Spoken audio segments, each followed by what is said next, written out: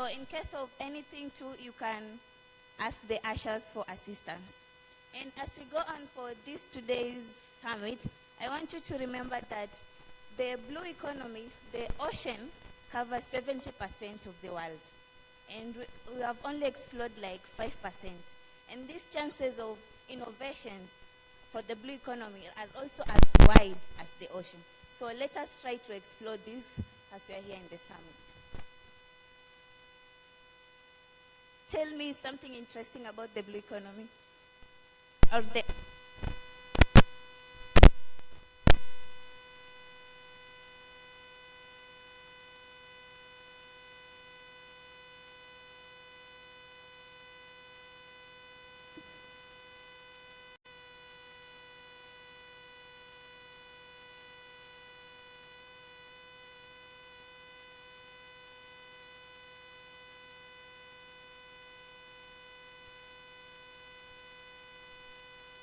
Let's welcome our main MC, Mr. Kenneth.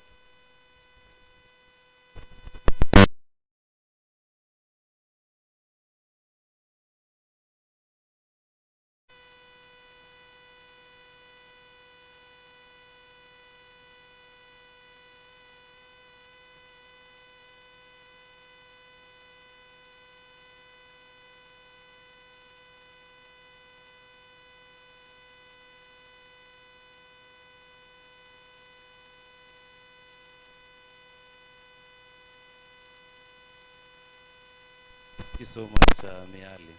You remember Miali, our diver yesterday? She's still diving up today. She had to come from work to join us today. So, um,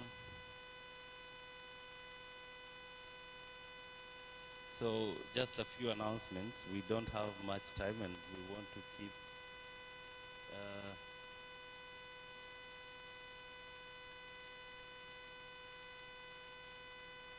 yeah. So, just to recap, yesterday, you can go to this, you can scan this link and access yesterday's photo. After accessing yesterday's photo, you can go to, you can download your photos.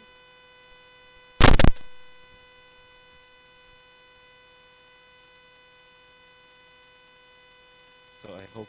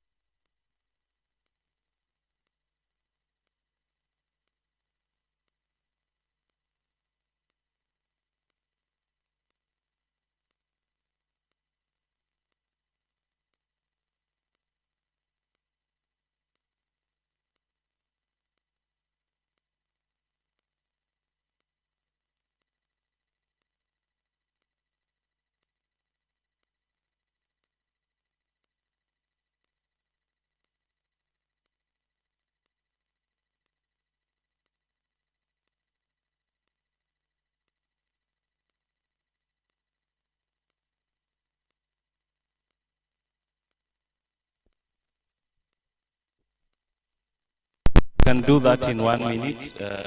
You can take a selfie with your friend and share that online.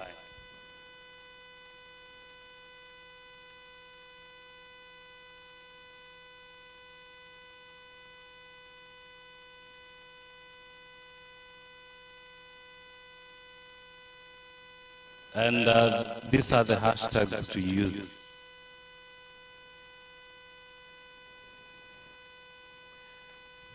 So, as we continue to do that,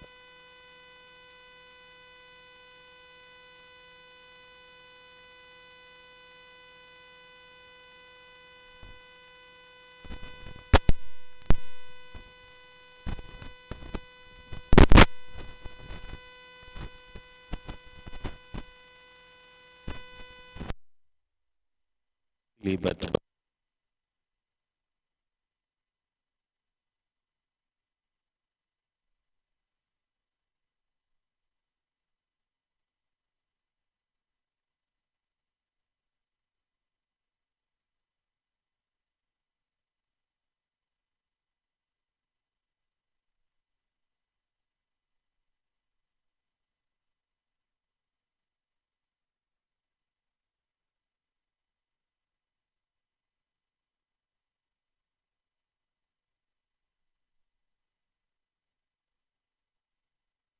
ni wawili mkae pamoja. You cannot network on your way here and be here. No, so please.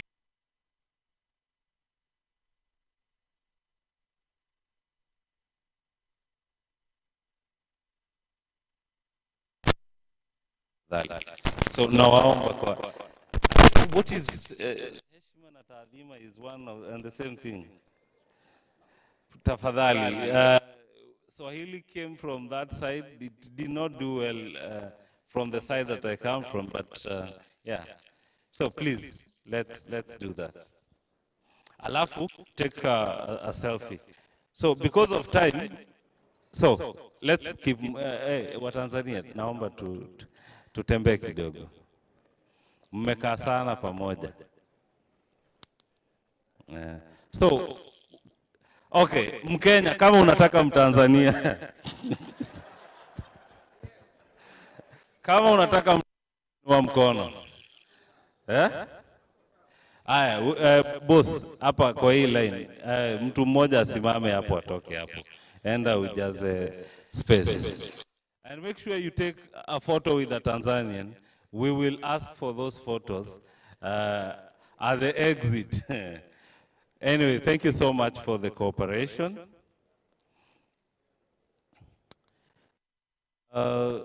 Before I go to that point, I would like to again appreciate all those who have made this event possible.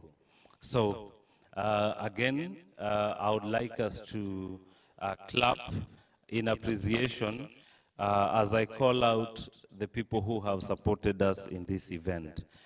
Hi, tuko ready? Tuko ready? Hey, today there's no energy. Anyway, we will clap anyway. So we start with Slovakade, we clap for them. There's GIZ Spark, we clap for them. British High Commission, we clap for them.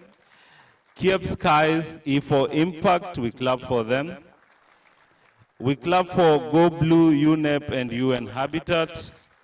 We clap for WCS, Aga Khan Foundation, NORAD and TechBridge, ABSA, TechnoServe, VSO, Mombasa County, EAVCA, Fay Consult, and Kamau and Advocates, Conferencing in a Box, IFO, AFBAN, KNCCI, ACIH, Vifa Consult, Blue Radio, and Small Foundation, PwC, and lastly, VSO. Sawa. Now, a few things, a few announcements. It's a technical day, so we'll be having most of the planned activity for this event, the actual meat of the event going on today.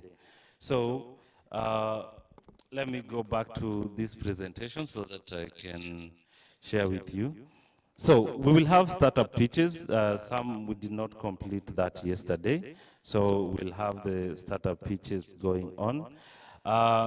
After the startup pitching, we'll do the public voting as we did yesterday. So this is something that I wanted to talk about.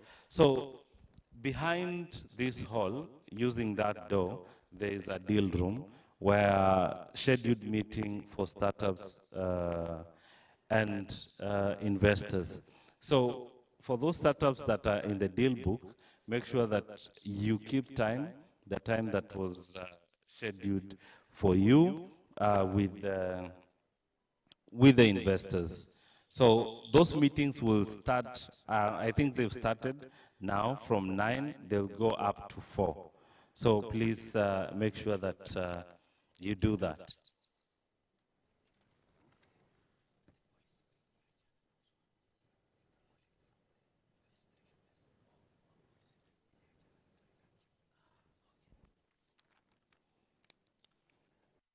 So much. So there was the policy brief, the baseline that was launched yesterday. If you did not get a copy, I'm reminded that you can get a copy just outside.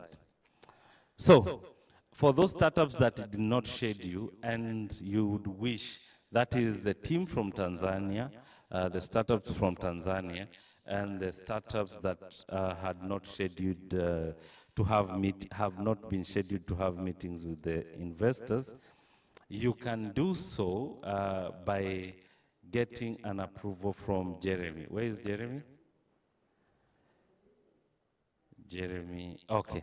So when Jeremy gets in, I know he's busy planning those meetings outside.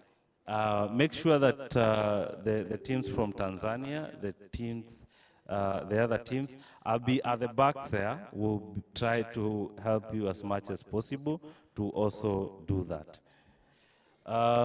So this information I shared yesterday, it will be available for all of you, and also we'll share with you what happens from the deal book.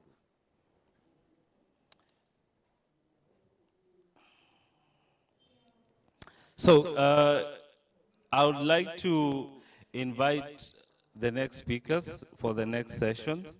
So this is a friend of mine who will be leading today's panel discussion. His name is Basil Aganga. Basil is a seasoned city specialist with over 8 years experience in sustainable urban development. He's currently serving as the Chief Sustainability Officer of the city of Mombasa, a West Indian Ocean city in Kenya. Basil has a keen interest in bridging policy, public policy, and innovative scientific and technological solutions to achieve better urban governance, land sea planning, and management. He has been pivotal in helping African cities to accelerate their localization of sustainable development goals, supporting the implementation of urban monitoring framework and the new urban agenda in Wyom's region. Basil is a member of the technical working group of the Ocean Rise and Coastal Resilient Coalition for Cities and Regions, set to be launched in the UNOC3 in Nice 2025, and the co-chair of IOC UNESCO Cities, and with the Ocean Platform launch at the Decade Conference in Barcelona. The Cities with the Ocean Platform is a hub for coastal cities, ports, networks, and institutions to access ocean science, share experiences, and co-create solutions across the decade action. That introduction is nothing close to mine. But please put your hands together and let's welcome Basil to take us to the next stage.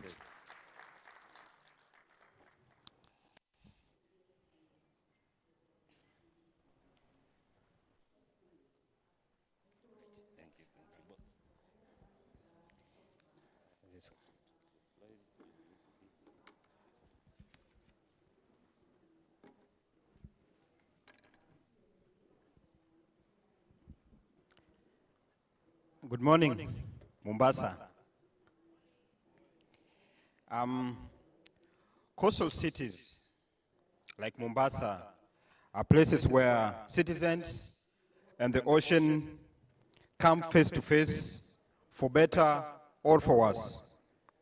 The ocean has played a major role in the development of these coastal cities and has shaped their identity, making them some of the most dynamic and attractive places in the world for living, work, and for tourism.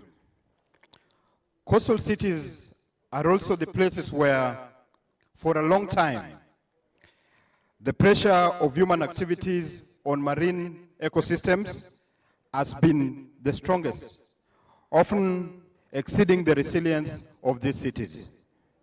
Today, coastal cities are also the places where are in the front line to benefit from the growth of a sustainable ocean economy. but also to face increasing challenges from the effects of climate change to the consequences of their rapid urban growth, notably pollution and environmental degradation. This combined today to reduce the benefits of the ocean for coastal cities and increasing the vulnerability of coastal cities to threats such as sea level rise and flooding. Many coastal cities today are aware of this shift and are seeking to adapt their planning and development model to meet the new challenges and preserve the advantages of their privileged location by the ocean. In addition, cities have expressed their willingness to play their full part in contributing to meet the global challenges regarding biodiversity, climate change, pollution, and sustainable development at large. They are building local 2030 agenda through the new urban agenda and sharing their experiences through various networks. Ports, like the Port of Mombasa, are also taking an increasing role in the sustainable development of coastal territories and are collaborating to develop their own sustainable agendas, such as the AIVP's Agenda 2030 for commercial ports and FAO's Blue Port initiatives for fishing. So today, we are gathering here to have a conversation on coastal resilience and particularly focusing on building resilience in our coastal cities. We have curated a special event that will take us through the kind of threats our coastal cities are facing and the kind of solutions that need to be adopted by these coastal cities to build resilience. Our conversation today will be preceded by a keynote address by Jeff Addon, who is going to speak about ocean sustainability. And then we'll have another keynote address on the flood risk assessment, flood risk and vulnerability assessment for Mombasa City that will now inform our panel discussion. So without much further ado, allow me to introduce to you our first speaker of the day, Mr. Jeff Addon, who has over 30 years of experience in the ocean space. Jeff is a recognized leader and international expert in marine and environmental governance, policy planning, and conservation. He has a proven track record of spearheading innovative and impactful work in government, intergovernmental and non-governmental organizations, as well as research and academia. Currently, he is the new Africa Oceans Director for the Nature Conservancy, TNC, overseeing teams' work in several African countries on ocean conservation and sustainability. These include Kenya, Tanzania, Seychelles, South Africa, Namibia, Angola, and Gabon. Dr. Addon is also a co-founder of 2 NGOs, 3 international initiatives, a board member of several others, and a prolific researcher and author with over 60 papers in the peer-reviewed literature and co-authored textbook on international marine policy. He also PhD in ocean and earth sciences from the University of Southampton in the UK, and a Master of Science in Environment and Management from the Royal Roads University of Canada. Let's now join our hands in welcoming Dr. Jeff Addon.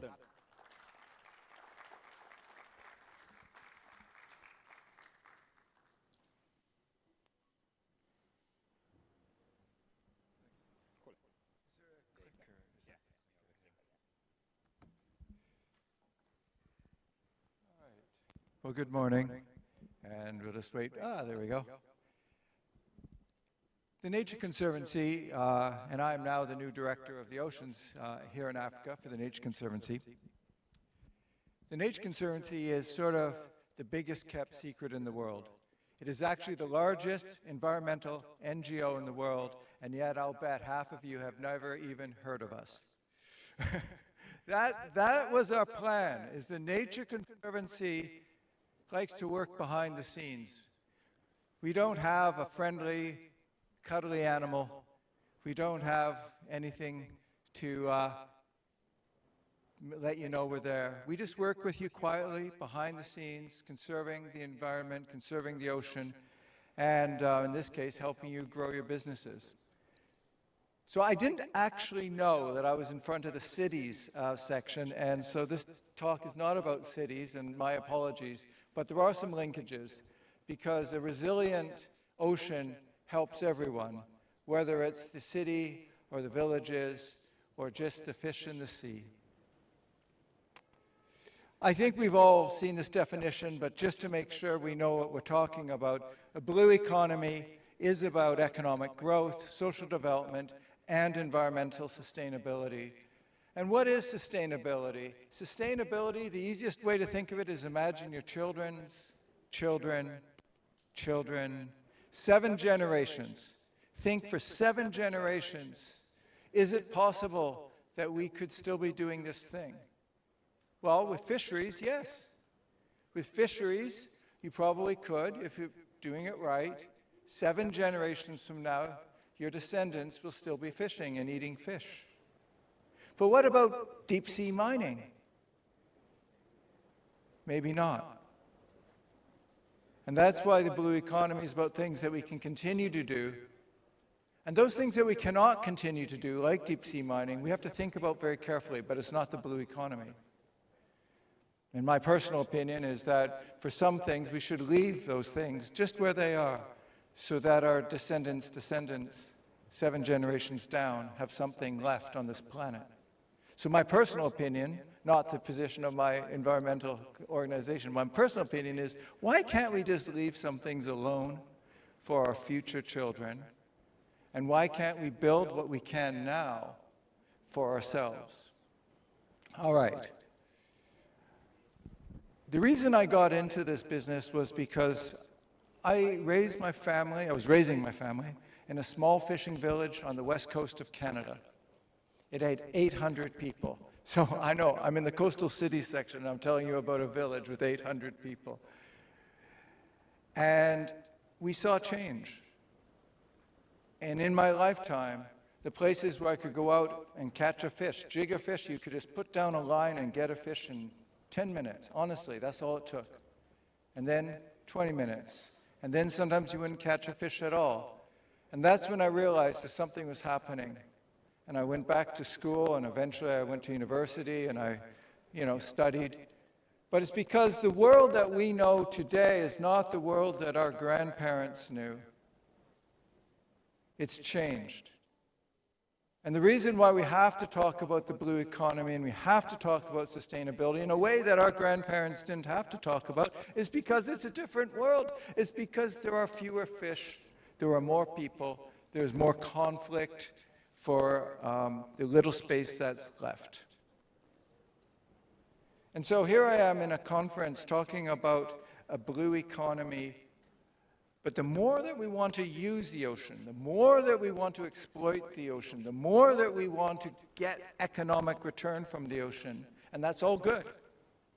But the more that we do that, it also means the more we have to protect. If we never used the ocean, we wouldn't have to protect it, right? But the more we want to use it, the more we want to fish it, the more we want to mine it, the more we want to build ports, the more we want to set up offshore energy, and those are all good things. But the more that we want to do that, the more we also have to protect it. The two go hand in hand.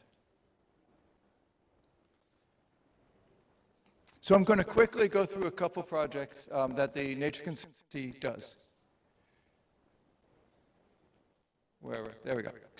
Mangroves. I think you all know about mangroves.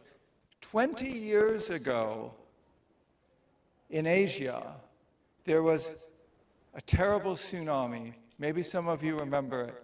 It killed thousands of people in Sri Lanka. Does anyone remember 20 years ago that terrible tsunami, 2004? And the Sri Lankans discovered something. They discovered that those villages that still had their mangroves, the people were protected, and very few people died. But those villages that had cut down their mangroves, they pretty much all died. there is widespread destruction. And the government of Sri Lanka instituted a new program to start to bring back the mangroves. And it wasn't easy. They made mistakes. In the early years, 90% of the mangroves died. But now, I'm pleased to tell you that 90% of the mangroves survive when they're planted. We've learned how to do it. And if there's ever another tsunami, and I certainly hope not, but if there's ever another tsunami, those villagers now are protected. So mangroves don't just protect fish, yes they do. Mangroves don't just sequester carbon, yes they do. In fact, 3 to 10 times more efficient than a normal tree. But they also protect us.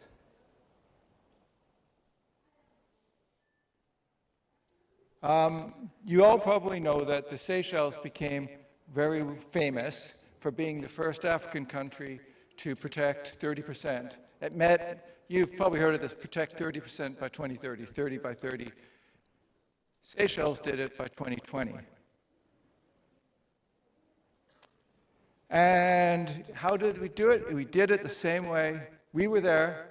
You probably didn't know this because we don't talk a lot, but Nature Conservancy was there helping the Seychelles do it all along.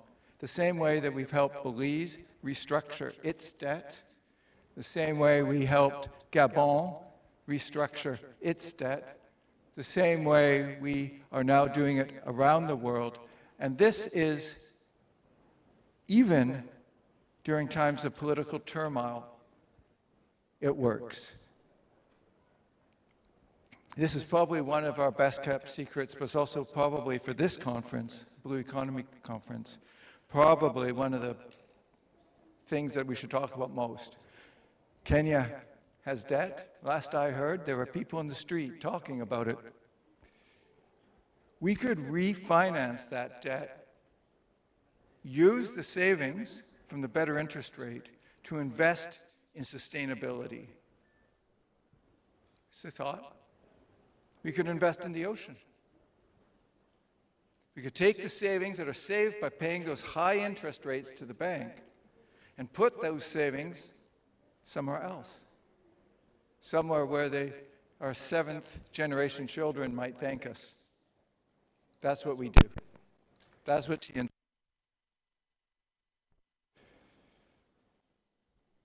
We have a fisheries program, and sustainability is this combination of marine spatial planning. I think Tu Kajirmo, who's in the front row, also from the Nature Conservancy, spoke about MSP yesterday. We build durable business models, transparency. What do I mean by transparency? I mean this, is we are installing on fishing vessels cameras that monitor what they're catching. And guess what?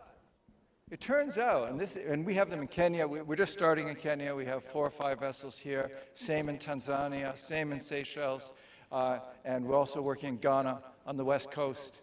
But of course, we're growing the program, and guess what? Those captains who are paying, who have quotas, who pay the government to catch fish, guess what? They were recording less than their catch. And that meant the government, you, the people who own the fish, these are your fish. You were not being given a fair price for your fish because those vessels from the European Union, from Asia, from far away, were taking the fish away without telling us about it. And so now, oh, did we lose my projector? Oh, well. It's back.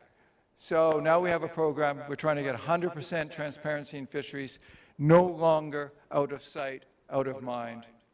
Rather, let's get a fair return. Let's get paid for what they're actually taking out of African waters. We also work on aquaculture, and I know that there's some aquaculture projects here. We have a great global aquaculture team that travels all around the world, making unsustainable aquaculture suddenly sustainable. Even the worst aquaculture, and I'd say the worst aquaculture in the world is probably shrimp, okay? I'm just going to say it.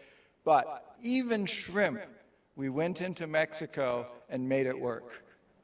So science-based, thoughtful application of technologies, we can even turn around some of the worst offenders and make them sustainable.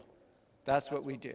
Science-based application, science-based technology, science-based economic development. All right, so that's me. I know that you guys have a lot to talk about. I'll just summarize in 5 things. Times have changed. My grandparents, my grandmother was an incredible fisherwoman. She would take me out as a little boy fishing every day, and we always caught fish. She was an amazing woman, but she would not believe the ocean now if we saw it now. Second point, the more that we use the ocean, the more we have to protect it. I hope I made that message clear. If we never used the ocean, we wouldn't have to protect it. We are working across Africa. I'm supposed to be the guy who knows what we're doing. You probably know things I don't, though, so come talk to me. TNC is open to partnerships. We are a big partnering organization, and under my leadership for Africa, I definitely want to partner. So if you have some good ideas, talk to Tuka, talk to myself. Tuka's in charge of partnerships. Wave your hand, Tuka. There we go. That's our partnership guy. Yeah. And globally, we have set up incubators just like this one in other places, and I'm really pleased to be here, and I'm looking forward to hearing some of the pitches later today. So thank you so much, and that's my email address. Thank you.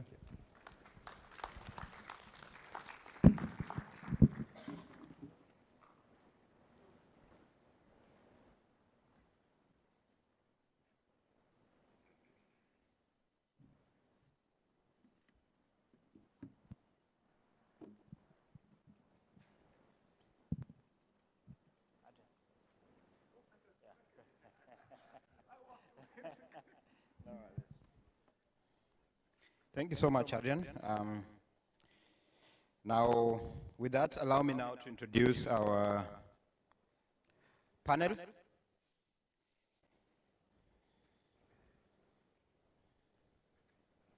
Yeah. And I'll start by inviting to the stage Gladys Mjama, who is an economist with a passion and drive for socio-economic development. She holds a master's degree in financial markets from Rhodes University, South Africa. She's currently working under the Jumuiya County Pwani Secretariat as a director in charge of partnerships and investments, charged to lead partnerships and enhance the project development, particularly in the blue economy under the Secretariat. She's working closely with 6 county executives across the Jumuiya region, supporting project packaging for the county investment corporations and coordinating the operationalization of the Jumuiya Investment Fund. Under the EU GoBlue project, she's working on the design and modeling of sustainable funding of blue economy value chains under the Italian Agency for Development. And next, we have Hon Gitambi Ndugu, a magistrate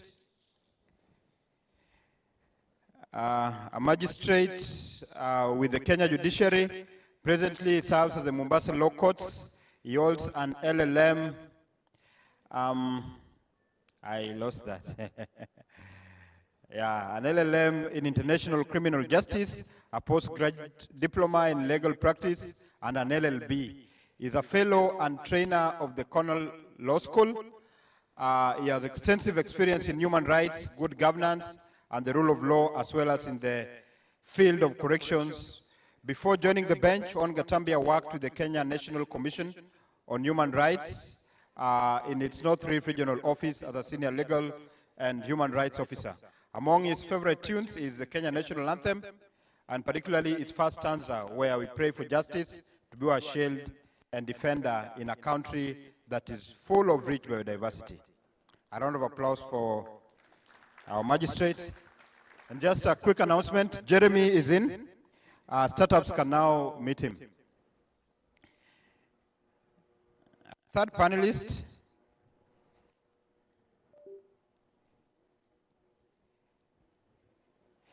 is Nation Njoroge Ngugi, a physical and land use planner who is a practitioner of sustainable coastal development, is actively involved in land sea planning, where he has undertaken research on sustainable port city development in the Wayo region and co-authored a publication on an indicator-based approach to access sustainability of port cities and marine management in the Global South. In addition to this, he holds a certificate on planning for sustainable transport from the University College London and climate adaptation governance from the University of Groningen in the Netherlands. He has also completed his master's in sustainable urban development from JKUAT and currently serves as a physical planner for the city of Mombasa.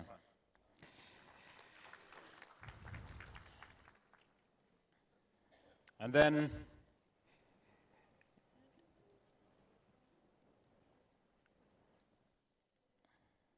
why am I missing one gentleman? Yeah, George. Yeah. So our final panelist is George Awala, with over 20 years work experience in development program management, fundraising, and civil society leadership. He has an MBA in strategic management, BSc agriculture, and is finalizing a master's in development studies. George is a business pursuit lead for VSO in the Horn of Africa and has a wide experience in fundraising for NGOs, delivery of inclusive programs on youth employability, resilience, livelihoods, and management of donor-funded international development. As the co-chair of the SDGs Kenya Forum, an executive committee member, Education, Cannot Wait Advisory Board, Soteha board member of Viwango, a civil society standards mechanism in Kenya. He has been involved in the development of women economic empowerment strategy for Kenya, research on persons with disabilities and climate change, and development of policies that include the national volunteerism policy, education sector policy for learners and trainers with disabilities, among others. He's also a writer on development issues, covering development, governance, and social entrepreneurship. George enjoys writing online and on traditional media, and as the development and governance writer of the Governor magazine. A round of applause for George. And finally, allow me now to introduce our second keynote, and the gentleman who is going to set the stage for our panel conversation. Abel Omanga, a geographer with a master's degree in geographical information science and remote sensing from Dedan Kimathi University. He holds multiple professional certification in integrated natural resource management, data science, circular economy, carbon trade, among others. Has over 13 years of multi-sectoral development work experience at national and sub-national level, working for GIZ. He has been widely involved in the development of and implementation of development projects funded by the EU, BMZ, and others. He currently coordinates the GIZ Kenya portfolio projects for City Climate Finance Gap Fund and the Covenant of Mayors in Sub-Saharan Africa. The two projects are collectively collaborating with over 12 county governments, including Mombasa County, and that is why he's here today to present to us GIZ work around the urban lab that is focusing on addressing one of the main challenges facing the city of Mombasa, which is urban flooding. So Abel, stage is yours.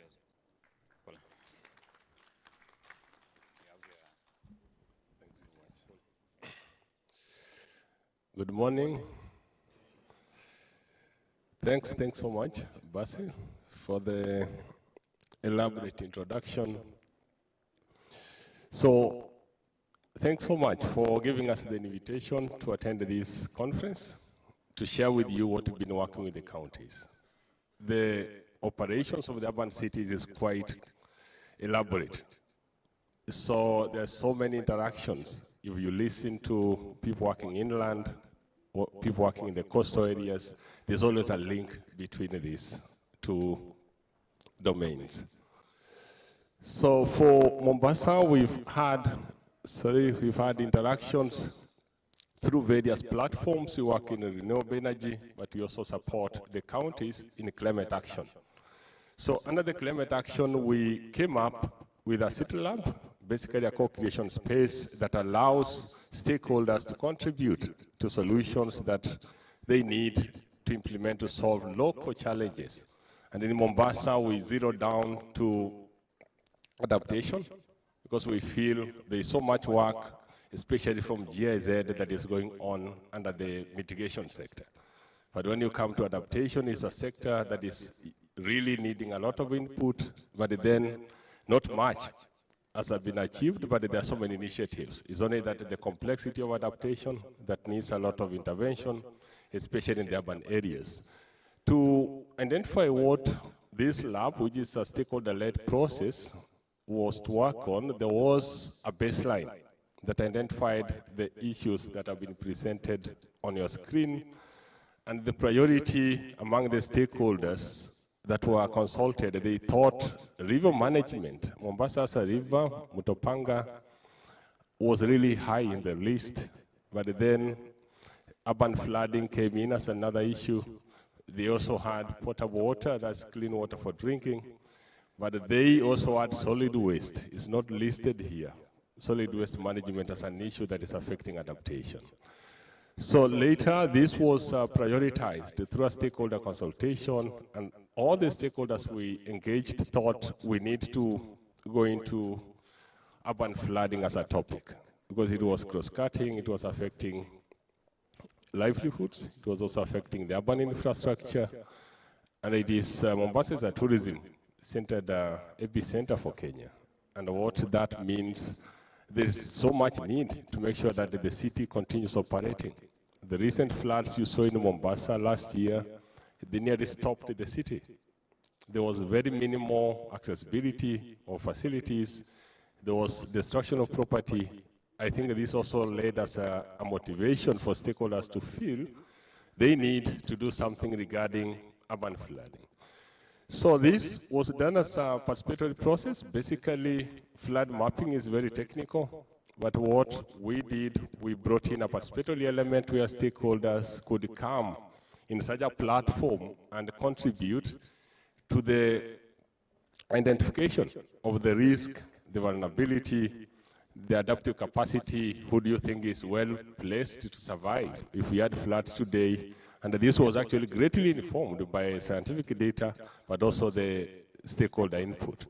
That was a process that was iterated through, and we ended up having a flood risk map that gave us lots of data in terms of which areas are more prone to flooding. And that's what you see in the flood hazard. Of course, this scientifically it means flood has not occurred in that area, but it is a potential area that is exposed to flood if it was to occur. And you realize the urban area of Mombasa, especially where you have most of the residentials, the hazard potential is quite high. It also contributes to the topography of those areas, but also the infrastructure. Because the parameters, I will share with you the comprehensive report, the parameters behind it, the urban development infrastructure is a key factor that was used in the analysis. How is it affecting the flow of water? How is it affecting, subjecting people that they are now living on the waterways? So it gave us a very high indication. You see, it is nearly 40%.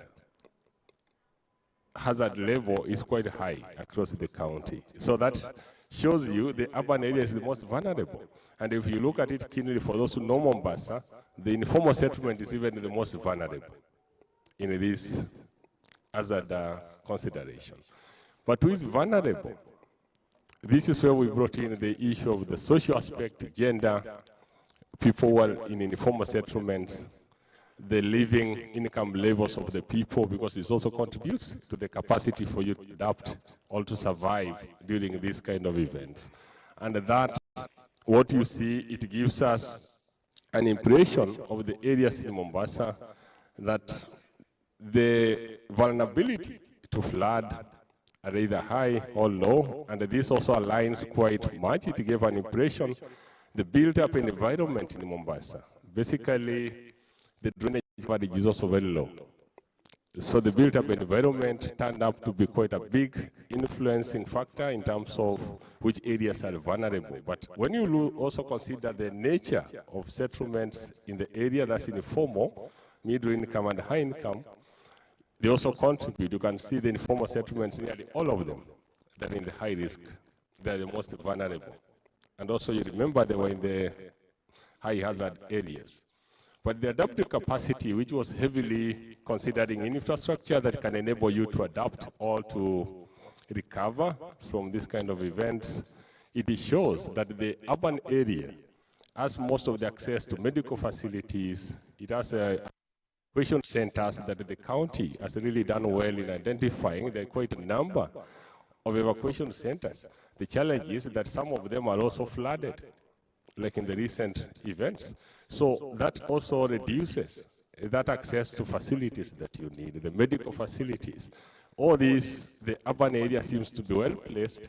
They also have the most of the drainage network in the urban areas, but in the rural areas, as you move to the outskirts, you don't have most of this access to the facilities.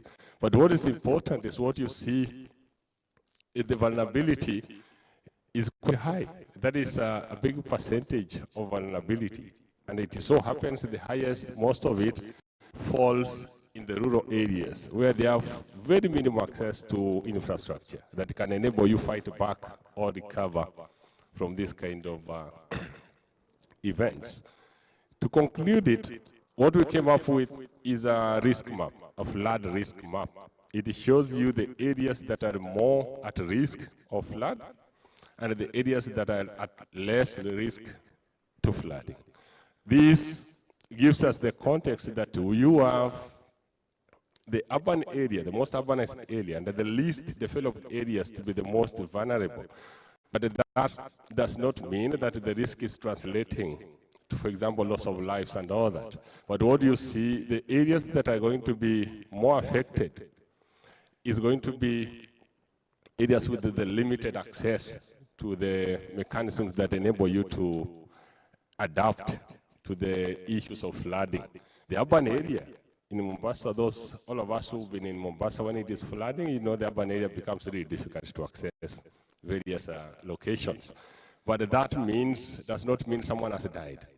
It simply means other factors are affected, but then the areas to the rural areas, to the informal settlements, some people are just directly affected either through secondary mechanisms like diseases. There is so much use of shallow wells in the informal settlements, and when it floods, it can lead to other hazards also, like cholera and the rest. But that simply does not mean we just conclude the risk is there. What we did to confirm this, the county had actually done actual mapping of incidents, loss of lives across the county in 2023 flooding. And the map, the red areas that you see, those were the worst hit with the loss of lives. It means you see the greener areas of the map, the flood risk. When you compare to the other side, it really quite agrees in terms of comparing which areas did we have so many people losing lives. And that talks so much to the fact that who is more well placed to adapt all to respond to flooding. So that gave us a chance to confirm, also through participatory consultation. We worked with the county ward administrators in a workshop, all of them representing to confirm, do you think your ward has been well analyzed in terms of the risk level? And this marked our validation. But which lessons do we pick from this?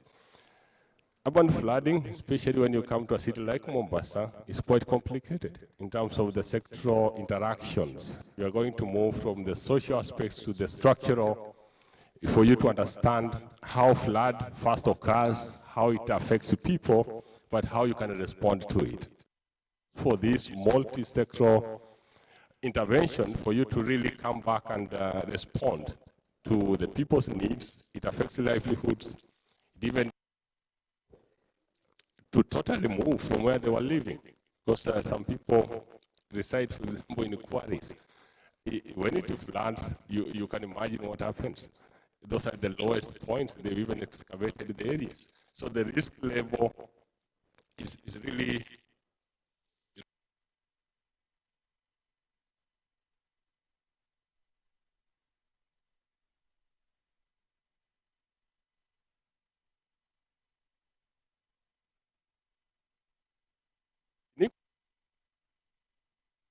both in infrastructure, but also even on awareness level is a big factor. Look at Mombasa as it is set up, the responding capacity is highly influenced by infrastructure. So you realize there's so much that can be done, but then it's not easy for people to respond when they cannot even access an evacuation center. They cannot access that boat that people in Nyali can get. So all these are factors that come to infrastructure and the development priority areas for the city.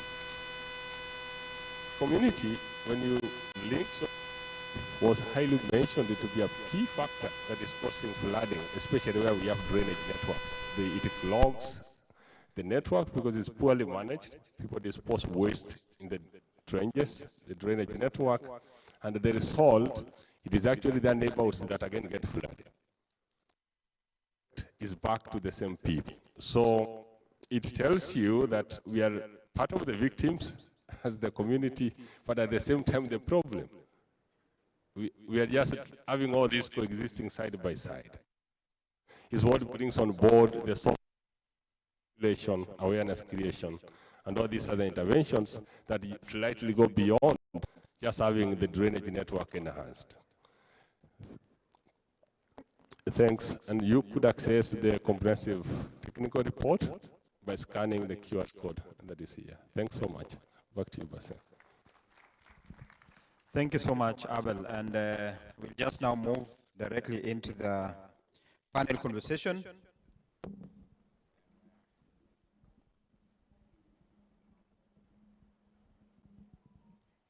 Yeah, with our panelists. And what we are getting from this assessment is that, flooding is quite multidimensional, and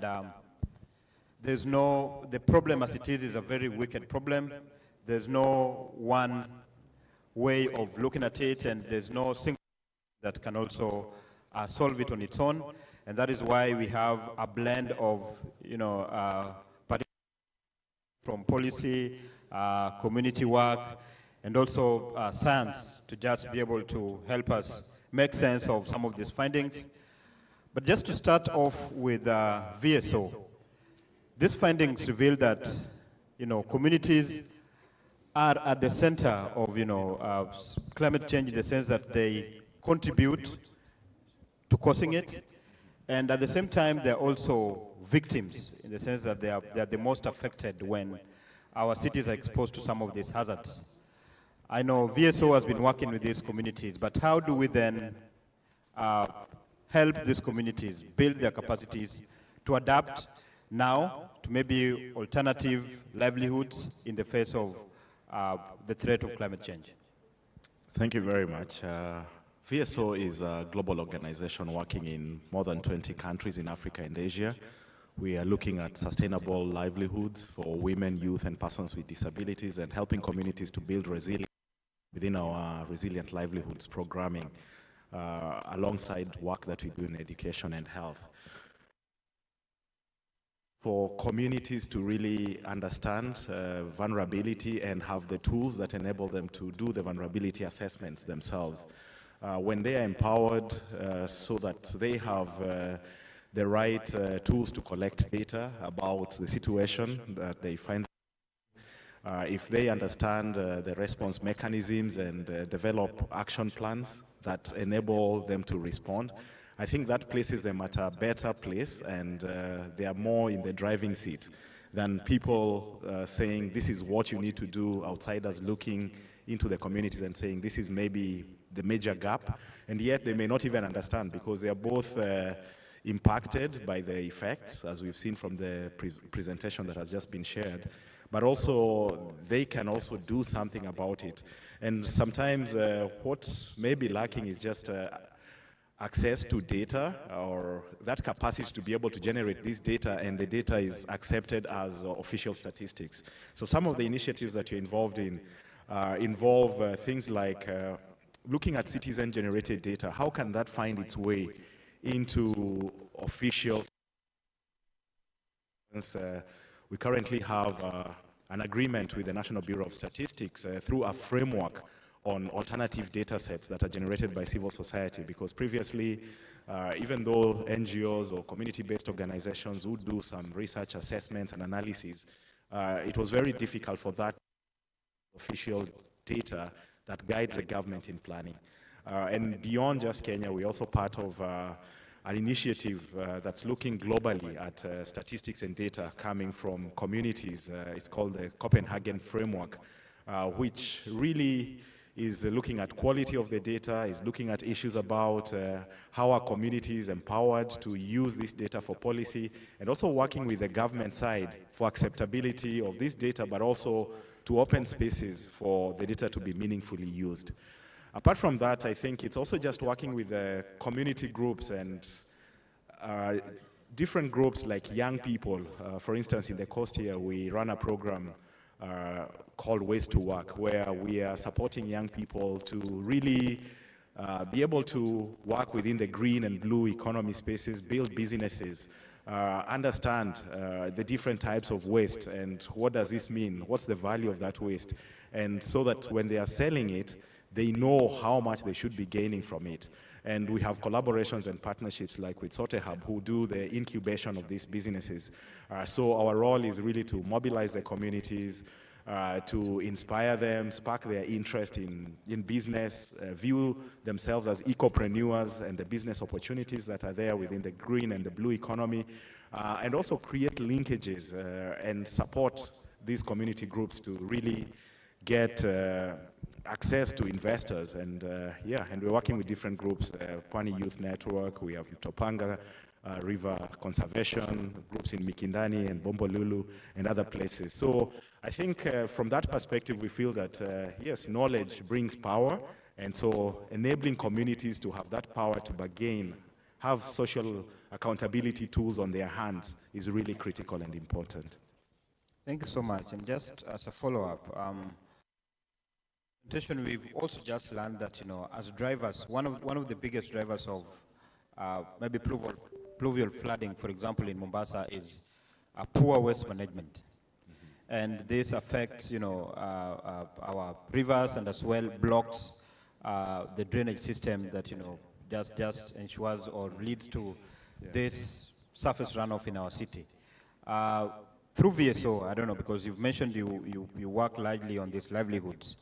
Is there something that can be done to reimagine this waste, for example, so that the citizens are also, you know, engaged in better waste management practices to avoid overwhelming or blocking the drainage system, so that, you know, when it rains, water just runs? Yeah, definitely. There's a lot that can be done. Waste is very political. It's very complex. And if you're looking at waste and you're looking at water, you're looking at two issues where there's lots of vested interests from the private sector, individuals who gain from selling and buying that waste, who feel that maybe the waste has no value as much, but you also have communities who are expected to earn and gain from this waste. So I think we are approaching it from different sides, where first you're building the capacity of the citizens to understand what they need to demand for, because if you live in an environment that provides opportunities, then you'll be able to thrive. If you're in an environment that's polluted, then chances are you'll be facing lots of issues, health challenges and others. So having that understanding is important. But you're also working with the county government of Mombasa, and we hope that we'll be able to get to the level of having an MOU or a framework for engagement around these issues, because you cannot just do it with the citizens alone. You have to bring in private sector players. You have to have associations that represent different interests. You have to be part of technical working groups that are looking at the issue. And you also have to develop like a body of knowledge and policy briefs that you can share with the government, with the with the private sector players, and also with the communities, so that that informs clear recommendations around how the issue can be addressed. But as I've said, I mean, a lot of these are challenging and complex issues, and they're very political. And sometimes you find that on the surface, the county government or even the national government may show interest, but they're really not committed to the solution that on paper they may say that they're interested in. Thank you so much. And just to move beyond the community onto, urban planning, which is also emerging as a major driver of climate-related flooding in Mombasa. Mombasa is faced with a lot of challenges around urban planning, and this could be, linked to inadequate planning or poor implementation of planning plans or building codes, or a lack of some of these plans. I'm just wondering, what, in your perspective as an urban planner of this city, do you think is the role of urban planning in creating coastal resilience in our cities and towns, and particularly focusing on the threats that we are facing as a city? All right, thank you, Basil. First, we need to understand one thing. Most people like to stay in areas close to the ocean. This is true because there are some statistics which indicate 36 out of the 50 most competitive cities in the world are actually coastal cities. So you find this now drives a lot of settlement to happen in and around areas which are coastal, and the influence is that we have a lot of development and anthropogenic or human-based activities which now contribute to the threats that coastal cities face. Now, this has already been emphasized before, but just to repeat, we have the threat of climate change, which is actually the biggest when it comes to coastal cities. Because coastal cities, you'll find, there are more or less confluences of very many what we face as a population. We have the confluence of biodiversity, we have the confluence of culture and heritage, we have the confluence of human settlements, and also the confluence of coastal geomorphology. So as urban planners, the first thing we usually taught is to understand the area you're dealing with, and being able to understand that area is critical for coastal sustainability, especially in terms of geomorphology. Like here in Mombasa, we know that we have a fringing reef that is just close by, and then we have this ocean, and then we have the coast. So getting to understand such complexities and interactions, especially when it comes to land-sea aspects, is quite critical first to understand that dimension, for to be able to plan for resilience in our coastal city. Now, when it comes to resilient planning, we have noted that you cannot plan in isolation. We really need to have an integrated approach. What this means is that the aspects of land-sea has to be critical and the driving force, especially in coastal cities. You have to understand ocean science, you have to understand terrestrial geomorphology and the science behind it. So you'll find that we need to know what happens within the ocean and how that influences the city, and or the terrestrial, or vice versa. Like case in point, I was sharing with one of the delegates yesterday. I attended these science cafes, and there was a BMU from Vanga. The fishermen said during the Hurricane Hidayah, they said they were fishing, and then all of a sudden they noticed a particular type of fish disappeared. So through community knowledge, they usually know when that happens, a major rainfall event is about to come. So what they did, the next day they didn't go fishing. And from that week, the Hidayah hit the coastal of Kenya, actually South Coast was quite affected. So that interaction and understanding those two aspects is quite the most important aspect that you need to understand. Now, as I was saying, we need to have an integrated planning approach, especially in issues like the issues of urban flooding through the pluvial flooding we've been experiencing. So we have to know which sector contributes to what. We have the infrastructure, we have the solid waste, as mentioned. Also, we have the community aspect. How aware are they that these actions that they undertake in the city leads to certain kind of exacerbation of this situation? I'm also pleased to announce to the delegates that Mombasa took part last week in there was a program by the City Resilience Program that was held in Cape Town last week. And we did send, some of our representatives, our officials went there, and I worked closely with them in developing what we termed as the integrated landscape approach to flooding. And we emerged number one when it came to the prize, the Dragon's Den Prize, in terms of how to deal with flooding. And the City Resilience Program is a program that is funded by the World Bank. So we'll see a lot of initiatives that will be supported through such initiatives. So I think that's something you can clap for us, because we did. I know the Tanzanians won't be pleased, because one of the cities we defeated was Dodoma, yeah? And, but it's a more or less learning process, but integration is quite key when it comes to dealing with such issues and the challenges that we face as coastal cities. Yeah. Thanks, but now more particularly, do you see opportunities around nature-based solution for proofing some of our urban infrastructure that are more vulnerable to these coastal hazards? Yeah, for sure, because as I was saying, we don't do this in terms of one size fits all or one aspect fits all. We have to integrate this. So we have the engineering aspects that deals with the resilience. But one thing I've realized is that when it comes to biophysical processes, especially within the coast, you can't really engineer them to perfection or engineer them for, you cannot really use an engineering response. If you take a walk down this stretch, I won't mention where, but there's a particular beach hotel down there. I won't mention names because of security purposes. I think now they're in the 7th time of constructing their seawall. Every 2 years, because I vet development applications, I usually see them applying. So I'm like, okay, this time it's happening again. So you see, there's that aspect of understanding the coastal geomorphology and integrating it with nature-based solutions. One of the aspects that we really need to critically examine is the issue of utility cost, opportunity cost, sorry. The opportunity cost to resilience and conservation here in coastal areas, where you tell somebody, leave at least a certain amount of distance between the shoreline to the development for proofing or resilient proofing of that kind of area.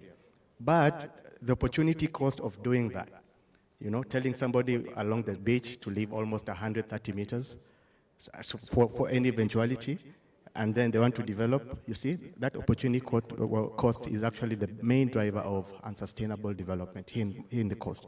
So what I'm thinking is another key aspect of ensuring that we do have resilience is enforcement, because where opportunity cost is high, but we really need to do that for resilience purposes or climate proofing. The only way we can do that is through regulation and enforcement. So we really need to bolster the enforcement angle when it comes to resilient proofing of our cities, and that way we'll be able to realize sustainable coastal development. Thanks, Nashan. And just moving on to AKP. Nashan has mentioned integrated land sea planning, and I heard from yesterday that JKP is working with GoBlue to also just develop some of these guidelines on land sea planning. And I believe there could be opportunities there to integrate some of these issues that are coming from this session. And now, more particularly about the report and the revelation that, vulnerable groups are largely, women, kids, and the elderly. And if you look at the map, they seem to be the most exposed to the impacts of this kind of disasters. From your perspective, what do you think are some of the glaring needs that need to be mainstreamed in development of solutions to, coastal resilience that, need to be prioritized to, catalyze the shift in inclusive development? Thank you, Basil. I think one of the things that we have really been trying to think of is how do we break the cycle? We know that especially with disaster, we are constantly very reactive. As much as we're trying to put in a lot of planning in place, there's still quite, every time a flood comes in, every time a drought comes in, we are always at a reactive point of view. And many of the people who are affected are women, are youth, and they struggle with this a lot. And one of the things is really how do we develop long-term interventions that really help these vulnerable groups to cope with some of the issues that are taking place. One of the low hangings that is very, very critical now, at this point is strengthening health systems. Because one of the things that really affects women as soon as a flood occurs is health. And there's so many diseases that, crop up during these seasons. And so it is, how do we help women? How do we help youth? How do we help children who are exposed to some of these areas? Because for us who are living in these urban areas, we might assume that everything is okay. But these people are exposed to, especially when we're talking about waste pollution, a lot of this goes into the water. And what does that do? It affects health. And so some of these things that really needs to happen is, how do we strengthen the health systems? And that's not just only in Mombasa, because you find that there is so much pressure on the health systems in Mombasa because everybody is coming regionally to Mombasa. So you find when a disaster happens, people from Kilifi are coming to Mombasa, people from Tana River are coming to Mombasa. And that really now, it exacerbates the position even further. So I think those are some of the things that really needs to be strengthened. Another thing is really looking into agriculture. How can we be able to improve crop varieties? How can we be able to develop regenerative agricultural resilience so that we can be able to strengthen women and youth? How can we transform this from a long-term perspective? So I think those are some of the areas that we can begin to think about. Of course, for the youth, we've mentioned it already in areas of improved technology, and these things can be able to really strengthen this system. So I think in the long run, I think one of the major is really strengthening the health systems. Thank you. Are there any opportunities for mainstreaming these needs in the ongoing landscape planning guidelines? Yes, absolutely. There is a lot that we have been working on, and there'll be a validation that is taking place in November. We're developing these landscape planning guidelines with the University of Nairobi, the University of Twente, and Kemfree. And really, it is to really bring together a lot of the stakeholders to think on how can we plan well, how can we coordinate and sustainably manage activities in human settlements across the 6 coastal counties. We've had all the directors of lands come in and environment to really provide a lot of the input so that it is going deeply into the communities and how we can be able to plan together at that level. And so we're really looking forward to that, and as soon as the validation takes place, we're able to share these land sea planning guidelines across the board, and they are very much available for all of us to consume. Thank you so much. And now finally, our magistrate. And, Nation mentioned that one of the biggest challenges that we're facing, especially when it comes to, even urban planning regulations and, enforcing building codes, is, a challenge that, most people don't know how to maneuver, in the sense that the only option that they have sometimes is to go to the courts to, seek redress, especially when they feel that, there's a development in an area that they don't agree with. A case in, for instance, is the Uyombo coal plant, for instance. There's a community that fears, or there's a development that has been planned for their area, and they really are not comfortable with it, and they know that this would harm their environment and just affect their lives. And then they are coming up against a bigger person in the form of maybe a government or a multinational that has maybe a tender or a plan to put that structure. And it's going to contribute to the development of the country, generate more jobs, but then there's the conflict with the environment. They run to the courts, and sometimes there's delayed justice or no justice at all. And that also, interferes with the change that we want to put in place, or enforcement of some of these urban planning regulations. What role do you think the judiciary would play in addressing this stalemate that exists? Happy to see you in this panel. Is the role of the judiciary changing, and are you now becoming more conscious of, some of the challenges that people face, and is there deliberate effort to also be a part of some of this discourse, be aware of the challenges that people are facing, and now when you're even making your decisions, have more information that, also makes that justice, access to justice more easy for people who are faced with environmental injustices. Thanks so much, Basil, for your very broad question that has got several components. But just to address to it, and for starters, the institution that is the judiciary, as a state organ, is there to interpret the law and resolve disputes from the community. And now when you put it in perspective of such an engagement where we are talking about the blue, and which shouldn't just be handled in isolation, or rather looked in isolation, but also consider the green, it now takes us to the aspect of the environment, the land and the environment. And when you look at the issue of planning, planning would ordinarily be on either the land or in the sea. And talking of investment, of innovation and investments. And where now a business is coming on board, and it's likely to impact on the environment, given that it is a constitutional, it's a constitutional standard that the state has got a duty to ensure that every citizen, every person has get to live in a healthy and safe environment.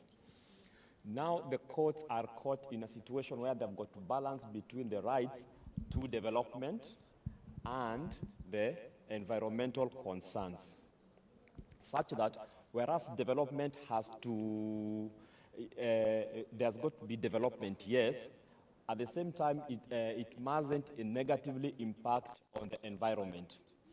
And now that brings to the other aspect of businesses, businesses must also have got a duty to respect and be compliant with the law. So that is the role that the judiciary as an institution has got to do, balancing between the competing interests of businesses to thrive and protection of the environment. Some of these processes are actually very tedious for citizens, and they are too formal for some of the communities or the most vulnerable people that need litigation. Is there any plans or is there any initiative that the judiciary has to just support these communities, whether it's through paralegals or how? Is there any particular initiative that the judiciary is taking to also ensure that these people have that the complexity is like unlocked and they're able to file cases without necessarily having to look for money to maybe get a lawyer or those kind of complexities? When you consider the present is operating, the STAJ, that is the Social Transformation on Access to Justice. And the focus is on a people-centered justice, where even the vulnerable have been factored. And when it comes to access to justice as a matter of right, the state has got a duty to ensure that every person can be able to access the courts. And the courts, the judiciary has also made it very simple in the sense that we even got a specialized court system that only handles environmental and land issues. And therein, there are also like the divisions of the courts, one that will be dealing with issues of urban planning, issues of land, and that kind of thing, together with the development of guidelines, such that in as much as the legal sphere might also be sometimes intimidating, coupled with complex issues of procedures, guidelines have been made such that a community, even to admit cases in public interest. We have seen instances that one doesn't have necessarily to be a lawyer to approach the court. So that is a plus that the court, the judiciary has made. And also in each jurisdiction that a court station is, you will find that there are these court users committees that comprise of state actors and non-actors, such that whenever they convene, they are not necessarily discussing active cases, but to look at ways in which we can have like the better administration on the issues that are common in that particular locality of the courtroom. So that is one thing aspect.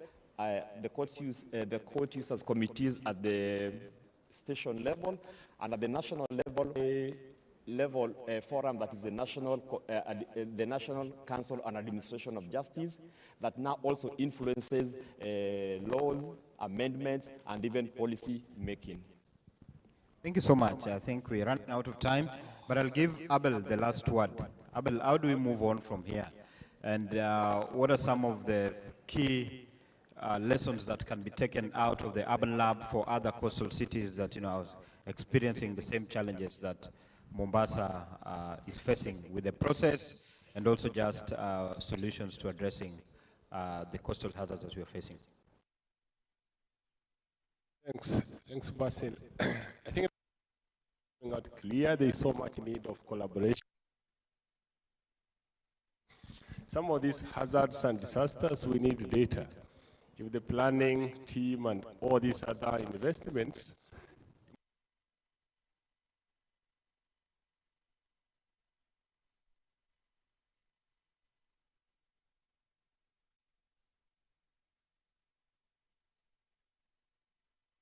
convince partners that there's need, there's danger for people to know that what have we lost? If you ask people in Mombasa today, how much did we lose last year to the floods? No one can give you a number right now. Even the loss and the damage funding, even if it comes today, how do you get it? How do you access this kind of funding? It means data access needs to be there, collaboration needs to come. We also discovered through the Urban Lab that policy for disaster is more vertical still in Kenya. We have better structures from the national government than we do at subnational level. It tells you there is so much work to be done to localize, come up with structures, policy frameworks that can allow action to be taken at subnational level. The most important part that you realize, stakeholders that can center the community in solving local issues, like what we saw, the mangrove intervention, what we saw in the first, the keynote speaker. If it is not centered at the community, and then sometimes these initiatives never survive, because who needs it? I come from Nairobi. Even if I'm working in Mombasa, it means I cannot really sustainably intervene in Mombasa. The local people, the residents, stand a better chance to define what they need for the future. Thanks. So thank you very much, and thank you, all of you, our lovely panelists, for your insights. And they'll be here throughout the day in case you need to ask any other question. They'll be available to provide those answers. And what you're getting from this is that the ocean is our heritage as a coastal city. And we all have a role to play in protecting that. Because without the ocean, then we don't have an identity. There won't be tourists coming here. We won't have the beaches that we enjoy. And so a rallying call out of this is that, all of us have to have a role to play, whether it means sharing this kind of information with your friends and colleagues that are not here today, to also just enhance the awareness of the threat that we are facing, and that if we don't participate in, the good practice that would make our city more resilient, then we're likely to lose this city. An IPCC report in 2020 actually placed Mombasa alongside other low-lying Indian Ocean cities at risk of, submergence in 2 decades. So if we don't change the way we interact with the ocean, then we're likely to even lose the ocean, the city that we have here in Mombasa. So thank you very much for keenly listening to us, and we'll be available to take any questions that you have. Thank you.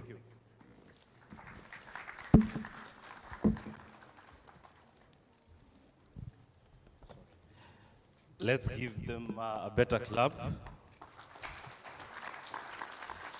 Thank you so much, team, for the great work that we are doing.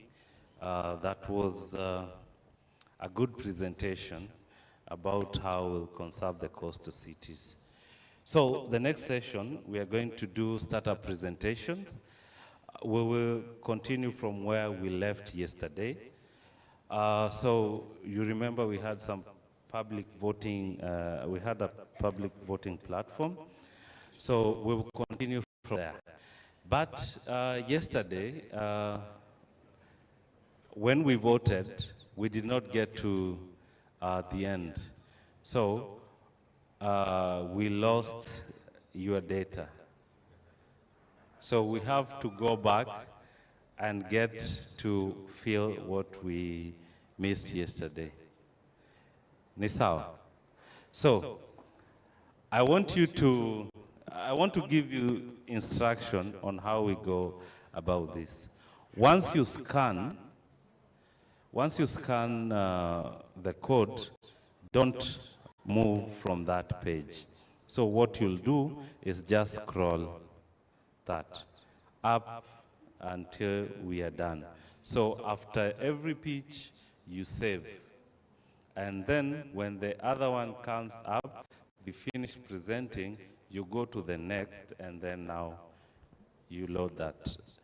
So that's how we'll do it.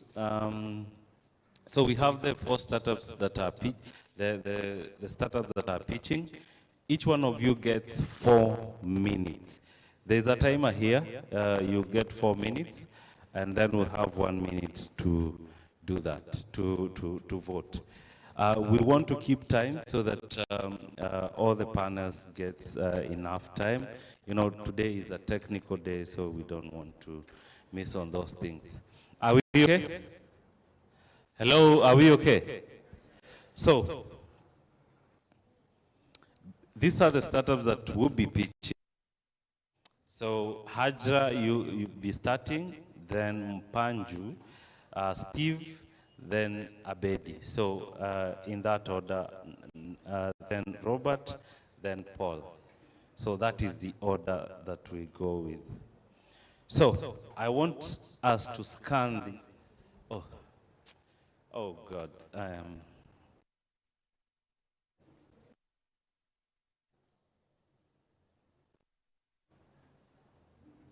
Yeah, so this is it. So this is the voting platform. So we all get here. And don't move from that page. So you don't need to scan this again. So I'll not come back to this page. If you lose this page, you lose your voting rights. So this is your voting rights. So for the startup switching, at exactly 4 minutes, even if you not have finished, I'll just come back here and yeah, it will be done. So I'm waiting for you to all scan this and save it on that page. But as you do so, I also want to give you the 3 minutes to vote for the startups that presented yesterday. So number 1 was Mohammed Hanan with C Ventures, who presented about the seed fertilizer that helps in pest control and acts as a foliar and a fertilizer.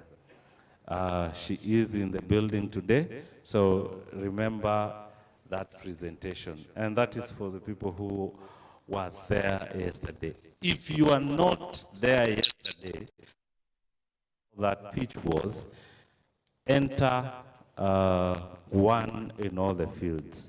So we'll know you are not there yesterday. So in all the fields, enter 1, 1, 1, 1. So I'm expecting you to scan this and to start voting. The second one was Megagas.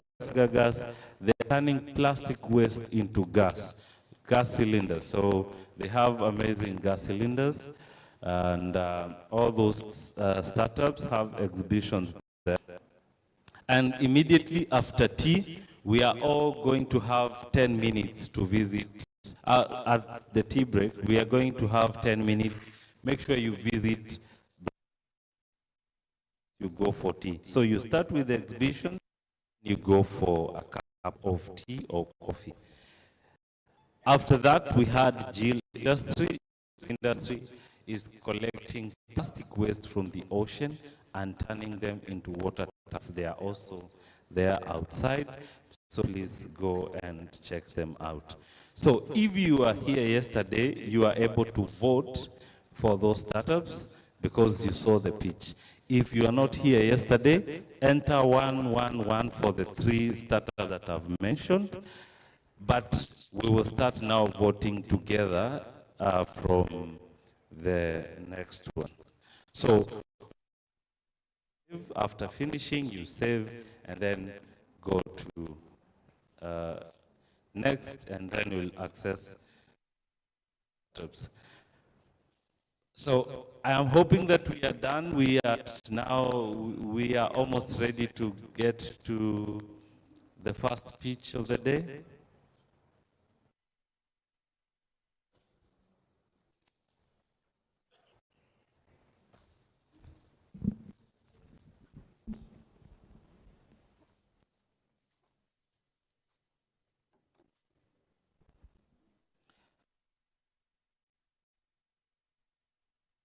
For the 3 startups, I hope you have. So I'm giving you 30 seconds. 30 seconds to be done with that. So all be waiting for Hajra.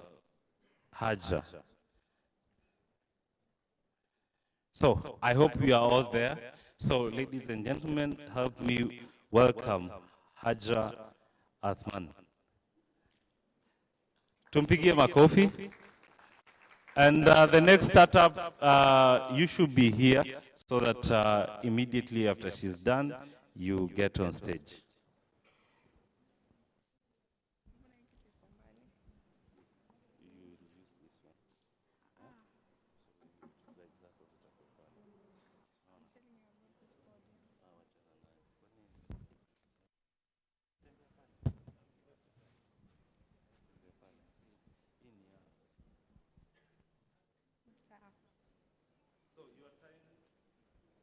Time starts now.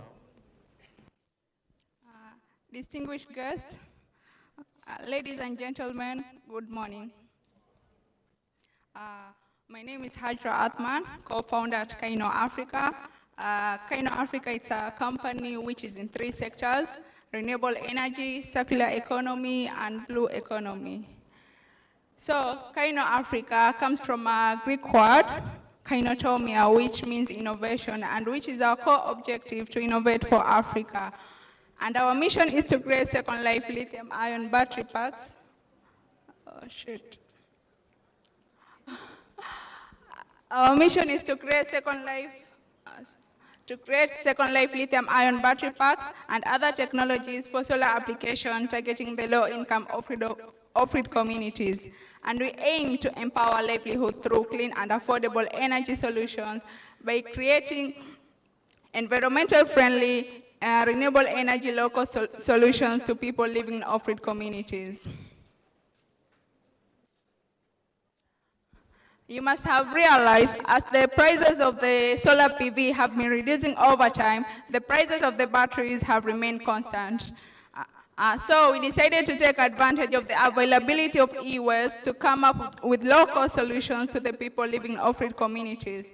And it is very important to note that until up to date, the lithium-ion technology has stood out to be the most preferable energy storage solutions, although it is very expensive. And with the introduction of e-mobility on the African market, we anticipate a lot of e-waste in the coming few years. We know that most companies that are in pay-go business model are struggling due to inefficient revenue collection. We therefore have developed a pay-go hardware API for the solar companies that are in that business. Lack of recycling and refurbishing facilities for used lithium battery waste is a key challenge in Africa, so we decided to capitalize on them by creating solutions so that most of the lithium-ion cells can be put back into use. Among the products and services that we have, it's not this one. Among the products and services that we have are the solar lithium batteries, whereby we have different sizes of the batteries. We have for 12 volts and 24 volts, from 400 watt hours, 640 watt hours, and 1280 watt hours. And a service, we do repair services, especially for the businesses that are dealing in lithium batteries. And apart from that, we also do the fishing lamps, whereby we have two types of fishing lamp, the basic one to attract the small fish, and the professional one to attract the big fish. It's usually used by the fishermen who fish at night. We also have the Wi-Fi backup batteries, whereby they act as a power bank to the Wi-Fi routers, that is during power outages, and it can last you for up to 24 hours.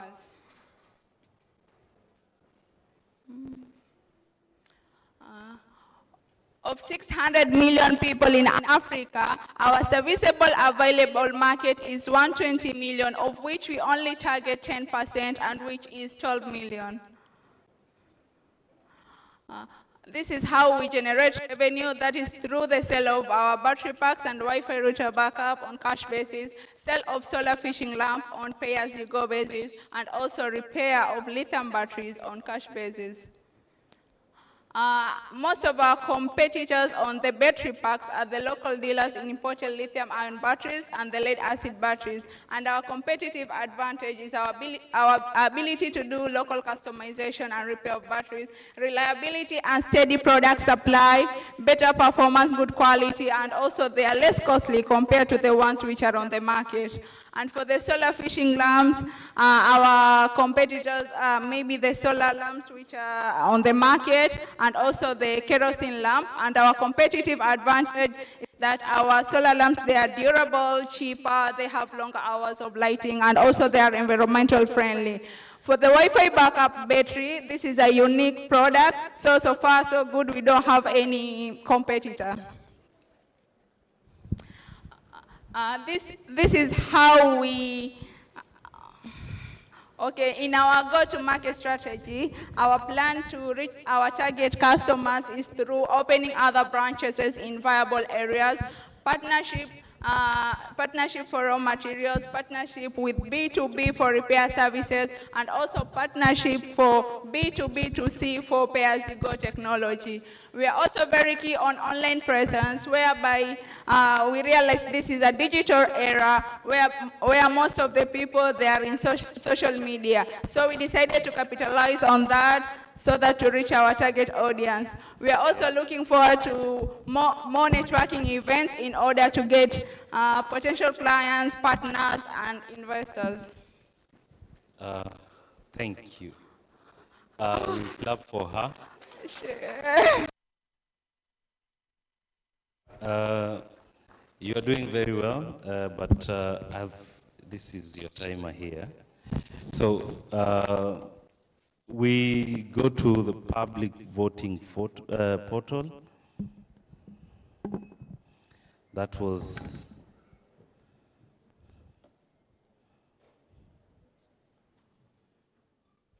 so My Fish Tanzania should be here. Slides up.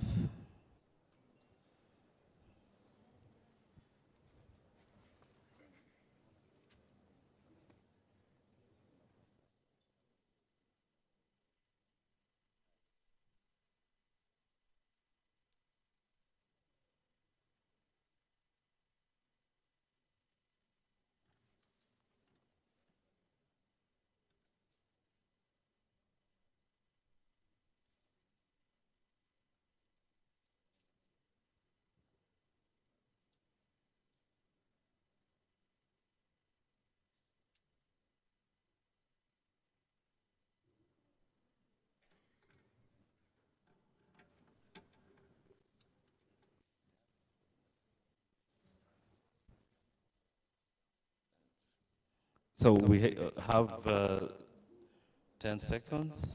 10 10 more seconds to vote. 10 more seconds. I saved that so that we can move to the next one. And yeah, time reset. We're waiting for your time. We're waiting for you to reset the time so we can start. Reset for his time.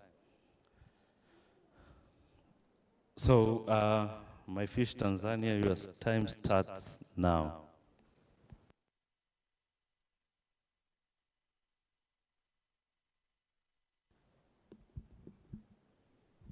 Yeah, good morning, everyone. Thank you. In 2012, a 24 years old young man saw the opportunity and decided to venture. So 12 years later, that young man is in front of you, telling the testimony and explaining his business. My name is Elpidius Frank Impanju, a founder and the managing director, a fish farmer company limited, which deals with fish farming, fingerlings production, fish production, feeds, and fish farming concern. So My Fish Tanzania is being operated in the country and mainly commercially in fish farming businesses, that is fish production, but also producing the high quality to fish farmers in the country. But also My Fish Tanzania is eager to expand its production from the current production of 10 ton fish per month, but also 100,000 of fingerlings per month to 30 ton and 500,000 fingerlings per month. That's the plan. But also we produce the table-sized fish and uniform size fish. Sorry. That was the introduction. That was the introduction.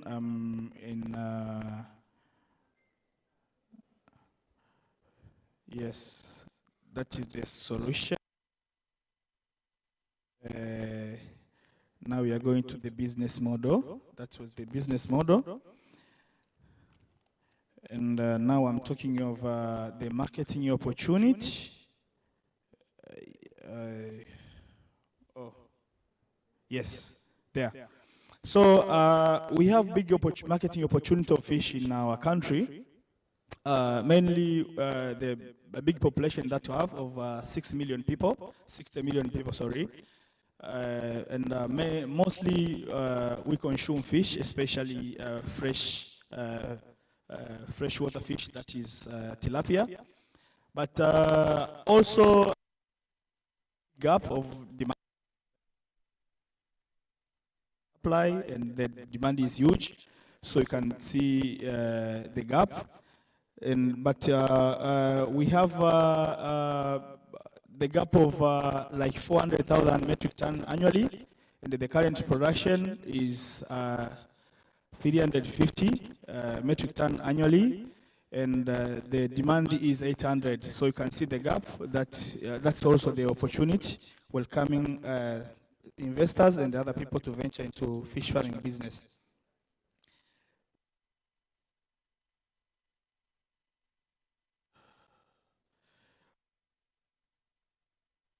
Like other business, there is a competitor and a competition, but we have huge competition because we have less production in the country. Before, the demand is big compared to the supply and the production. But we have the competitive advantages as My Fish that we have the experienced team in this business, that is fish farming. But we have our government policy. The government policy is encouraging and people to invest in fish farming, but also potential expansion. We have the potential expansion, but also okay, let me go to the use of fund and ask for fund. Okay, I want to close it on sorry. you. As a company, we are looking to expand our production, our company, whereby we are looking for 300,000 US dollar. We have invested like 780 million. That is Tanzanian money. We are looking the hatchery. We are looking farm. Yeah. Thank you so much. Jirani tunakupenda lakini muda haupo nasi. Did I say it right? Okay. Sawa. Asante sana lakini. Yeah? So, public voting starts.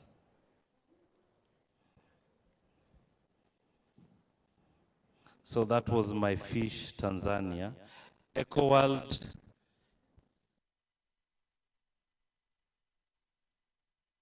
slides up.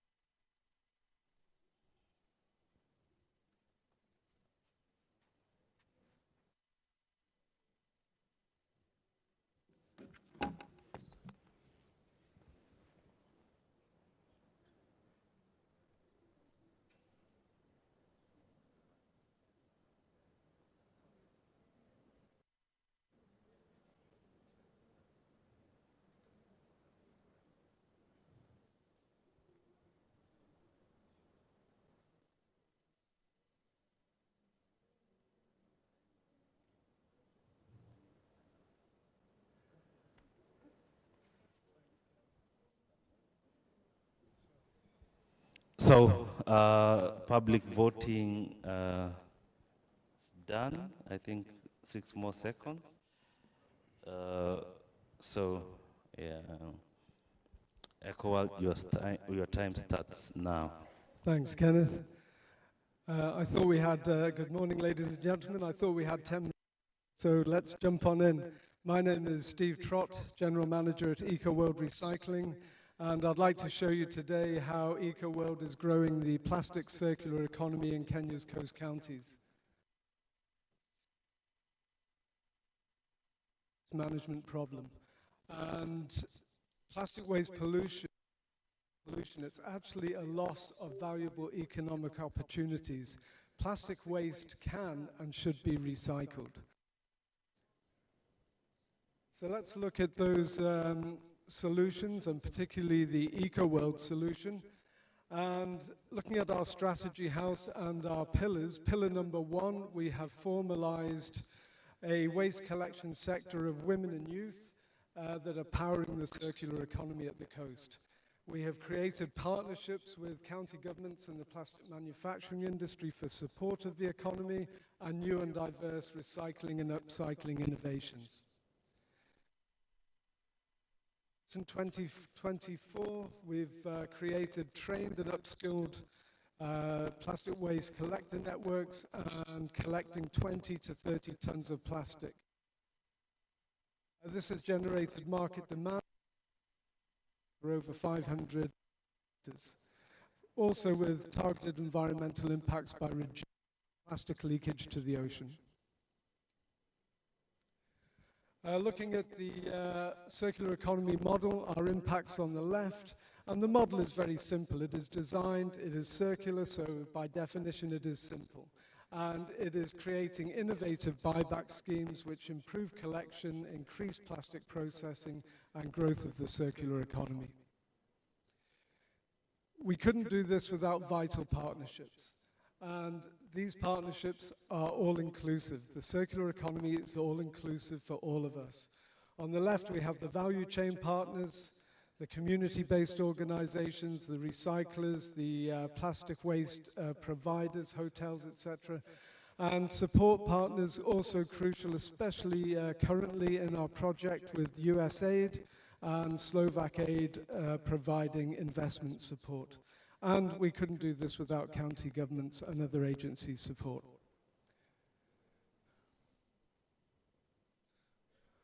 Okay, looking at our journey, traction and milestones, we're currently at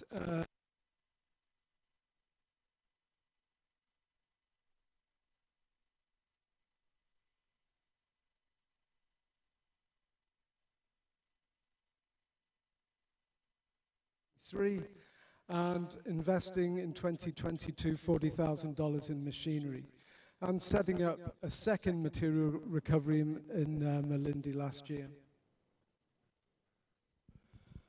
Quickly looking at scaling up, the supply, processing, sales and diversification will lead to revenue maximization, which fully partnerships. And to overcome these looking at future growth, we have a clear strategy.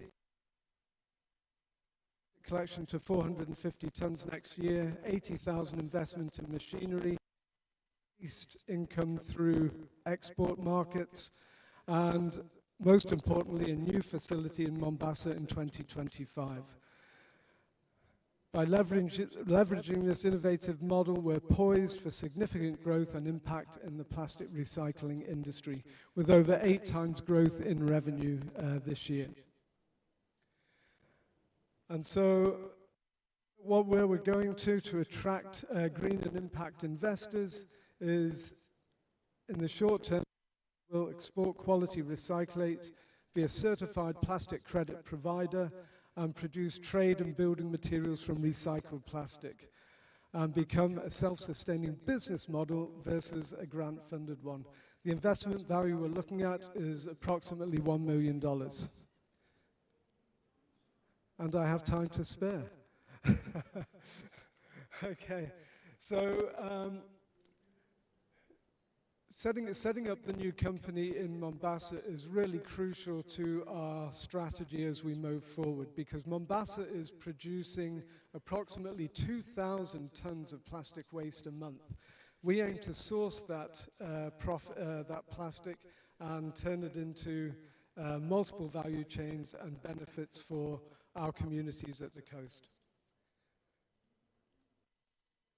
And this is the team that's going to make it happen. Young and formidable, not me. And here we are. Each and every one of us has a role to play in the circular economy and our organizations. So come on, let's work together, let's do it. Thank you very much. Asanteni sana. Thank you so much for also keeping time. Let's clap for him once again. So public voting starts. Ndai is next.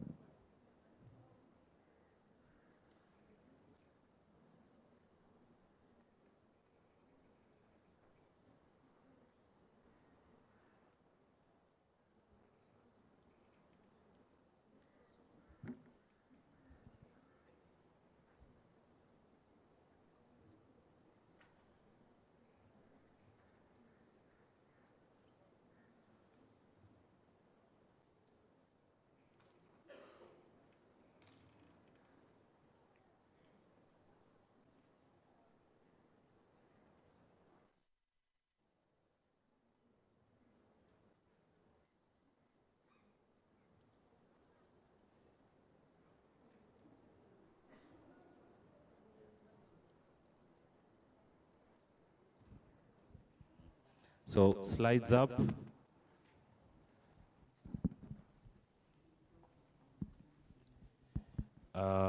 Few more seconds of public voting.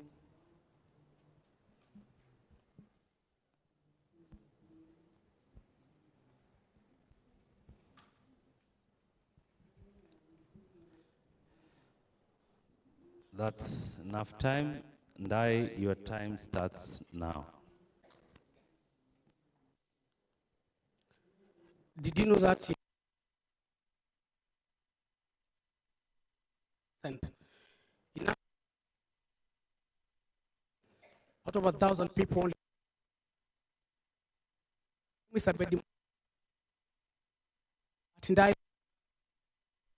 ownership and unemployment?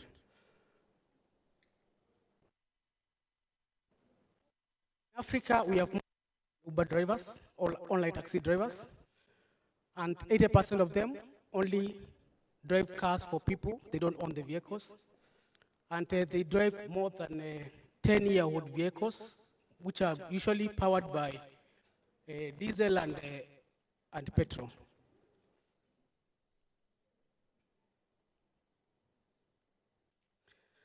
At Ndai, we are connecting app drivers, the unbanked online taxi drivers, with vehicle distributors and manufacturers through our platform, minimizing the financial risk. Basically, we are supporting financial banked by making credit accessible for them. And in this case, we are rolling out electric vehicles in our effort to combat, to be part of the climate action. We are not alone in this space. We have competitors. But unlike our competitors, us, we do not charge upfront deposit because essentially we are supporting the financial inclusion for the unbanked.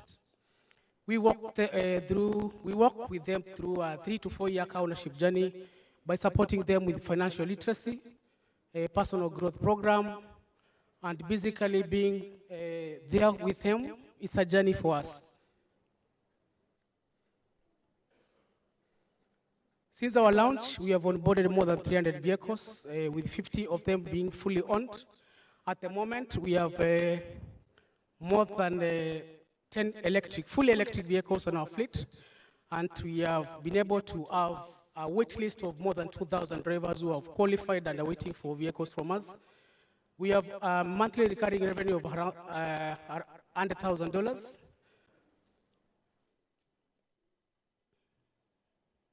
Oops.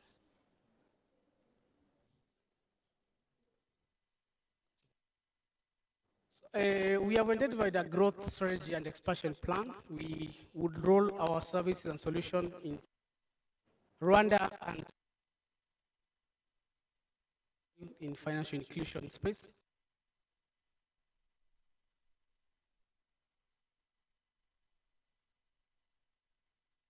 Car per week.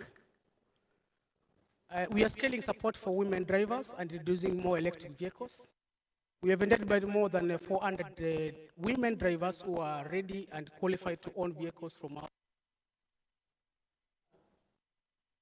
In gender equation, we are also helping in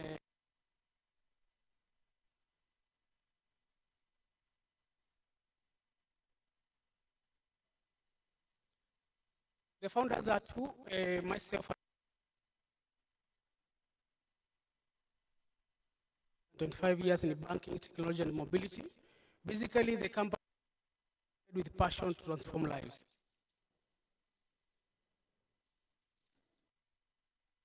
For $1 million in debt or equity, the money will go towards rolling out more fleet, electric fleet in our program, and ensuring that we curb as much as possible carbon emissions in this transport space.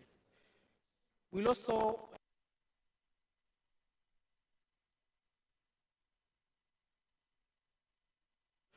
and manufacturing. Join us, be part of this journey. Thank you so much. We clap for him again. So Ndai is also outside there. Their offices are Links Road, Total. You can also their booth. If you need a car, you don't need a deposit. So all of us who need a car, as we go home, we see. So public platform opens.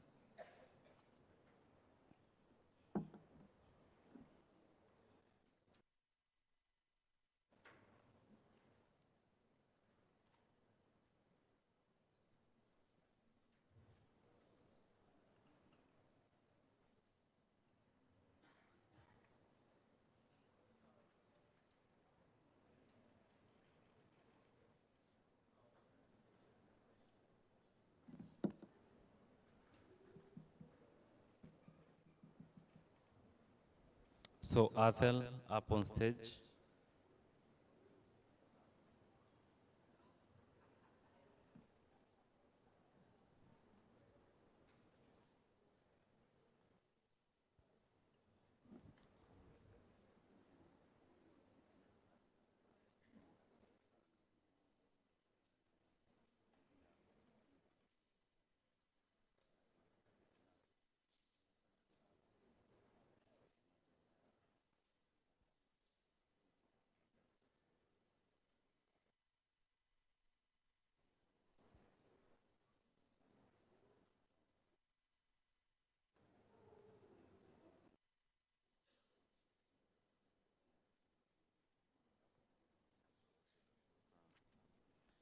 So public voting stops.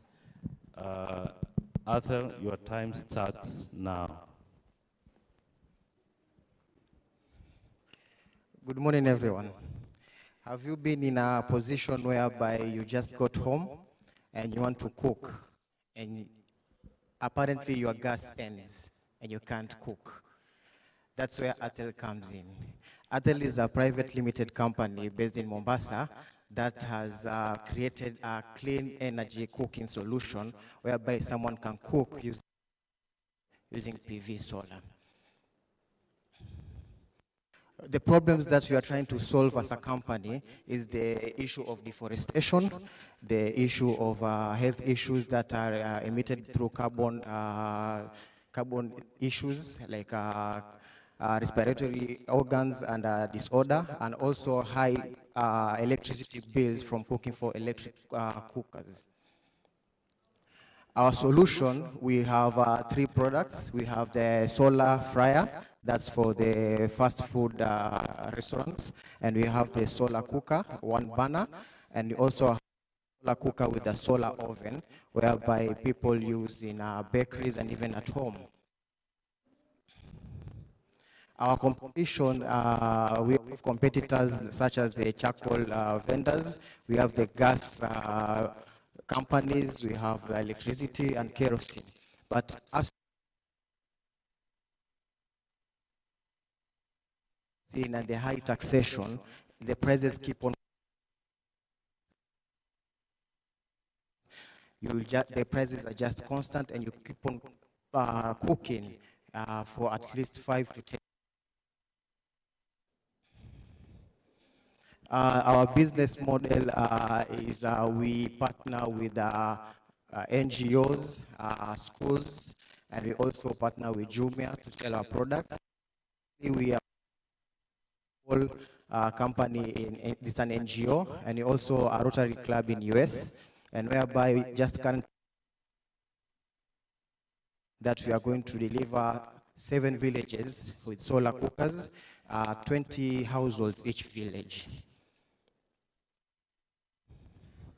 Our market opportunity is vast. We are focusing on households, schools, hotels, and even business institutes. With the partnership that we earned with the NGO from US, in Ekompishi revenue in the next 2 years, we are focusing to have a profit margin of 143,000 USD. We are looking into over 810,500 USD, whereby we are planning the solar panels, solar batteries straight from the manufacturer, so that our prices of the Ekompishi can actually go down, because currently our production cost is high at 525 USD per unit, and we are, with the installation and the buying the products from outside for the manufacturer, we are going to reduce the production cost to even 359, which will be able to be purchased by a local mwananchi. This is our team. Me, the Robert, the founder and CEO. We have Ivan Gary, Martha Omina, the marketing manager, and Kai, who's the electrical production director. Thank you. Thank you so much for the good presentation.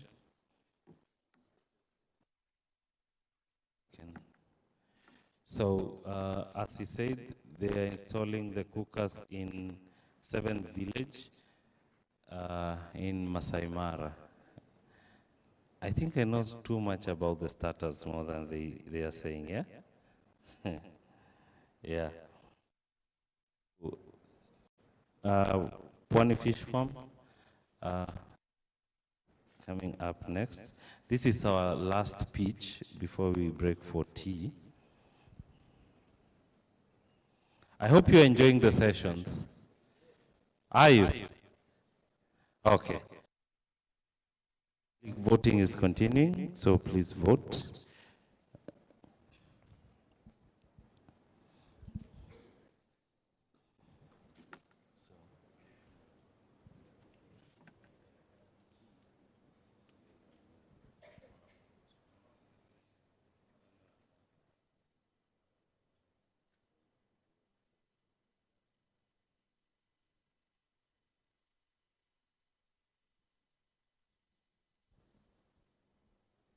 Slides up.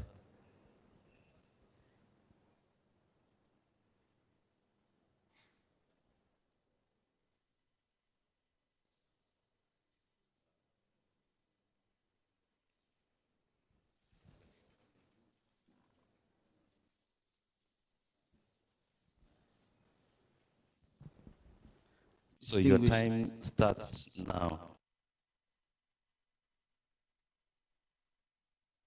Name is Paul Morage, and yes, we have a hatchery in Mombasa. I know many people can ask, why put a hatchery when we can get free fish? So the hatchery is for inland. We do tilapia, catfish, and a bit of ornamental. So it started 2013, but I go faster because of time.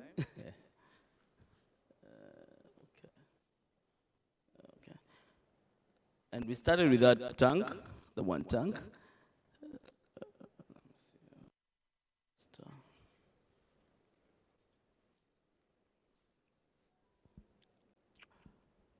Our core competence lies on propagation. We of the catfish and tilapia, as I said earlier, and we also support the counties, the 5 counties, Kwale, Kilifi, Mombasa, and also the projects. People who are interested in the projects, and it's the company is it's a private company, so we work with communities also. But because I have a background on construction, so we help in constructing the ponds. The ponds we have the what actually I'm doing. Go a bit faster. Yes, tilapia, catfish. We have the goldfish. Our facilities. I want to rush a bit. We have the raceways. Raceways where we keep the fish, the small ones, as you can see, and then we have the brooder tanks. Yes. Good, good. Okay. What I want to talk much more, that's our resource. We have the land, the borehole, and all that. But I wanted to talk more on the BSF. Our capacity is about 100,000 fingerlings. But we came up with what we're trying to actually solve is the waste management, the organic waste, which is the BSF. For fish keeping or rearing, it's very expensive. The feed is very expensive. So we came up with Twapa market, because we're in Twapa. We collect the waste, which is maybe tomatoes, all that, the kitchen waste, right? I know yesterday we fed a lot, and you can imagine all that yesterday from here, White Sands. Where did it go to? Somebody answer? It must have gone somewhere in the dump site, and it actually becomes waste which is not usable. So we are using to make the soldier fly, and this soldier fly is very good for fish farmers, chicken farmers, poultry, yes, pig rearing, and all that. So we started with Twapa market, but I have today's session was good because I had also Mombasa have a problem with the Kongowea market. Because most of which we have the plastics and all that, but the market is the main problem. And we can solve that by having the soldier fly. Good. So that's the soldier fly. I think you can check through the videos. So we are using it from the fry to the big fish. All the pupa can be used to do that. Yes. The other thing that I would want to talk about, I think I have a few seconds, is all that we're talking about, and I think we're talking about is the blue, but we need also to think about the green also.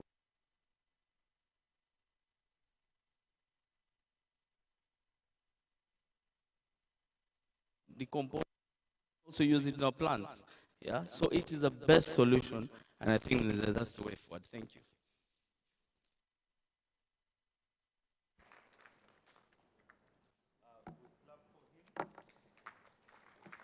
Let's clap for him.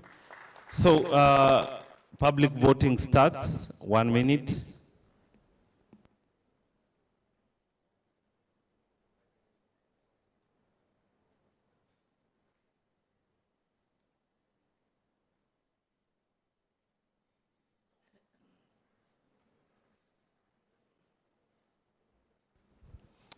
And that's it about on our startups, the pitches.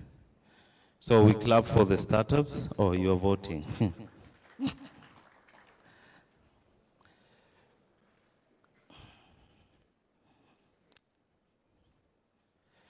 So, announcements.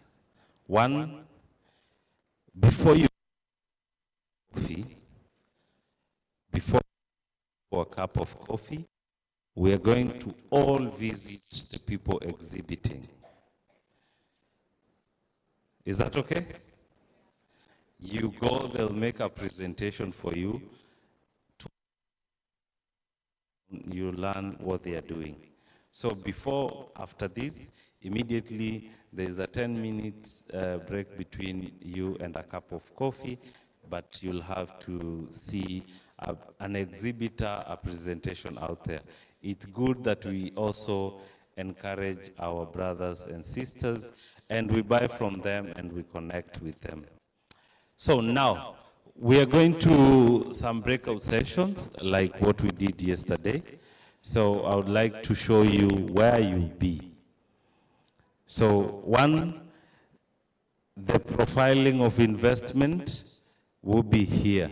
This is according to what you chose in that email. So please make sure because the names of the people who chose this are there. So please, for those who chose this breakout session, be left here. The next one is the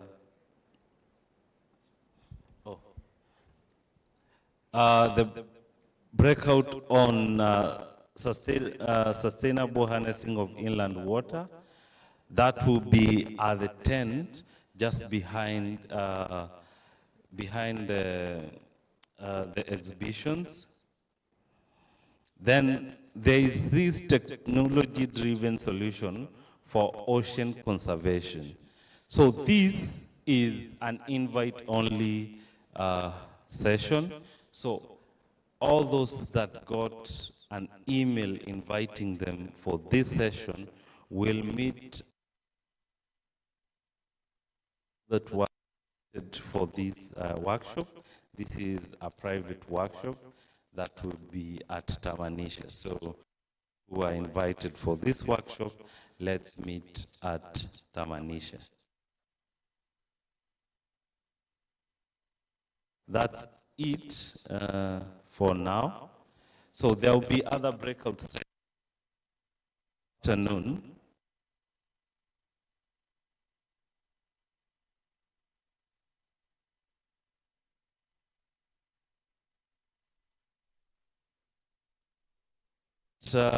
Johari.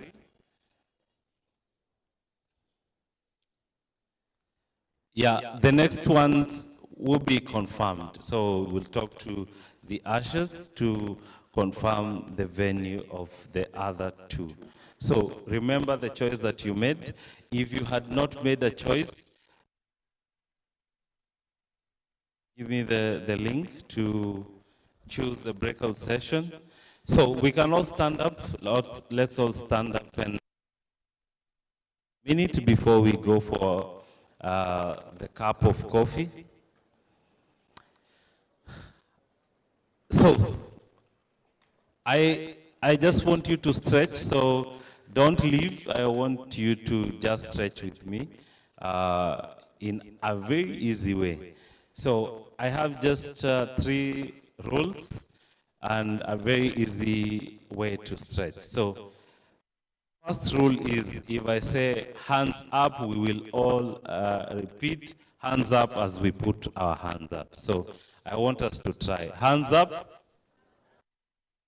All repeat. So hands up. Hands down. Hands right. Hands left.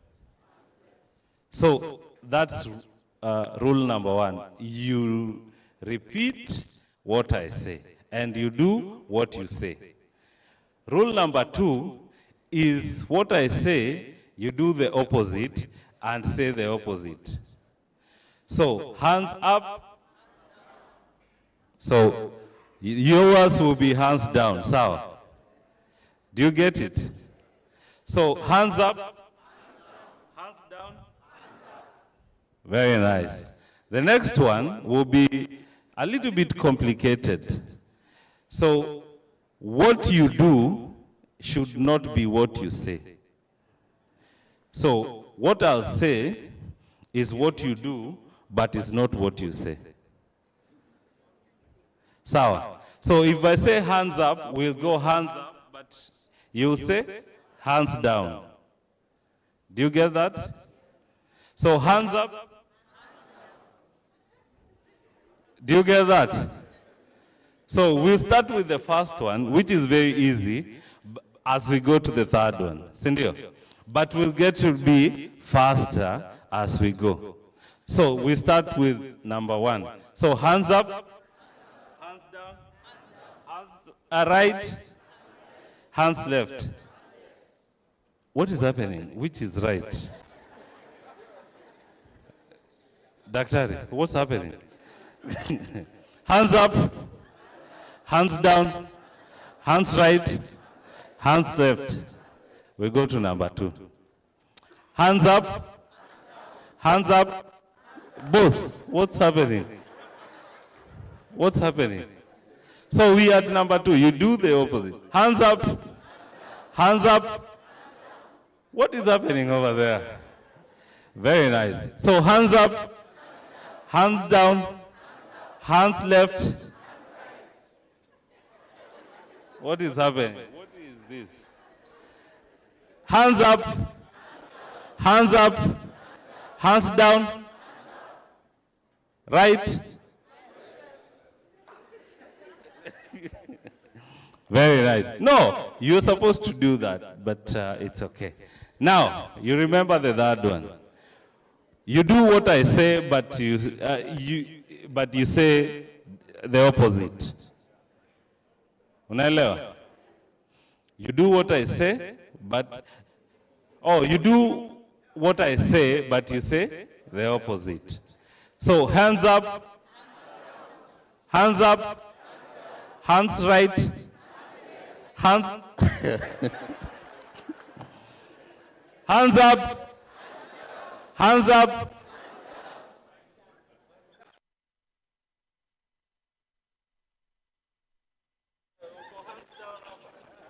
Hands up, hands left, hands up, hands. So let's go for tea and let's visit.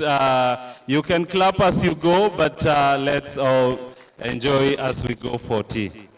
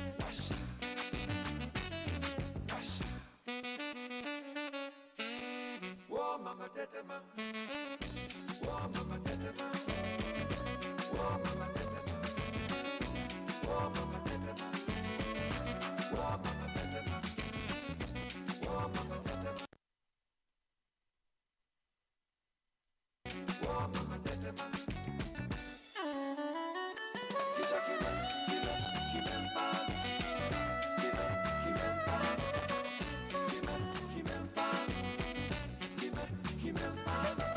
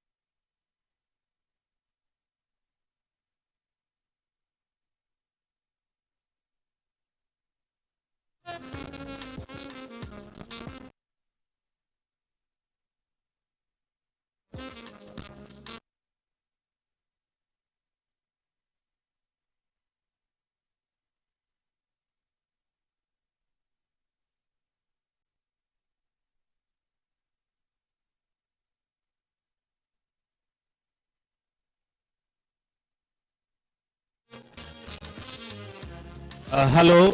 So if you are supposed to go to the other breakout session, please do so right now. And for those who are left here, please close in on the seats that are empty ahead of you. Please close in on the seats at the extreme back. We need to close in on these spaces. Be kind enough to do that in a minute. The team that is here, Jeremy, your session should be starting right now. So please, Jeremy, this is the mic. I want you to start so that I can leave this room.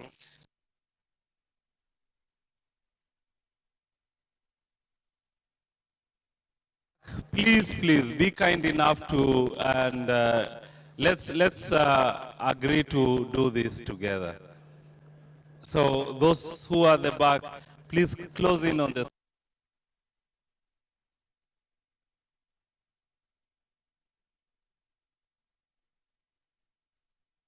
You are the photos that you'll take to also look good. So don't please. Okay, where is? To give this to get started. So those who are going for the inland waters session, it's at the tent, just behind the last booth, and there. So you'll find that breakout session. Those who are going for the Spark, it's at Tamanisha, this building. You'll find an entrance there and get to Tamanisha. Thank you.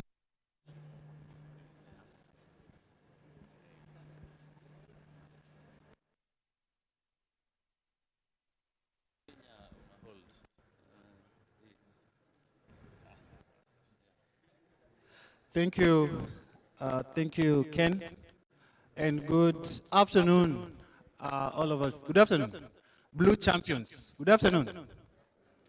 Are we here? Can you see me? Can you hear me? Okay, great. Give me your very important breakout session here. You know,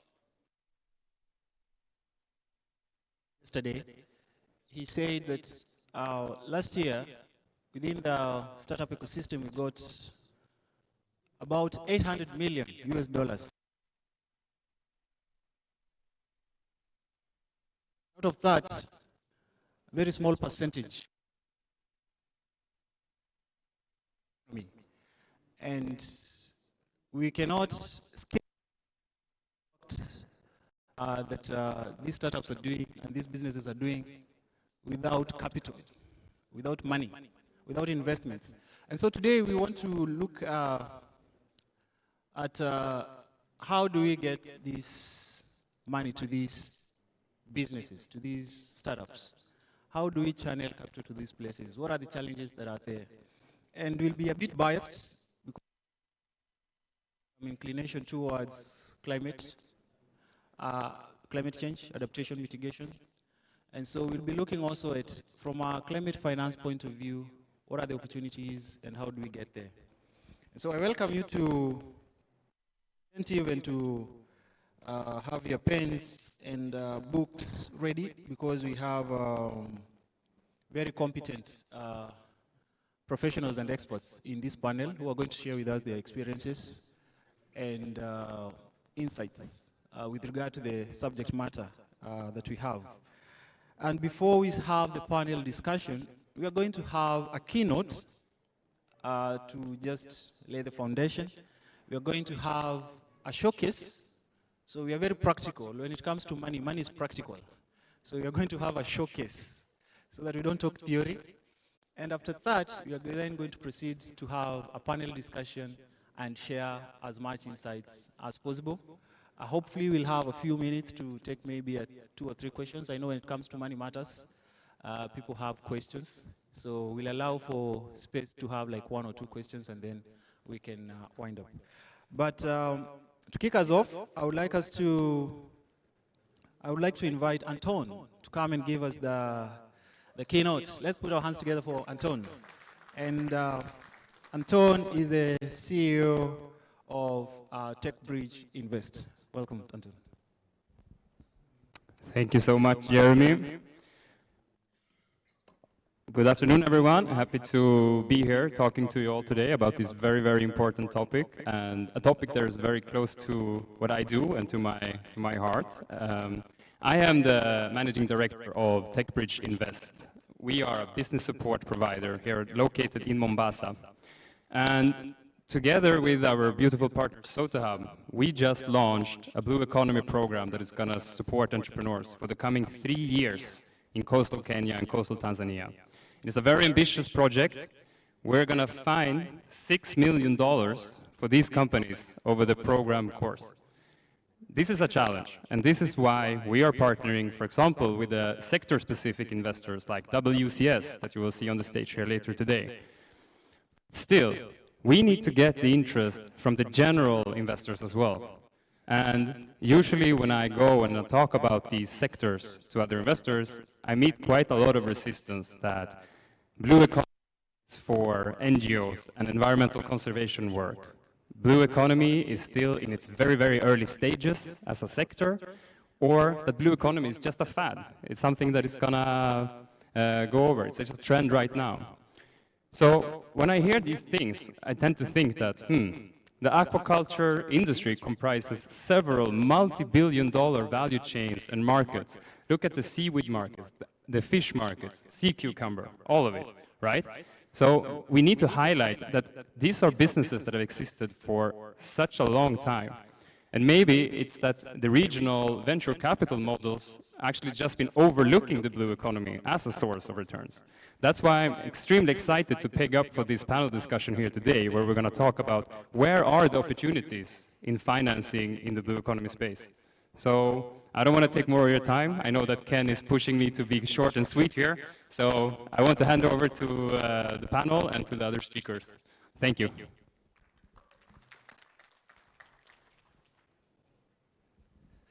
Thank you very much, Anton, for keeping it short and sweet. And now we move on to having a showcase of a project that is existing. You know, we are talking about the opportunities that are within this space. And we want to get to hear from people who are already doing it. So we're going to have a case study called Miamba Yetu Sustainable Reef Investment Program.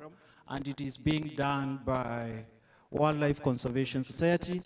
And I'm going to invite Gina to come and present to us that case study, and then we'll move into the panel. But for now, let's put our hands together for Gina as she comes to present that case study.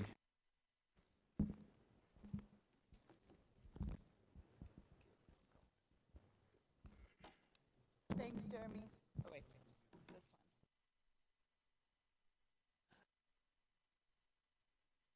one. Changed the order of today, so I'm going to be giving a chapeau of what the Global Fund for Coral Reefs is all about, and then hand over to my wonderful colleague, Fud, to do a deeper dive in East Africa.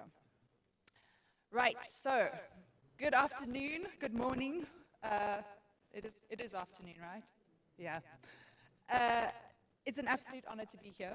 And I'll be sharing a movement that is transforming ocean conservation, sustainable blue investment, and climate action, the Global Fund for Coral Reefs. Let me begin by reminding us of the power that we hold in this room. Together we represent some of the continent's leading financial institutions, governments, NGOs, and innovative change makers. We are the ones capable of steering investment towards sustainable ocean ventures, towards that not only address climate challenges, but also generate long-term returns for people, for planet, and also for profit. Could I ask someone to change the slide for me? Because I don't see my clicker. Thank you.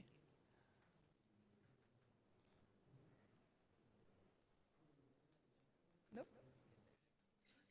What's that? Ah, okay. I'm directing it at the front. Nope. Can someone at the back change the slide for me? There we go. All right, so let's do a little bit of a deep dive into corals. They're not just these beautiful ecosystems. They're so much more than that. Coral reefs support over 25% of all marine life on Earth. They provide food security and livelihoods for 500 million people. And those are people that depend directly on them hand to mouth. And to be more specific, the annual global economic value of coral reefs is estimated at $2.7 trillion. But coral reefs are on the front line of the climate crisis. We're losing these ecosystems at an unprecedented rate, with more than 50% of the world's reefs already degraded. And if temperatures rise by just 1.5 degrees Celsius, we could lose up to 90% of remaining coral reefs. That means the loss of fish stocks, that means the loss of livelihoods. It's not just an environmental issue, it's an economic, social, and moral imperative to act now. And this is where the GFCR comes in.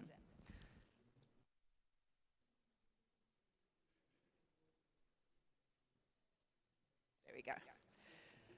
So the GFCR is the world's first blended finance vehicle dedicated to coral reef conservation. It was established to unlock and scale up the funding needed to protect and restore coral reefs.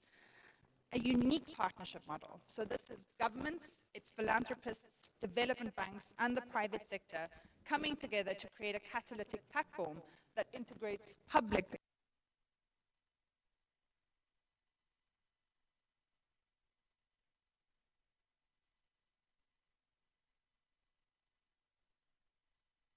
by providing early-stage grant funding to de-risk and scale up investments. We create bankable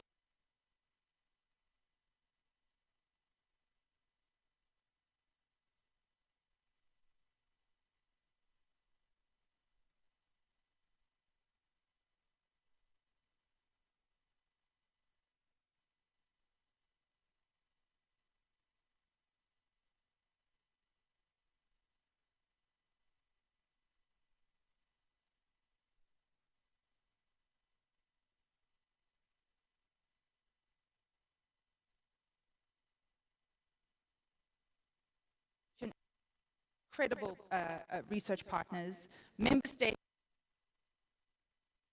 planet's coral reefs, and coastal community is so much greater than the sum of its parts. And it's wonderful to have had the UK in the room who have been absolutely catalytic with their investments to date. So, blended finance, what does that mean? And how does the model work? The GFCR operates on, as I said, a blended finance model, which means it strategically combines public, private, and philanthropic capital to create a financial structure, and this is important, a financial structure that attracts investment while reducing risk.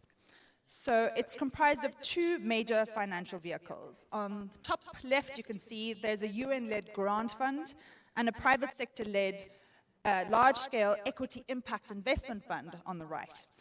The grant fund, managed by the UN Global Team, provides the grants, the technical assistance, and the concessional finance through GFCR's on-site convening agents, like WCS, a world-class group of international, national conservation and sustainable investment leaders. And the GFCR's convening agents and the implementing partners provide the incubation services, so they get everything ready, and the pipeline development for enterprises. And these are all brilliant country and regional level. The investment fund then comes in, and that's managed by Pegasus Capital Advisors, and they invest in commercial projects and companies with business models that reduce threats to coastal habitats. And this investment fund is a blended finance vehicle, and it's inclusive of a junior anchor investment from the Green Climate Fund. Now, the strategic combination propels the achievement of the Global Biodiversity Frameworks and, of course, Sustainable Development Goal 14, Life Below Water, which is currently one of the SDGs with the least investment, but GFCR is helping to change all of that. Let's take a quick look at the target investment sectors. So we're talking about sustainable ocean production, aquaculture, mariculture, wild fisheries, supporting sustainable wild catch practices to prevent overfishing. We're talking about sustainable coastal development, so ecotourism, hospitality, sustainable mooring systems, and natural coastal infrastructure. We're talking about the circular economy and pollution management, and investing in upstream and downstream waste and pollution solutions. And the GFCR Grant Fund also supports catalytic funding to establish and strengthen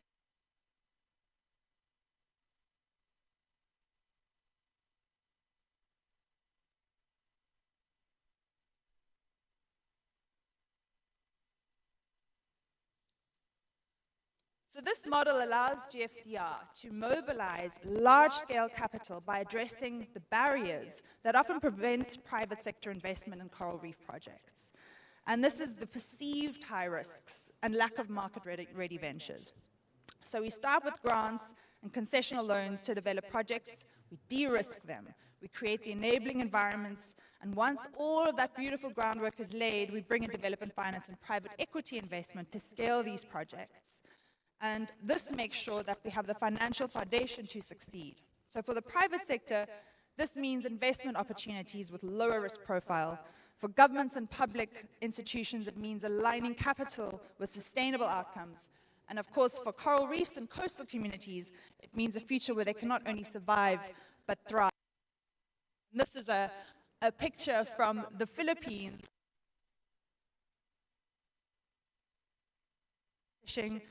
And it's one of my favorite. Would actually put an acoustic microphone into the water, and you could literally hear the fishes singing. Different squawks and clicks and bubbles. And as these reefs start to recover, it's actually like listening to an orchestra.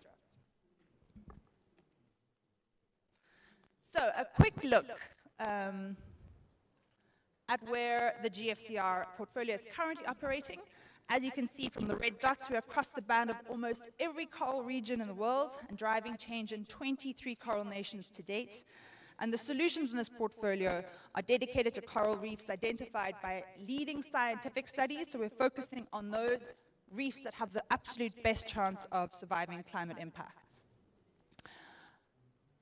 And I'm going to rush over the slide, but it's also a huge amount of work and effort put into monitoring impact. So we have 10 fund indicators, 36 sub-indicators, which span the full spectrum of things that you can monitor: ecological, social, and financial impacts.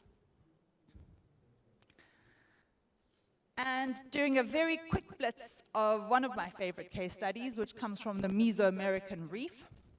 Carbon Wave was one of the brilliant startups that is now funded by GFCR, and it helps address the proliferation of sargassum. There's a picture coming up now. Now, sargassum is a seaweed that was once confined to specific regions of the Atlantic, and it's just gone out of control. It's completely overwhelmed Caribbean beach ecosystems, and this seaweed poses multiple threats. So it releases methane into the atmosphere, heavy metals into the groundwater, disrupts tourism, of course. As you can see, it's not a beach you want to walk on, and it's damaging vital habitats like seagrass beds, mangrove swamps, and of course, coral reefs.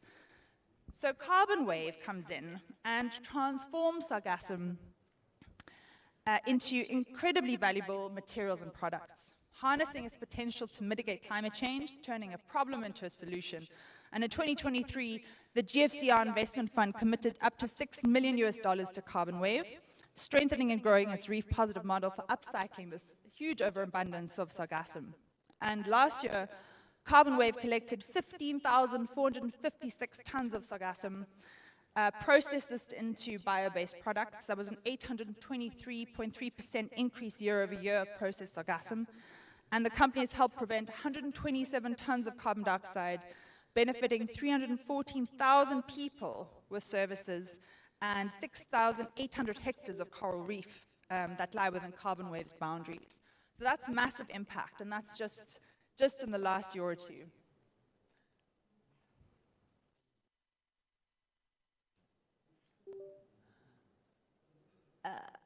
Not working, right, I'll crack on. So what is the opportunity here?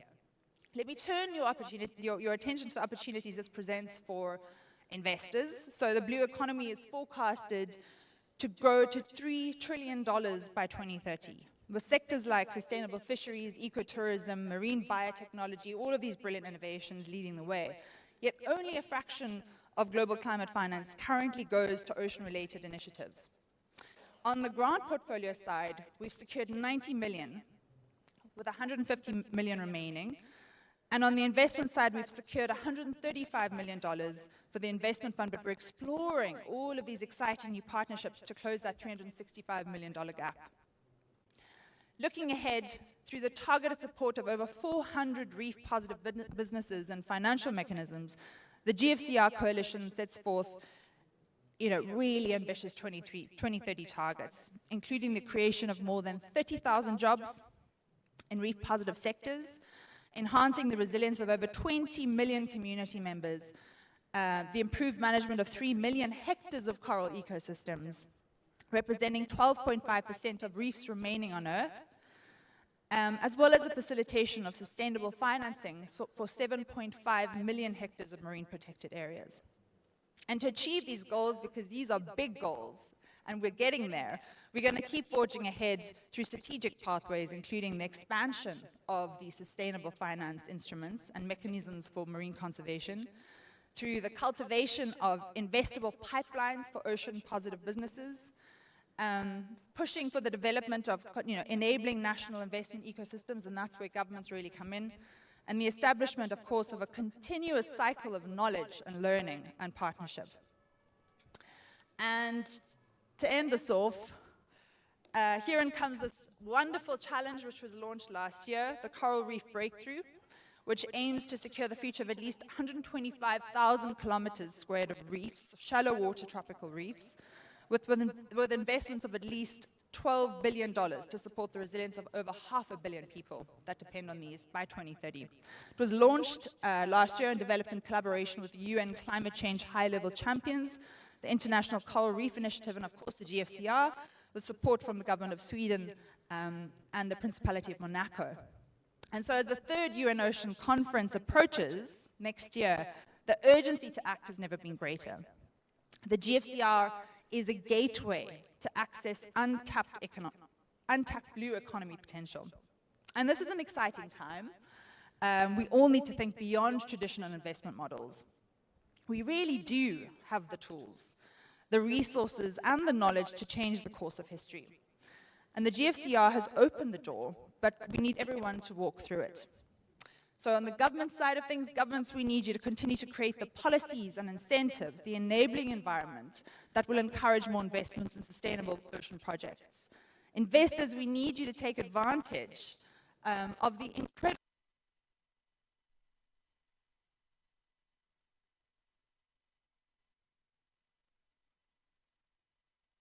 opportunities. And together, we can create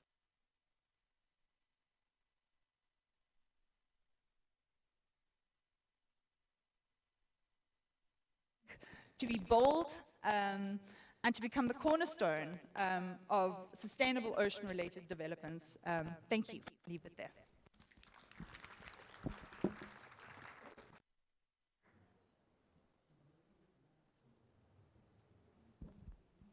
Thank you very much, Gina, for that brilliant presentation there. And I think if there are key things to take home, is this catalytic funding mechanisms, and we have all been invited to collaborate in thinking big and finding solutions to how we can have sustainable ocean development. Thank you very much once again, Gina. Let's put our hands together for Gina. And as we do that, I would like to invite Ford to bring this closer home and tell us what's happening. You know, we have seen pictures from very far, different parts of the world. Closer home, what's actually happening and what's being supported and invested. So let's Put your hands together more, a bit more, a bit more. He's not a politician, but do it like you're doing to a politician.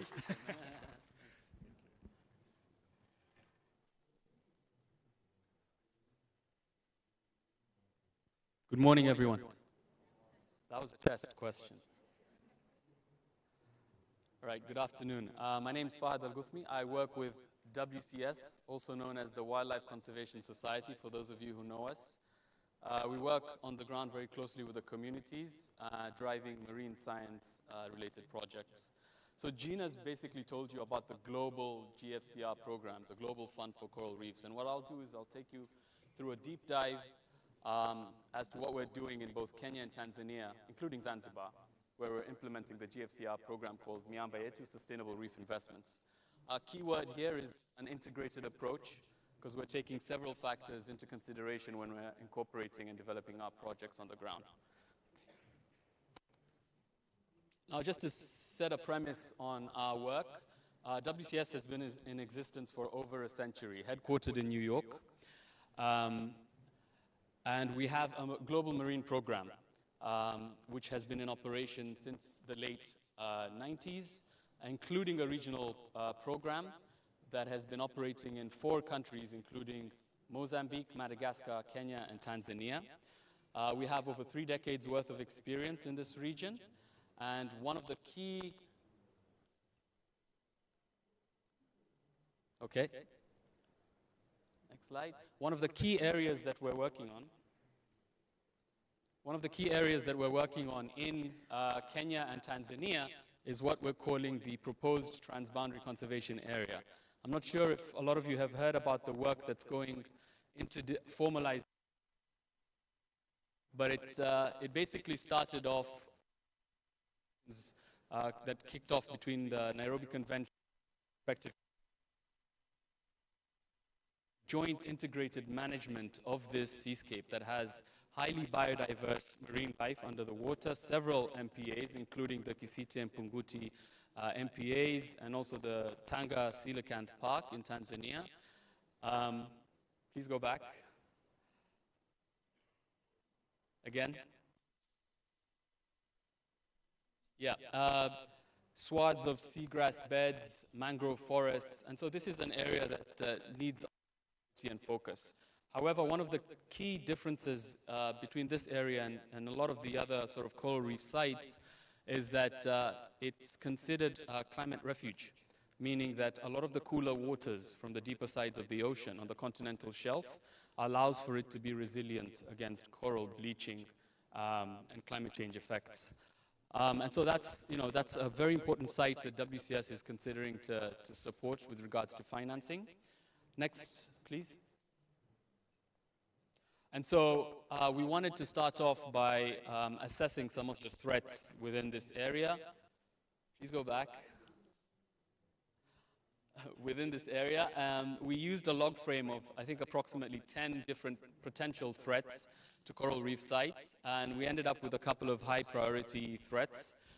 First and foremost, overfishing and destructive fishing, which is a major problem across the coastlines of both Kenya and Tanzania.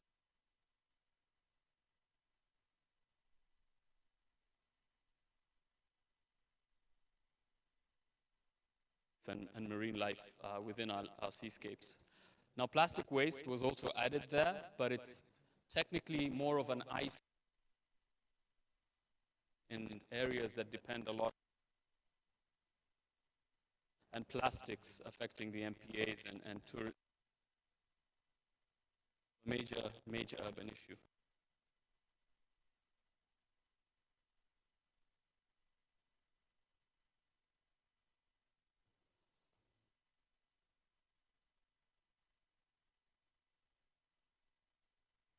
Scoping exercise across the 2 coastlines to identify escapes and seascapes could potentially GFCR funding. And these are all of them up there listed with the total sort of coral reef area size. And they include the coastlines all the way from Malindi and the Watamu seascape down to north of Tanga. But we also include Dar es Salaam as well in some of our project activities. Of course, Pemba Island, except the part that doesn't have a number on it, because that region,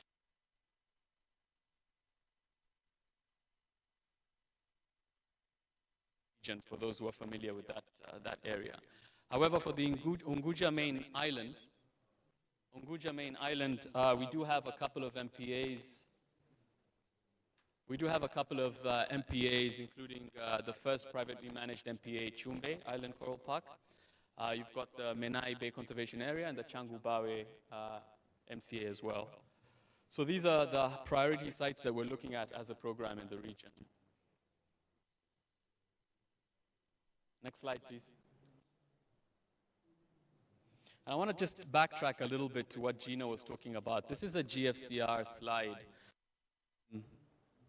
Just discuss, sort of set the premise on the work that we're doing on the ground and how we transform the GFCR from a global level and make it relevant on the ground. So first, I need to focus on the grant window. So GFCR has two windows. The grant window is basically your traditional grant fund. A lot of development partners are familiar with this. Instead of just having a sinking fund where you're dishing out money, it goes into projects and the project developers move on to the next one, what we do is we try to convert or structure these grants into various financing instruments. And we do that so that we can attract private investors. Am I audible, by the way? Yeah? Okay. So we do that so that we can attract the people on the right side, the investors. And what GFCR has done is they've not only set up the grant window, they've set up, I like to call it a sample window. That is the 135 million worth of impact investments that was anchored on the Green Climate Fund monies and currently managed by Pegasus Capital Advisors.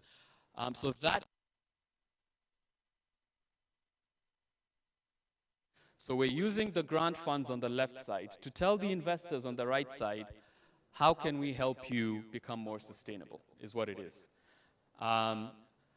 And the different solutions and thematic areas are listed below. Now, again, these are on the global level, and I'll talk more about the customized solutions that we're focusing on in both Kenya and Tanzania later on.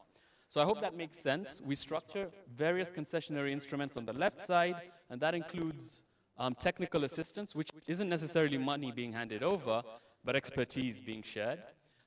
Guarantees, which again isn't money being handed over, but rather acts as insurance in case something goes wrong with a particular investment. But then we also have actual money being handed over in the form of repayable grants or actual concessionary debt that is, security-free. And concessionary just means it's competitive against the current market rates. And repayable grants as well for those, that warrant that sort of instrument. And then on the right side, you have your typical impact investments from the same window that I talked about. Our work also involves trying to crowd in capital from third parties. In fact, that's the key agenda here. We're using the funds that GFCR has been able to source to tell the world, the investment world, that there's an opportunity to be sustainable. That being a sample on the right side. So I hope that makes sense, because I feel like this is the most important slide that differentiates the Global Fund for Coral Reefs from all the other cliche grant-based programs. And that brings me down, well, it brings me home to Miamba Yetu, which is the program that we're implementing. How it works is that WCS is the convening agent, which is just a fancy term for we're implementing the program. And we provide technical assistance and the programmatic work involved in running such a program. And we facilitate for the movement of capital from GFCR to the beneficiaries that have been recommended for financing. We also, again, as I mentioned earlier, try to crowd in funding from third parties and provide technical assistance either in-house from ourselves as experts in marine science and community engagement, but we can also provide business technical, any form of technical assistance that can be packaged in a deal to the beneficiaries. And the expected outputs would be, supporting the government with regards to its policies in the blue economy, supporting the UN drive to ensure that we have a sustainable blue economy, supporting communities, because it's one of our core elements to see how projects can try to put communities at the heart of the work that they do, And then finally, the businesses themselves need to also thrive because we rely on sustainable revenue generating streams to ensure long-term impact. I forgot to mention that the GFCR and this program have committed funds up to 2030. We started off in 2022, and this being a long-term program, it was important to ensure that we have enough time to be able to start measuring the impact on the ground. This work can't be done overnight, and so we needed a long program that we can be able to ensure sustainable impact, and it's measurable. Next slide, please.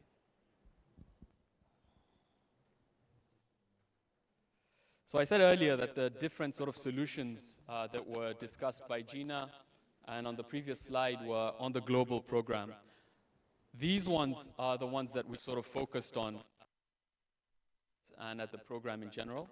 We focus a lot on coastal tourism, various interventions, including MPA financing opportunities in the tourism sector and how we can partner resorts with the communities who are custodians in those seascapes.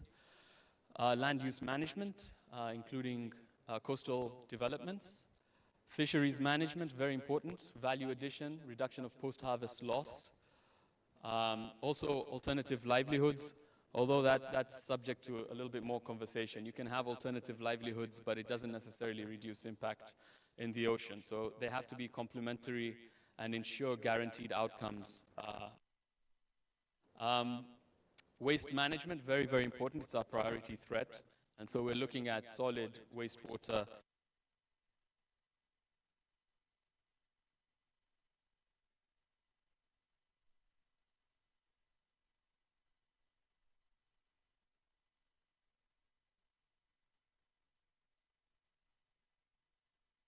Market regulations.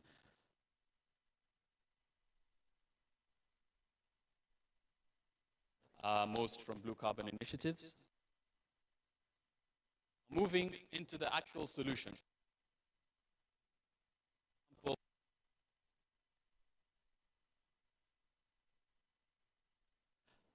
For support. This is Sanivation.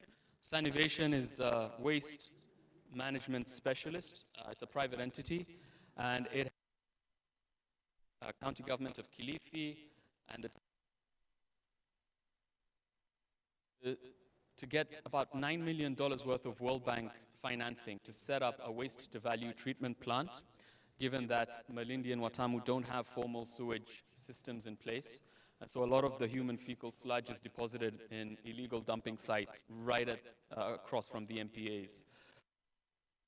For us to investigate further on the extent of the pollution and see how we can sort of steer and motivate Sanivation to stick to the coastline that doesn't have a formal sewage system. And that is Kwale County.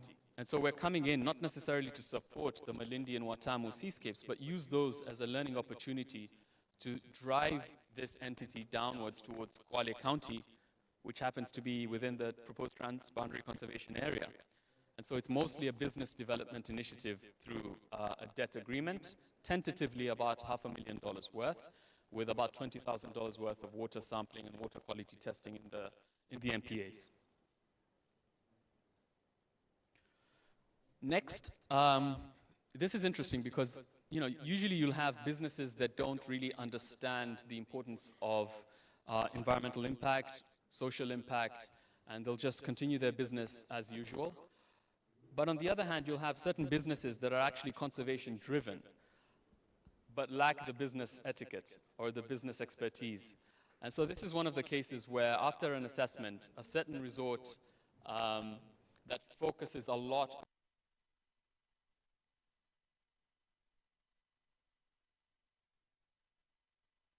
business work. And so we came in to recommend a business technical assistance to analyze its business processes and make recommendations to how it can improve its revenue generating capabilities to further strengthen the conservation work. And so this is a report that we're expecting to get before the end of the year to support this client. This is one of my favorite, but don't quote me on this. How many of you have heard of the Kuruitu group, the Kuruitu co-managed area, Kuruitu BMU? Raise your hands up like you mean it. So very few scattered. Okay, so Kuruitu is a community not very far from here, less than, I think, 20-minute drive from here, up north.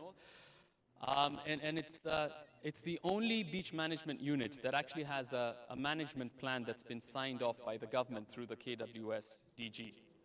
They've done quite a lot of work with the support of Oceans Alive Foundation that's been working with them since the early 2000s.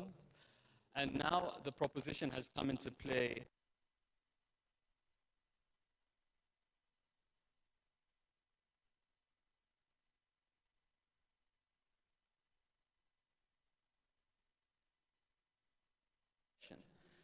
So a concession is basically a fee that is paid for the use of, say, a property or a piece of land. However, in this case, it's a bit unique because it's a marine concession. It's where the communities, the BMU themselves, who are the custodians of that coastal area, can sign off ocean leases. So the spaces that we co-managing to the private sector to pay them a certain fixed revenue, maybe for snorkeling and diving and whatnot, whilst guaranteeing the communities a fixed sort of revenue. So to what extent are communities empowered enough to be able to do this? And that's what's warranted this feasibility. Regulations, look at the policies, look at the Fisheries Act, and support communities further and show them that they truly are empowered to be able to support themselves through these concessions.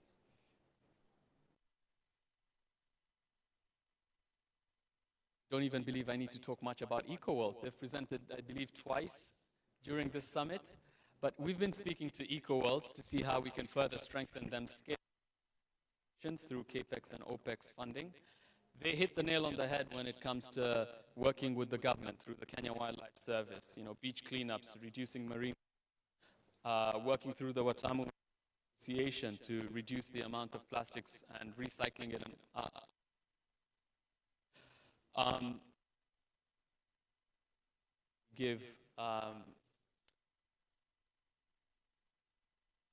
Correctly put it.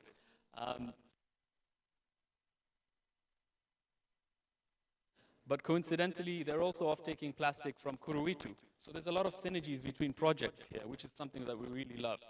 And a lot of potential to replicate the work that they do across the coastline. So this is something to watch out for. We're currently reviewing EcoWorld for support.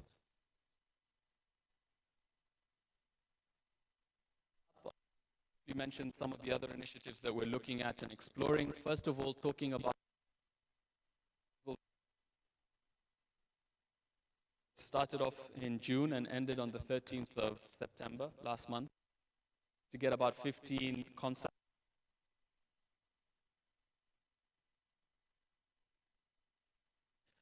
We're also looking at undertaking a feasibility study at the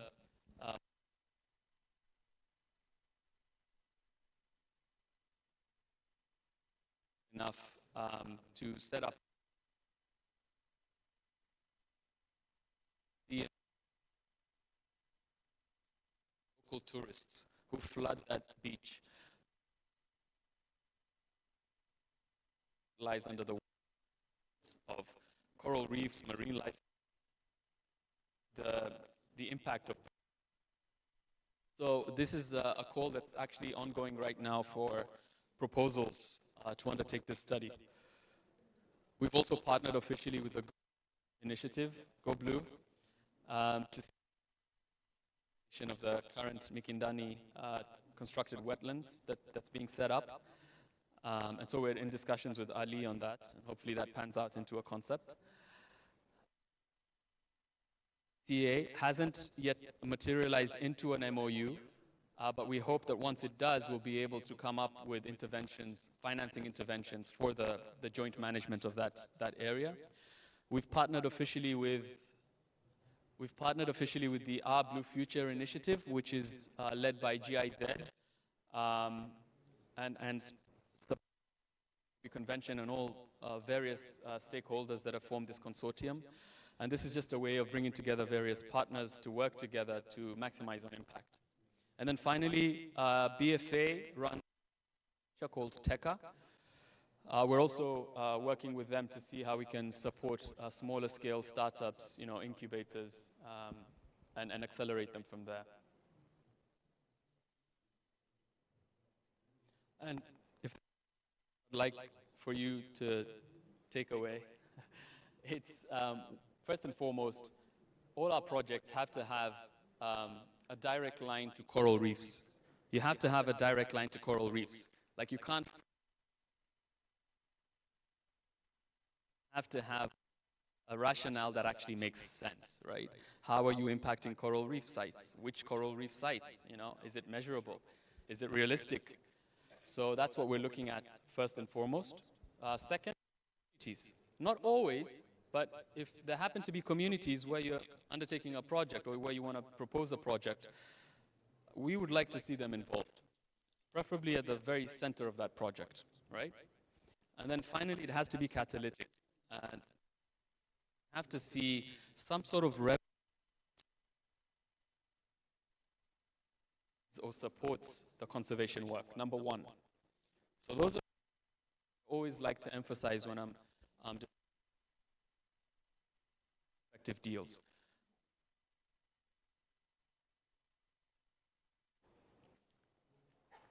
Yep, and that's it. Thank you.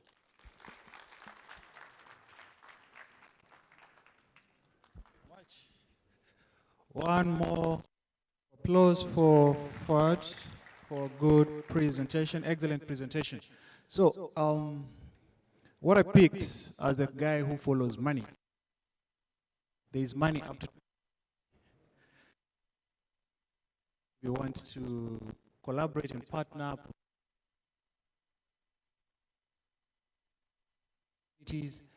These opportunities for collaboration and partnering and funding up to 2030. Thank you very much, Fuad. Thank you, Gina, for very insightful. How many of us have learned something they didn't know? Opportunities they didn't know exist? Things they didn't know about? Yes, thank you very much. So it means the session is already helpful and insightful. So I'm standing between you and lunch, but that's not me. It's the people I'm going to call who are standing between you and lunch, so that they can share a bit more of a short panel to understand and profile more the investment opportunities within the blue economy. I would like to call my panelists to come up front in no particular order.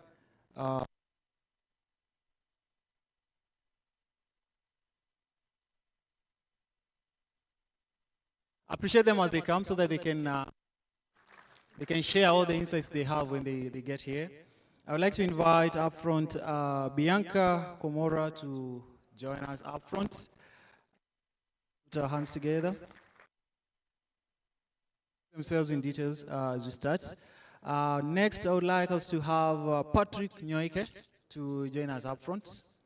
And of course, our two earlier presenters, Georgina, please come up front, and Fuad, join us for the panel discussion.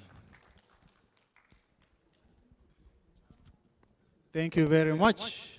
As they come and settle in, please, our ushers, if you can come and change the waters for my panelists. I know they're going to speak a lot. They might need to take a sip or two.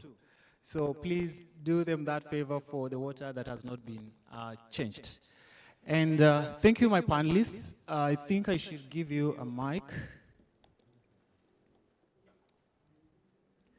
And I'll allow you in 30 seconds to just introduce yourself in the best way you would want to be remembered. Starting with you, Gina. Georgina Avlanitis. I am actually a terrestrial ecologist, so I'm somewhat of a fish out of water of late, working in the marine environment now, same science, different application. I'm a program management officer in the marine and freshwater branch at UNEP, and it's lovely to be here. Thank you. Next, Fuad. Hi again, I'm Fuad, work with WCS. I started my career in financial services, moved over into carbon market mechanisms, and then project management. I'm Jambo Nyote. Jambo. My name is Patrick Nyoike from Equity Bank. I support transformation of blue economy from a financial inclusion perspective. Happy to be here. Let's engage. Thank you. Hi, my name is Bianca Komora. I work with the East Africa Private Equity and Venture Capital Association. I lead research, and what we do at EAVCA is to promote the knowledge of private capital to both entrepreneurs and investors who want to invest in East Africa. Hello, good afternoon, everyone. My name is Jason Musyoka. I'm the CFO for a company that is in healthcare. Previous to that, I was in investment space. So happy to be here and looking forward to just discuss about what is possible in the investment sector in the blue economy. Thank you very much. And my name is Jeremy Riro. I didn't introduce myself earlier. I'm the managing partner at Fire Consult. Our work is to find capital and allocate it to the right ventures that are sustainable and scalable. So that's what we do. We're also managing the deal room here with our partners, TechBridge, WCS, and others. So we dive right into it. I'll start with you, Patrick. I think I'm going to be random, so be ready, my panelists. What are the investment opportunities you're seeing? You work at Equity Bank, and you're in charge of blue economy, and you people, as a bank, you put money into businesses and projects. What are the places where you're seeing opportunities? Thanks, Jeremy. I'll go straight into it. As a financier, we ask ourselves simple questions. What is that would make positive return to the investor from either borrowed funds most of the time or equity financing? For our region, I would go straight into probably 5 key investment thoughts that I've seen would make sense for the people in East Africa region. I'll start with aquaculture. And here I'm talking about aquaculture in Lake Victoria. And for those who are in Tanzania, thinking about Lake Tanganyika, and for those in Rwanda, Lake Kivu, the potential cage culture is where there will be money to be made in days to come. So I would say that's number 1. Aquaculture, and for us it's tilapia. It's a more sustainable. It's a more sustainable fish to grow. It's a hobby for those who did science in the early years. That's number 1. Number 2, I'll go to mariculture, to the coast region, and say, do we have shrimp farms in our East Africa region? They are still at very early stages. Do we have people exploiting the seaweed farms or doing seaweed farming in our region?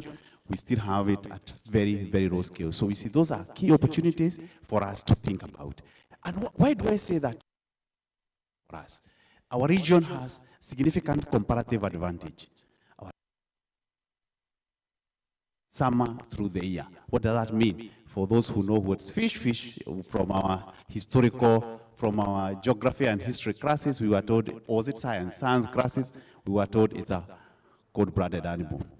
So in our region, then you're able to grow fish in for throughout the year, and that gives you coming from Europe, where they have winter and other seasons through the year. That's number 2. Number 3, I'll go to the processing of the fish around that. So basically, whether you are processing, whether it's octopus, whether it's a crab, or whatever it is, whether it's the tilapia or the Nile perch, if you are from the Lake Victoria or Lake Turkana, then that's become a significant opportunity for us to explore and feed our people. So the 3 I've talked about is about feeding our people. Then I'll go to the 4th one, which is around water transport. If you think about the port, the East African seaboard, some people call it the West Indian Ocean, but I'm talking about the East Africa seaboard.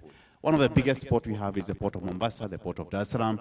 And who are the people who deliver the cargo here? It's delivered by international shipping lines to a major hub like Mombasa. That cargo needs to go to the smaller areas of the Indian Ocean, it needs to go to smaller ports around our region. Our African trade, our continental free trade zone, we need to move cargo around Africa. Then cargo transport through our Indian Ocean become a significant opportunity for us. Whether it's Indian Ocean or Lake Victoria, then that become the significant opportunity for us. You can imagine it's much more expensive to move cargo out of Mombasa to Dar es Salaam than to move it to Middle East. Why? Because we do not have local vessels owned by us, owned by our people. So really, that's the opportunity that we need to think about. And finally, I'll then also go to passenger transport. For those of us who came to Mombasa today or this week, how would it be if you got an opportunity to take a boat to Lamu and back or to Shimoni and back? That opportunity is not there. We need to invest in that space. Thank you very much. Those are the top one I would pick out. If you want more information about those opportunities and how we can partner together, visit me at the Equity booth at the far end towards the exit. You'll meet me there. Thank you very much. Thank you very much, Patrick. How many of us are in aqua, cage farming, cage fish farming, water transport? Okay, for those who are in aquaculture, you know your guy, right? After this. Okay, I'm moving next to Bianca. We have been presented by Patrick the different opportunities that exist, areas where you can invest within the blue economy. Now, what are the different types of investment opportunities then? Or rather, not investment opportunities, the different types of funding opportunities. You sit at EAVCA, you have all the investors.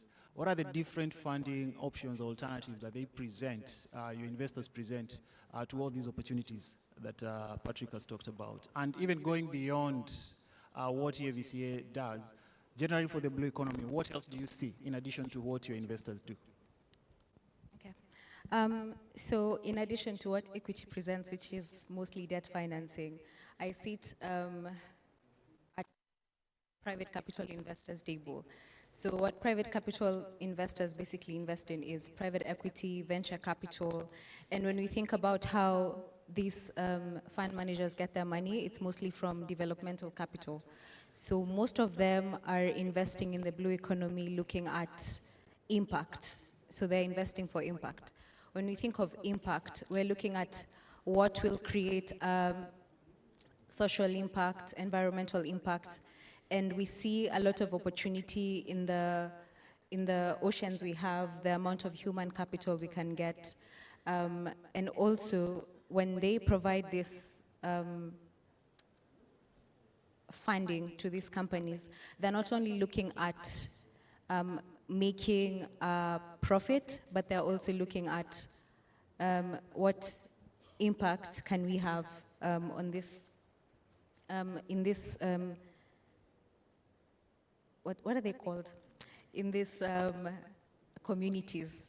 So when we're looking at communities, we're looking at what better can we do just that, than just giving them money. We can provide technical assistance facilities, which I think someone presented on. We can look at blended finance mechanisms and many other areas just to get everyone involved. Because when we think about it, the ocean is not owned by any private investor. So we need to look at how everyone can collaborate in order to invest in this industry, and that's what we do at EAVCA. Thank you very much, Bianca. And aspect will say that the investors are looking at just more than just the they want to look at social impact, environmental impact, etc. And I would like to, on that trajectory of environmental impact that investors are looking for, and that brings in the question of climate finance, yeah? And we have businesses here that are in the blue economy and they would want to access that funding. I know there are a lot of people who are going to follow up with Eugene and Fad after this, and Patrick. So what are some of the challenges that are faced when businesses are trying to access these climate finance, and how do they go about overcoming those challenges? Because the investors are interested in funding that for environmental purposes, but how do we get that money? Where is it? How is it colored? Yeah, just before I answer that, I think there's another opportunity that will be quite of interest is the element of aggregation. that yes, there are people that are doing some things, but also if you come together and aggregate, you can create a sector there that is quite interesting for people like equity and also for people like private investors to jump onto. But just to answer Jeremy, so one thing that, and I think it cuts across not just for blue economy,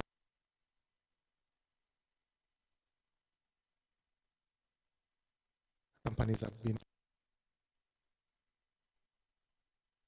do I align myself to the different sources of funding that are out there? And that element of alignment is very important, because you could be talking to someone who's looking for debt financing, and maybe what they look at from a company that they can support is different, or you don't have it. So it will be good for you also to identify and just understand what kind of investors are out there and how do I align myself to their interest. It could be impact interest, or it could be return interest, or it could be debt interest, or whatever it is that I need to align myself properly. That is what I really need to do so that I can be able to access that kind of funding. And then the second thing is also to know where to look for those investors. And one thing about that is very good, especially now in the Eastern African region and specifically Kenya, is that we have associations that have pulled together those kind of the investors that you're talking about. We have YAFCA, that is and venture capital investors. We have people like SoteHub that also do have interactions with investors, and FiConsult that also do talk to investors that can be able to, now you can be able to access them. So that is one thing that you always, all companies should keep in mind. How do I align my interests? How do I position myself to go talk to an investor? If I'm looking for grant funding, do I have the criteria that is necessary for me to meet that kind of funding? If I'm looking for debt, what do debt investors look for? If I'm looking for private equity or venture capital funding, what do those investors look for?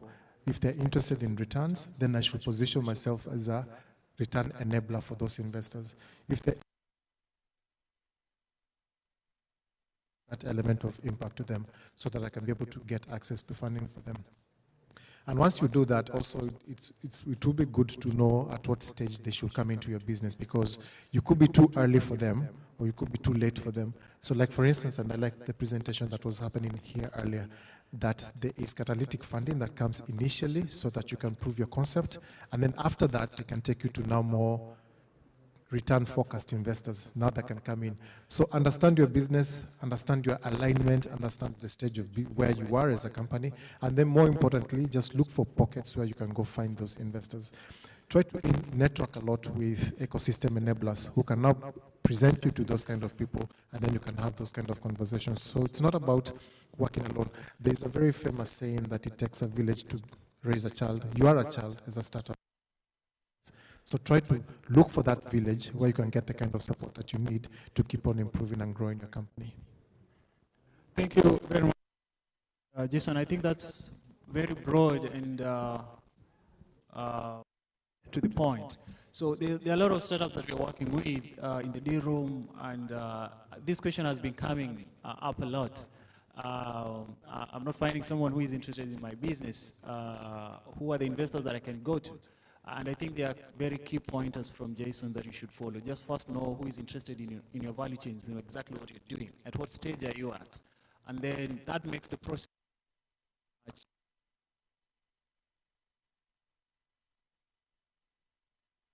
quite the right to approach. So thank you very much, Jason, for that. I would want to come back to Georgina, who opened for us this session earlier on. And my question for you is, first of all, you will tell us what IPLC is, and then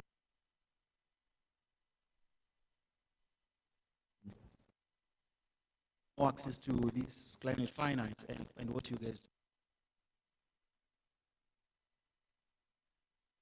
People and local communities. IPLCs actually steward over 80% of biodiversity hotspots globally. So they are a vital part of the success of any form of conservation.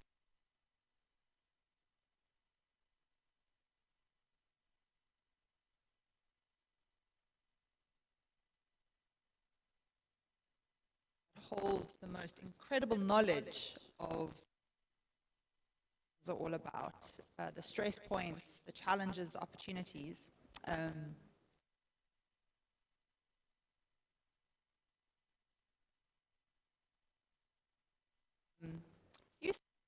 dark a little bit, but you kind of know where to go. And I know in my home, we've got a beehive above the front door. So I know that as soon as the lights go on, at a certain time of night, I have to turn them off because otherwise we have a swarm of bees. And stranger coming into my home and the power goes out, you would stop.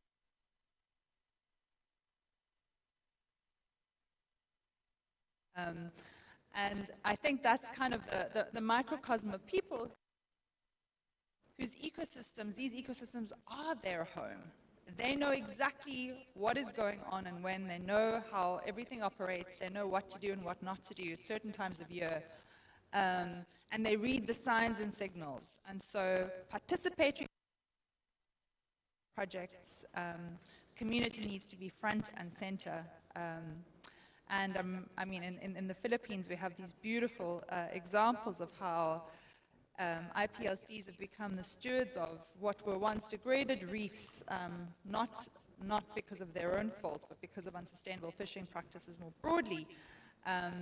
But the GFCR has trained up over 200 coral reef gardeners, a lot of which are women, and they've become like coral mothers. And they replant all of these climate-resistant, climate-resilient corals back into the reefs. And they are the eyes and ears on the ground. They are fiercely protective of these reefs. Increase in fish stocks from between 25 to 50% in some areas. And that is testament to including IPLCs in.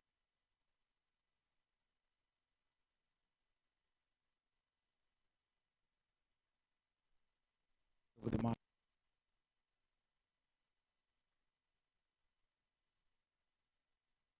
all these activities, how does it influence the access to climate finance that's meant for sustainable oceans? Does it have any impact, or can we just do a project wherever without really having to involve the? It helps in making the ocean sustainable. Is it a major factor in the financing, basically? I think that's what you're trying to do. Projects which are locally appropriate, contextually relevant, have the buy-in of communities. That's sustainability of that project. And of course, you're dealing with ecosystems. So those ecosystems need stewards. They need eyes and ears. They need people that are passionate about the success of whatever project or venture you're putting in place. And so community engagement obviously helps to really ensure that there's longevity in the project, that you're not going to hit all of these hurdles and obstacles. And it's just an extra level of stewardship, protection, investment in terms of long-term success, so for sure. Great. So it's a model of kind of de-risking the project for the long term because there's local buy-in. Great. Forward. We heard from Jason from a point of the challenges that the businesses face when they're trying to access the climate finance. But on the other hand, what you've presented here, you're sitting on the finance side, supporting the projects. And I believe it's not also easy on your end. So what challenges do you face when you're deploying to these blue economy initiatives? Yeah, thanks. It's not always roses and flowers. You know, my presentation may have... It's a roller coaster ride, to say the least. I think I'll mention a couple of challenges, and I'm sure most of you will relate. So the first one is a knowledge gap. There's so much information out there. There's so many opportunities out there, but so much of the information is disaggregated. It's chaotic. You know, for example, you know, we've got a couple of banks, or is it one bank, Equity. Here, I think we've got more than 40 banks in Kenya operating now. Which banks actually offer catalytic forms of financing? Which banks have foundations attached to them that can support impact-driven businesses? You know, that's just one example from the FI sector. There's a lot of partners on the ground, like WCS, like TNC, like TechBridge, implementing solutions on the ground, but through a disjointed, you know, about doing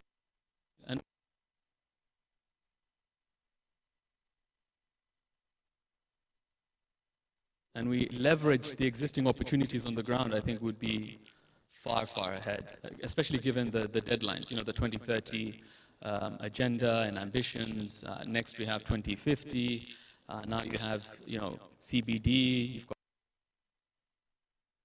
that have been there for quite a while. You know, the clock is ticking. So the only way we can be able to move faster and more efficiently is if we worked together. You know, and I think the first start is to get that information easily available. The people on the ground and the people who are the sources of financing, including FIs, philanthropies, and respective states. Another issue that could be cropping up is blue washing. We've heard of greenwashing. So, you know, seemingly, you know, there's an impact that's being reported, but it isn't really happening on the ground. Or if there is an impact, it's not very sustainable. When we get to our targets, the impact is no longer there. That's a major risk.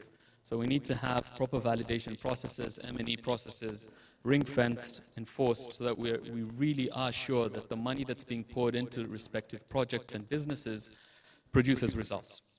And it's a compounded effect to reach our global targets. Another issue that I think I mentioned in passing was the need for capacity building, somewhat related to knowledge as well. How can you address a problem if you don't even know it exists? A lot of these businesses work, you know, business as usual scenario. They don't even know whether or how they should tricks into their processes. 14 principles exist or not, or what should they do to get started?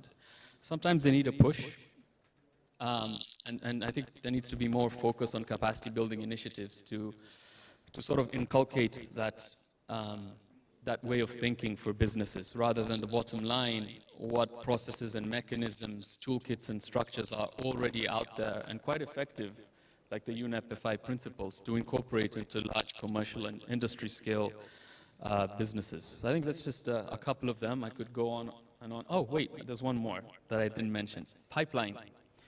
Pipeline is very, very difficult.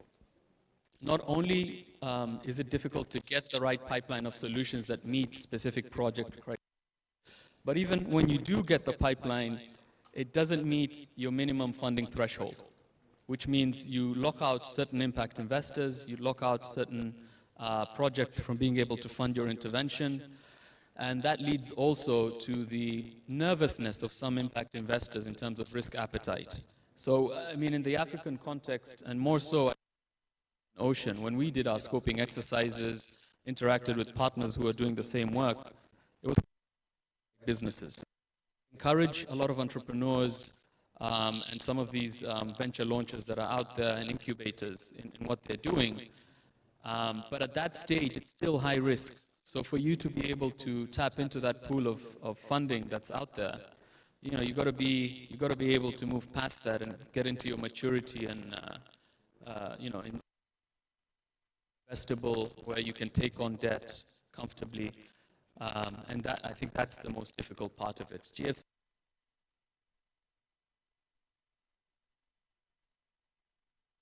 You know, that's around what, 700 million shillings per deal. That's not happening. It's not easy to get that deal, especially when it revolves around conservation efforts, and even more so when it comes to conferences where the first question that's asked of me is, all that money you have and coral reefs? Really? Why? You know, there's poverty all around the world, and you know, these are things that need to be addressed. And so I think if we think around these sort of areas and address them appropriately, we'll be able to move forward faster and meet the global agendas that have been set. Thank you very much, Fad. So there's the problem of people working in silos. There's blue washing, understand greenwashing. That's a cousin to it. Then there's the capacity, lack of capacity and awareness and knowledge. We did some work in another country, and we were assessing SMEs, and 100% of them didn't have any ESG metrics or awareness in terms of how to incorporate them into their business models. And that's really a big area for capacity building. But I love the last one, pipeline. You know, we have a deal book and a deal room here, $56 million US worth of a deal. But now you see those misalignments, like Fuad has mentioned. There are things you're doing well, but there's what investors that we need to address beyond workshops, beyond summits. That should be a continuous progression so that we can build pipeline to tap into these resources that are available. $5 million in terms of a ticket size is not small, so we need to build capacity for our business. How do we work, Fuad? Now there's a challenge to you on behalf of the SMEs. They didn't send me, but we need to have a way of dealing with the smaller ticket sizes. How do we structure something around the small reality of the market? These guys here will need less than $1 million.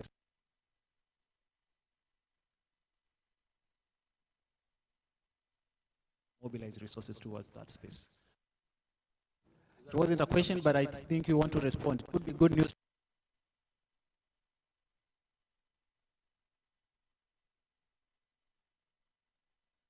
Been hearing about. And this is a discussion that I had earlier at the exhibition booth. That supports ventures, and like I mentioned, we've partnered with TECA, which is being run by BFA Global, and they're sort of running that, and we're shortlisting applications based on their adherence to our objectives. But I just want to tell all the entrepreneurs out there that we're still cognizant of the great work that they do and the opportunity. And one of the things that we're trying to look at is how can we be able to aggregate similar projects into one sort of portfolio. If you're doing plastics, you might be doing a slightly different version of the plastics business. How can we bring you guys together? Are you happy in a forced move? If it's forced, it's fine. But if there's an opportunity to sort of collaborate and come up with a project that addresses different landscapes, or rather seascapes, within the coastline, and takes advantage of your expertise, that's great, we can do that. And another way and stop me if I'm going off on a tangent, but this leads me to the segue of something that's coming up quite a bit, and it's called Project Finance for Permanence. I think it's a fantastic idea that addresses the traditional way of working in isolation, right? It's a way of looking at an ecosystem from an ecosystem viewpoint, looking at the potential partners that are either working or want to work in that ecosystem, and developing one project, just one, that addresses all of the ecosystem issues. And that could include various entrepreneurs and stakeholders on the ground that can come together and get us to that scale that can support funding. Yeah, that's what I can remember for now, at least. Thank you. I think that's very encouraging for the businesses that are here, that have been hearing, oh, my ticket size is small, I cannot get the funding. Yet when you're doing presentations here, they're saying we have $135 million, and they're wondering, for who? So discussion will continue, but again, the same way Fuad said, from the investor side, they should not be siloed.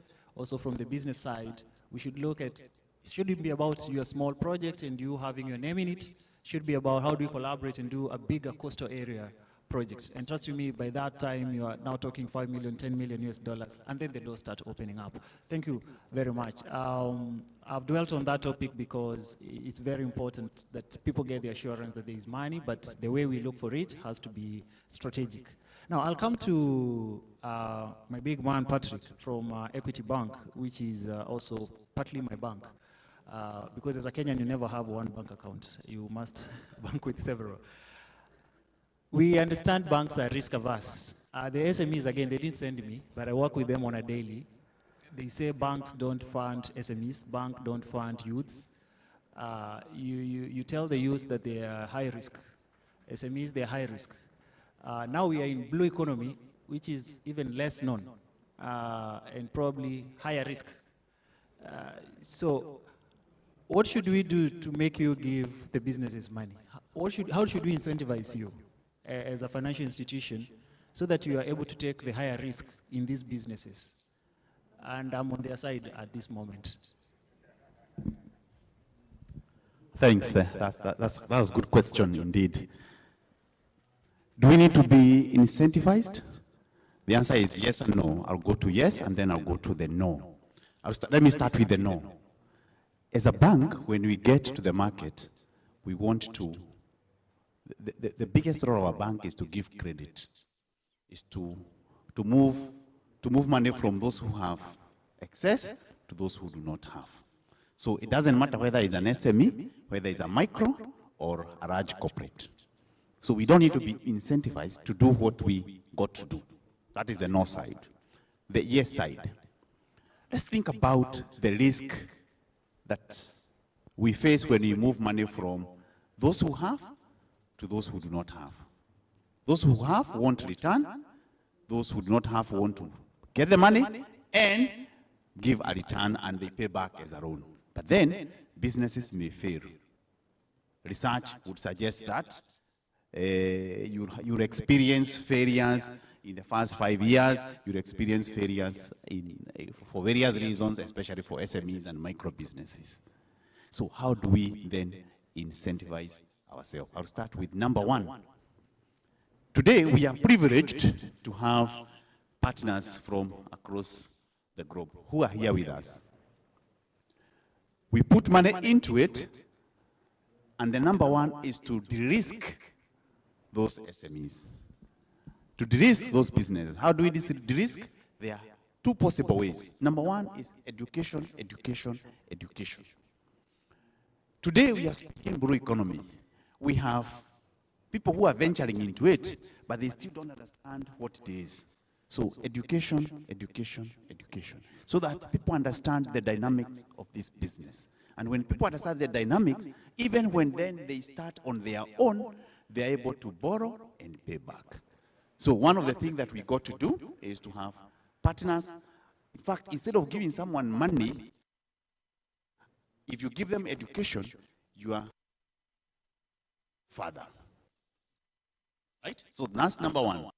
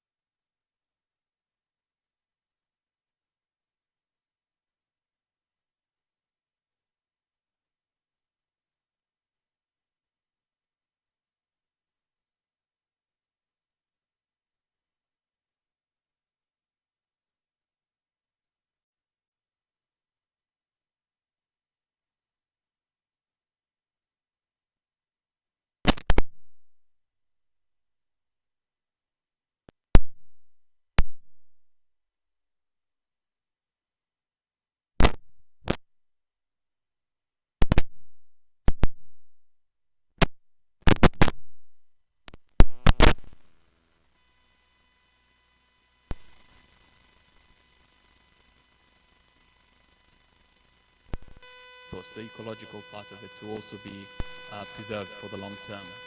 I mean, there's so many different approaches to it. You've got the marine concessions that I talked about earlier, where you can protect coral reefs through closures, which is something that is happening, which means basically you're barring fishing in a certain space that is community managed, but that also needs an alternative source of revenue for the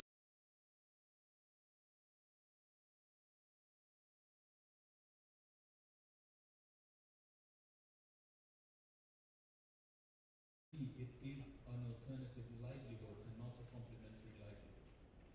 Do you know what I mean? So how do you guarantee that a closure is actually there, it's being managed appropriately, and the alternative livelihood stays as an alternative livelihood? So we come up with different types of activities, business models for communities, recommendations as to alternative forms of revenue generating streams, but in return you want a guarantee from the ocean itself.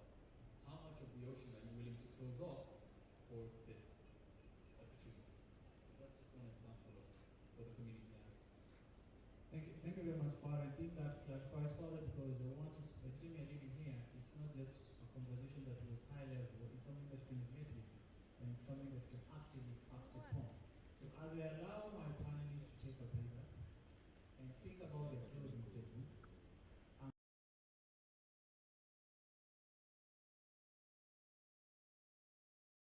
hands. So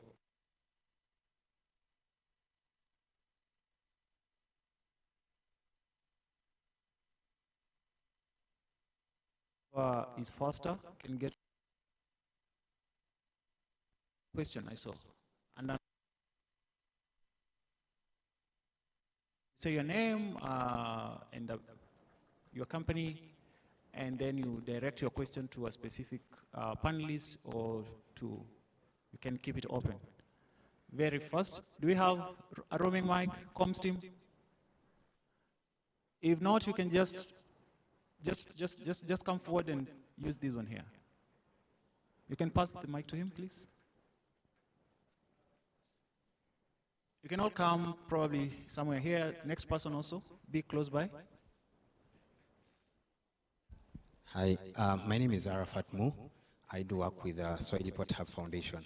Now, it's not to any particular panelist, but the question is, if you are to come up with a profile of a youth entrepreneur, and the context in this case is an entrepreneur from Kenya, there are youth, so that means they're either 18 to 35 years of age maximum.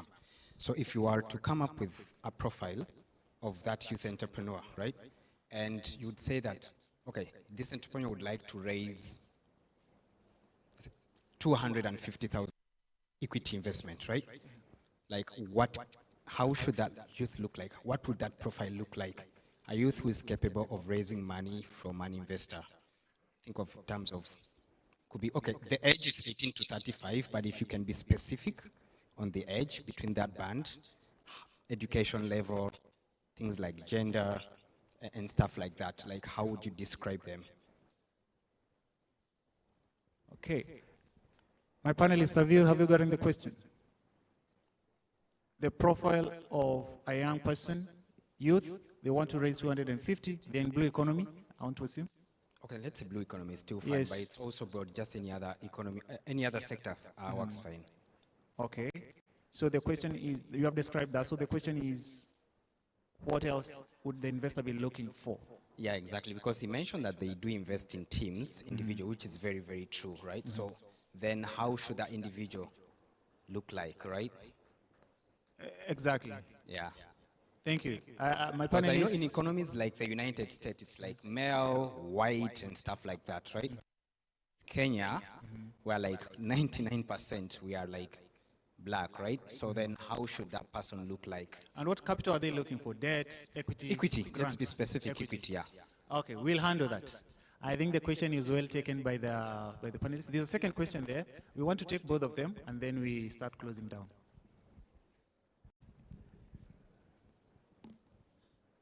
Good afternoon, everyone. Good afternoon. My name is Motunja Anderson Tunje, and my question is on Madam there. I've seen on your slide there is this. You say you support some groups like in recycling sectors. Maybe I mean it, but my question is, maybe what is your target audience? That's the first question, and the second is, what kind of criteria do you take before you get that certain audience? That's the question. Thank you. Thank you very much. I'll allow Georgina to probably briefly touch on that. And on the other question, I would suggest this. We are going out for lunch. My control team, they are almost killing me. They are keeping telling me this. I don't know what this means, whether they want to kill me. So we need to go for lunch before I'm killed. So I would suggest, for the gentleman who has a question for Georgina, can you take a bilateral as we go out for lunch, please? And then for the other one who asked about the profile for the investors, can you have a bilateral with Jason, please? So that I allocate that in that manner, so that we stop at this point and allow everyone now to go out for lunch, so that we don't keep everyone here. But before we do that, final thoughts, 10 seconds each, starting with Jason. Final thoughts as we close, closing remarks. Absolutely. So I think the one thing that I'll always suggest to founders is understand your market, just understand what you're doing, and it's very important because I think that is the make or break of what you do. Most companies fail because they don't understand their market, and specifically their customers. And you need to put more than profiling an entrepreneur. We need to profile the market. So understand your market, understand your customers, understand their buying patterns, understand their buying capability, understand where they come from, understand what they really do need, so that you can be able to satisfy a particular gap that they have. Thank you very much. Understand your market before you go to look for the money. Next. My closing thought would be to entrepreneurs, the same way an investor will look at your business and conduct thorough due diligence on it, is the same way you should conduct thorough due diligence on the investor. Because if your idea and their idea is not married, there won't be a very fruitful partnership. So just don't go for who gives you the exact kind of money you need. Go for someone who's invested in your vision. Yeah. And remember, you're investing for your long-term sustainability, not just for profits. Thank you. Bianca is a business. Don't just be that beautiful girl who stays in her dad's house and waits for any man to come and pick her. Go out there and vet them. Know them. Know who are they? Who have they dated before? Are they good at running or walking? So do your due diligence on the investors also. Thank you. That's a very strong point. Mine is quick and short. We have opportunities in our ocean, in our lakes. You just need to ask yourself, what must I do to serve, to use the ocean to serve the people of God in a greater way? And the moment you ask that question to yourself, then you know money is there from equity perspective, money is there from credit perspective. And anytime you think credit, think Equity Bank. Thank you very much. Thank you. And let's visit their stand out there and get to know the exact products they have for Blue Economy. For me, I think it's just to be cognizant that financing, it's just a tool. It's not all about the money. You need to put a lot of, pieces together. You have to put your ducks in a row, ensure you know exactly what you're doing, how it impacts, the landscape and the seascape, how it's important, how you can drive yourself to profitability, not just by putting in numbers in an Excel file, but understanding exactly at each stage of your business planning process where and who you want to engage to be able to secure the funding to drive your business upwards. Thank you very much. Finally. Thanks, Fad. I'll build off that. I think my key takeaway is to think like an ecosystem and act like an ecosystem, in the sense that, when choosing your partners, and just, GFCR as an example in terms of that investment ecosystem, it's where there's such a massive multitude of brilliant people, partners and private sector players, but they all play to their strengths. So the whole is so much greater than the sum of its parts. And I think that goes in the side of things, but it also goes in terms of the project application and project implementation side of things. You need a biodiverse selection of partners to really get things done and off the ground. Thank you very much. That has been our time with my panel. Please put your hands together to applaud them for the insight that they have shared. And thank you very much, my panelists, for sharing your insights. I believe they have a lot of questions. Please interact with them over lunch and share with them more insights. Asante sana. Have a good day. As you leave, I have an announcement to make here. In the afternoon, we are having the blue, is it BIS? It's BI something here. Okay, I think their best handwriting is typed, but something like Tanamisha or something. And then we have market linkage at Johari. I believe this is the place. So we are going for lunch when you come in the afternoon. Sessions. If you're coming for market linkages, you're coming here. If you're going for the blue bees, I think they should put it up here. You should then be headed to Tamanisha or Tamanisha, something like that. Where is Ken? Ken? Is Ken here to give us the exact name? Do you know the other room where it is? Or the name? I know this is Johari. Someone from Comms, you can project that, please? Oh, it's already here. Okay, great. Follow the instructions there. Enjoy your lunch. Thank you very much.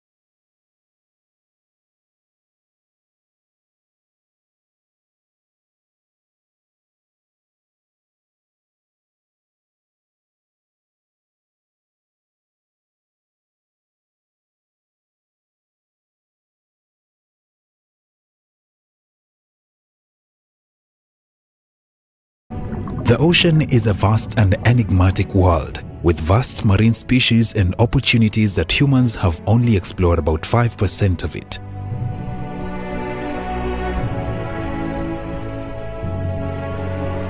It's a world that's both beautiful and terrible, and it keeps us fascinated and haunted.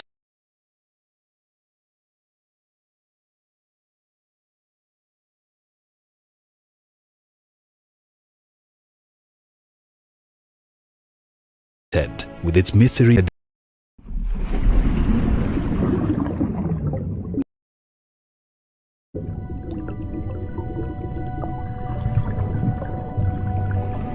The ocean is a vast and enigmatic world, with vast marine species and opportunities that humans have only explored about 5% of it.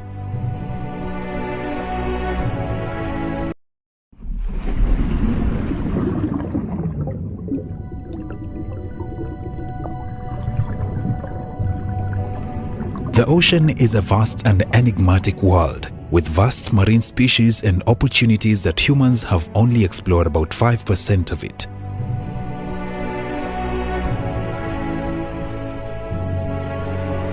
It's a world that's both beautiful and terrible, and it keeps us fascinated and haunted with its mysteries in the darkest corners of our existence. It is home to incredible variety of life ranging from fish, octopus, sharks, whales, dolphins, seaweed, seagrass, coral reefs, and many more. Based on the World Register of Marine Species Census 2022, there are currently about 242,000 known and described marine species living in the world's oceans. By absorbing solar heat and transferring it around the globe, the ocean contributes significantly to the regulation of global climate change by lowering land-based temperatures. The ocean is the largest habitat on Earth. Scientists believe it contributes between 50 to 85% of the oxygen we breathe. Marine life is also a vital source of food for many communities, with over 3 billion people relying on fish and seafood as their primary source of protein. Unfortunately, human activity is having devastating effects on marine ecosystems. Pollution, habitat destruction, and overfishing are all major threats to the ocean's health. Because of this, it is critical that we work together to safeguard our seas by establishing marine reserves where species can thrive unhindered, and passing laws that restrict pollution and overfishing, and protect the most important resource in the world, in order for future generations to experience the ocean's beauty in the same way that we do.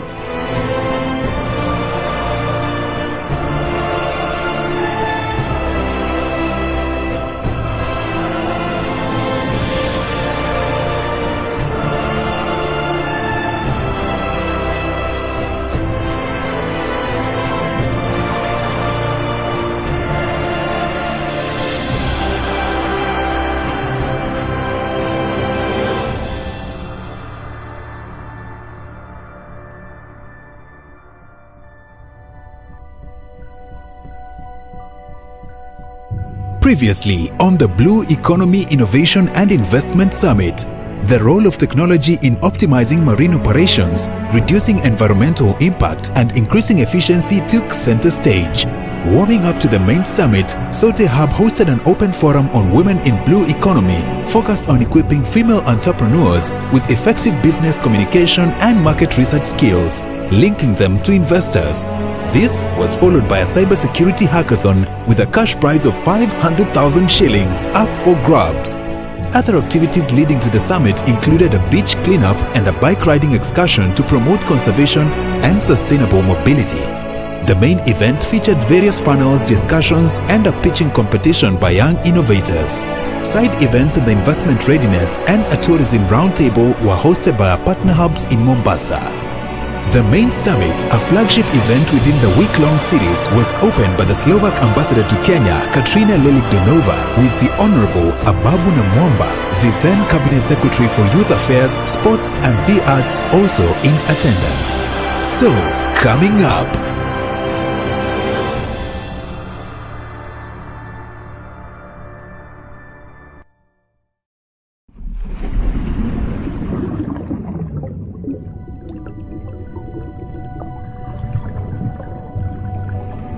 The ocean is a vast and enigmatic world, with vast marine species and opportunities that humans have only explored about 5% of it.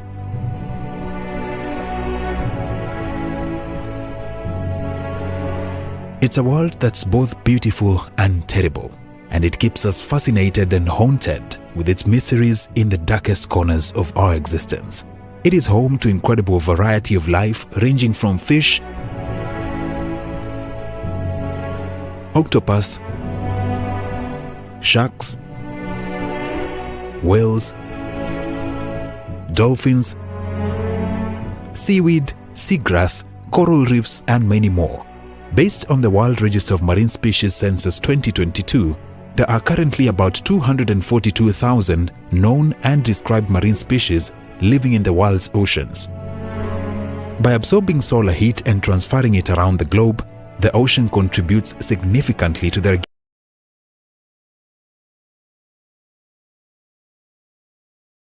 I work at SOTEHUB as the finance and admin. So today was the first day of the Blue Economy Innovation and Investment Summit that took place here at SOTEHUB. The theme of today's session or event, being the first day, was on women in blue economy, whereby we had an open forum with all the women within Mombasa who are within the value chains of the blue economy.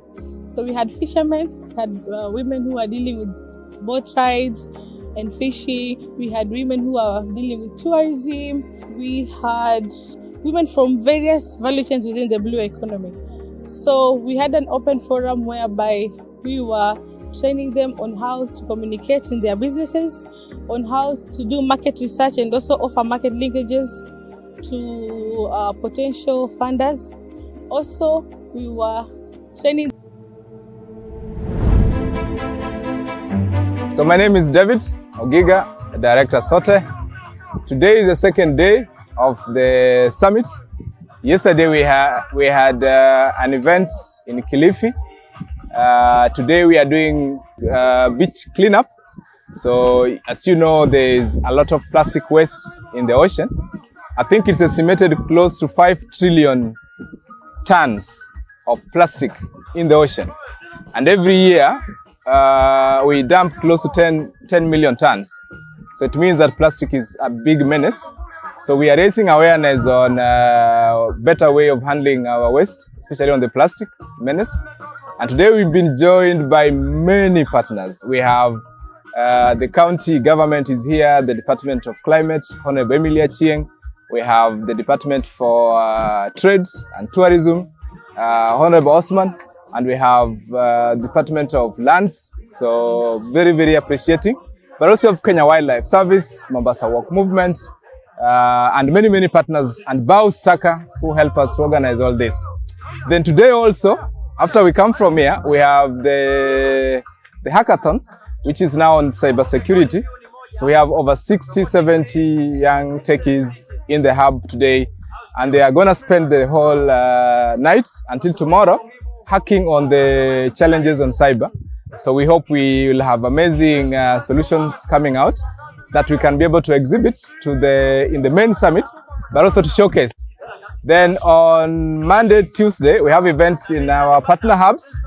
For example, in TechBridge and also in Yepi Hub, they'll be discussing, there's a very rich panel discussing on tourism. And then on Thursday, we have the pitching contest.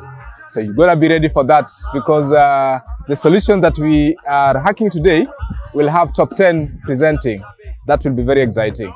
And our chief guest will be Her Excellency, the Slovak Ambassador to Kenya, Katarina. And then on Friday is now the mega event. So the gala is on Friday, where we have all our partners will be together. The guest of honor is Honorable Babu Namwamba, who is the Minister for Sports and Youth.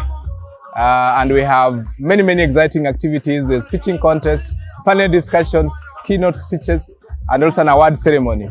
So I welcome all of you to Blue Economy Summit 2023. This is how the house is going down. It's gonna be fun.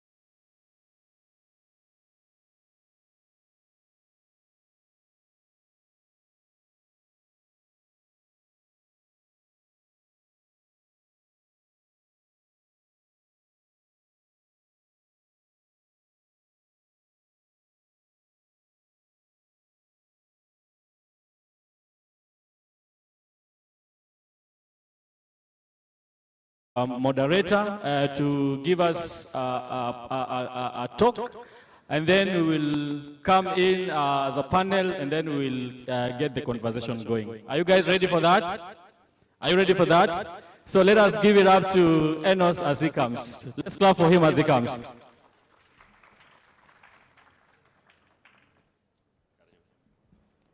Thank you, Alvin. Good afternoon, everybody. Good afternoon once again. I'm told that the human body cannot digest food and think at the same time. Is that true? Do you need time for digestion? All right, I can hear some of you are saying yes. But if you can suspend your digestion and just pay attention a bit, then we'll be done very soon. Okay? So my name is Enos Weswa, and I am the country director for the UK Kenya Tech Hub, which is at the British High Commission. How many of you have heard of the UK Kenya Tech Hub? All right, just a handful. So, just by a show of hands, I want to understand who I'm speaking to so that I can also make it valuable to all of us. I'll try and balance. So, do we have entrepreneurs? Entrepreneurs? Okay, so there's a handful of you. Do we have entrepreneur support organization? Okay, also quite a number of you. Do we have development partners? All right, very few of you, okay. Well, so I think we have a very good congregation to start us off. And I'm just going to quickly, for those of you who don't know, just show some of the opportunities that we do have at the UK Kenya Tech Hub and the British High Commission. So the UK Kenya Tech Hub is under the British High Commission, but the British High Commission is a complex organization. I know most of you know it as FCDO. And today I even discovered a project that we funded that I had no idea about. So that's how complex it is in blue economy. So again, I had just to add it in my slides because I thought I knew everything, only to discover I didn't. All right. So the conversation today is really going to focus on Soko-Plug. And so I won't talk so much about Soko-Plug at the beginning, but towards the end I'll do that. All right, so like I've said, the UK Kenya Tech Hub, for those of you who don't know it, and for those of you who've just had it, but not sure what we do, the Tech Hub supports entrepreneurs. And we have two tracks. We have SMEs and MSME, and the other track is startups. So these two significantly differ, and they require different sort of interventions. Okay? So I want you to remember the difference. And the difference, I usually use an analogy. Okay? Now that you've taken lunch, it's about what you've eaten. It's about food. So I'll use food to illustrate. So it's a boiled egg. One is a boiled egg. Another one is a fertilized egg ready to hatch. Okay? So an SME or an MSME is actually a boiled egg. Okay? But a startup is a fertilized egg that is just about to hatch. So what happens when you put a boiled egg in an incubator? Do you get any results? That's what we're trying to avoid. So A lot of us also try and put boiled eggs in an incubator and expect it to hatch. It doesn't. But again, a lot of us want the fertilized egg that is not boiled ready to eat. You get what I mean? Are we together? So a startup needs the incubation process for it to actually get to be a chicken. You get what I mean? So that process is also different. Okay? So quickly, the tracks are SME and startup, and that's how we differentiate the two. Now, we also have streams that define our interventions, and those streams are in access to market, access to talent, and access to finance. Okay? We've had, in the morning, we had a conversation about finance. And in the discussion, we will be asking, which one comes first? Is it markets or finance? Are we together? So that will be a very interesting conversation to have. Okay? Now, under markets, what we are going to see today is SocoPlug, which is a digital market access for MSME and SMEs. But last week, Thursday, we launched something on access to market for startups. And the access to market for startups were for scaling across the border. So across the border, there's also something that is really interesting called growth path market linkage, which I will just try and take a few minutes to talk about it because most of you here are startups, entrepreneurs, so it would be of interest to you. Then for access to talent, we have NicoBiz, TechWise Talent, and then access to finance, there's Mrembo Imara. So the Mrembo Imara has been running, and it's quite interesting. So we are at phase 3. So for those of you who are interested in access to finance, we can have a chat later, but that's not what I'm going to focus today. But those are just for you to take note so that you chase me after I get out of this place, and then we can exchange contacts and see how we can help you. Have we agreed? Okay. So just mark what is important for you. All right. So that's the complex system we have for the British High Commission, and all of this actually offers some opportunities for entrepreneurs. So what I added is down there that I discovered we fund, if you go outside on your right, there is a booth, and the organization is called Catch Green. I don't know how many of you have visited that booth. I also discovered it today that we are actually supporting them through a program that I wasn't aware of. So it's interesting that we do have a lot of intervention that makes it easy for you to look at it. So we are at the center where we really work with entrepreneurs directly, but we also have the research we launched, the baseline study we launched yesterday was a work that was done by East Africa Research and Innovation Hub and a research evidence-driven entrepreneurship for startups. And then, of course, we also have the innovation part that has supported a number of startups directly through a program called Funguo, that's back in Tanzania. So there's quite interesting things that are there.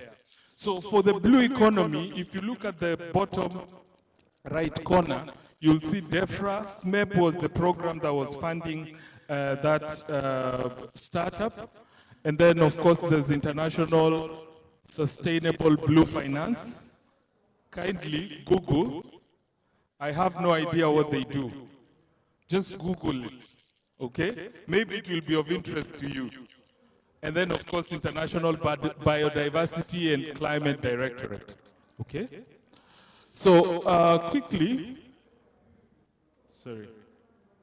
Yeah, so what we're trying to build is a conversation around how do we unlock digital market access for SMEs. Okay? So during COVID, we approached SoteHub with an idea of helping Nanteki to build websites for 5 minutes. Is that even possible? I think 5 minutes, but we'll confirm. And that worked very well, okay? So it was through the program, you can see at the banner, there's No Code. So No Code was the first program we did with SoteHub for market access for MSME. And so for about 3 entrepreneurs, micro-entrepreneurs, and 40 of the entrepreneurs realized an average profit increase of 24.6, and 35 of the entrepreneurs saw an increase of customers by at least 25%. So again, this is just basically to explore markets that are not your friends, your neighbors, and the people you know, but I mean markets that can be connected through the digital interventions we're talking about. But quite a number of lessons we learned. And part of the discussion will be what works, what doesn't. And that's very key.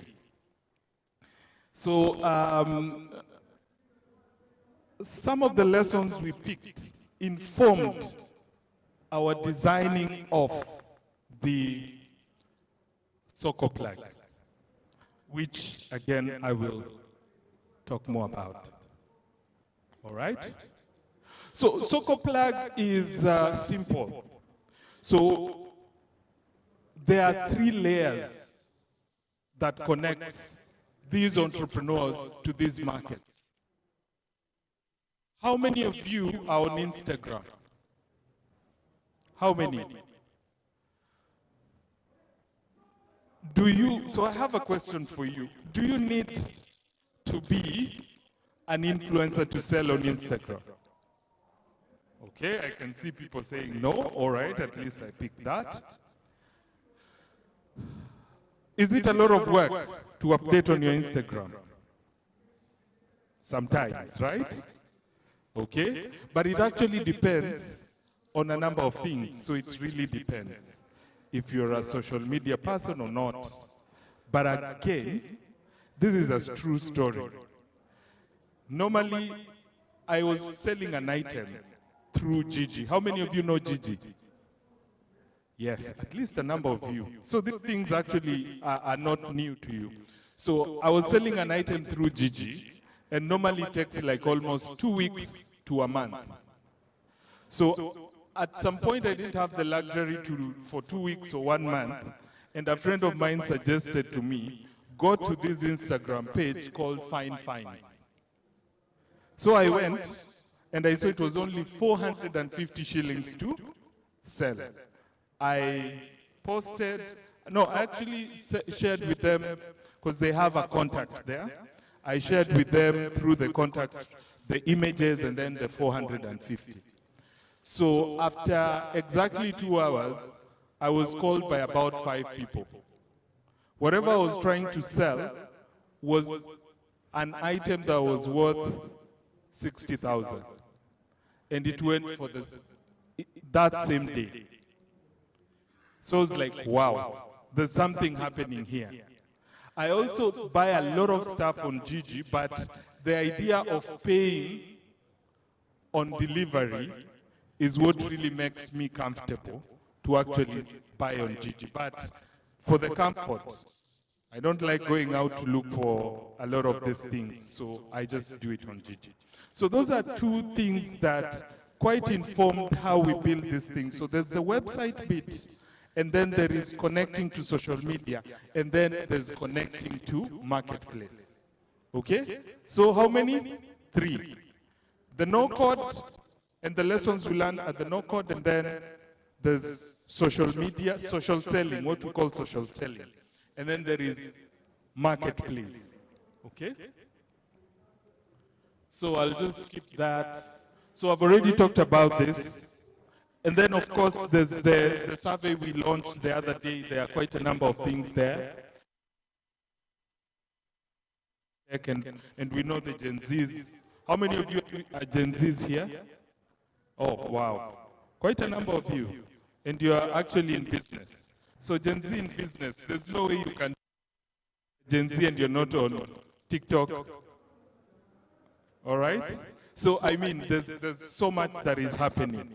And of course, we were looking at, so I'm going to give you a statement that can help you in life. And so that statement, you can write it down. So it is said that a third party word about you is 4 times more credible than your own word about yourself. Does that make sense? Hello? Okay, let me repeat. So, a third-party word about you is 4 times more credible than your own word about yourself. So if I come here and tell you how good I am, you'll be like, oh, we have seen the likes of you. We know one when you start talking. You get what I mean? But if there's someone random who mentioned my name and told you this is the guy to see, then you'd actually feel that that is credible, right? And again, those are some of the things that we are embedding through this program called Soko Plug.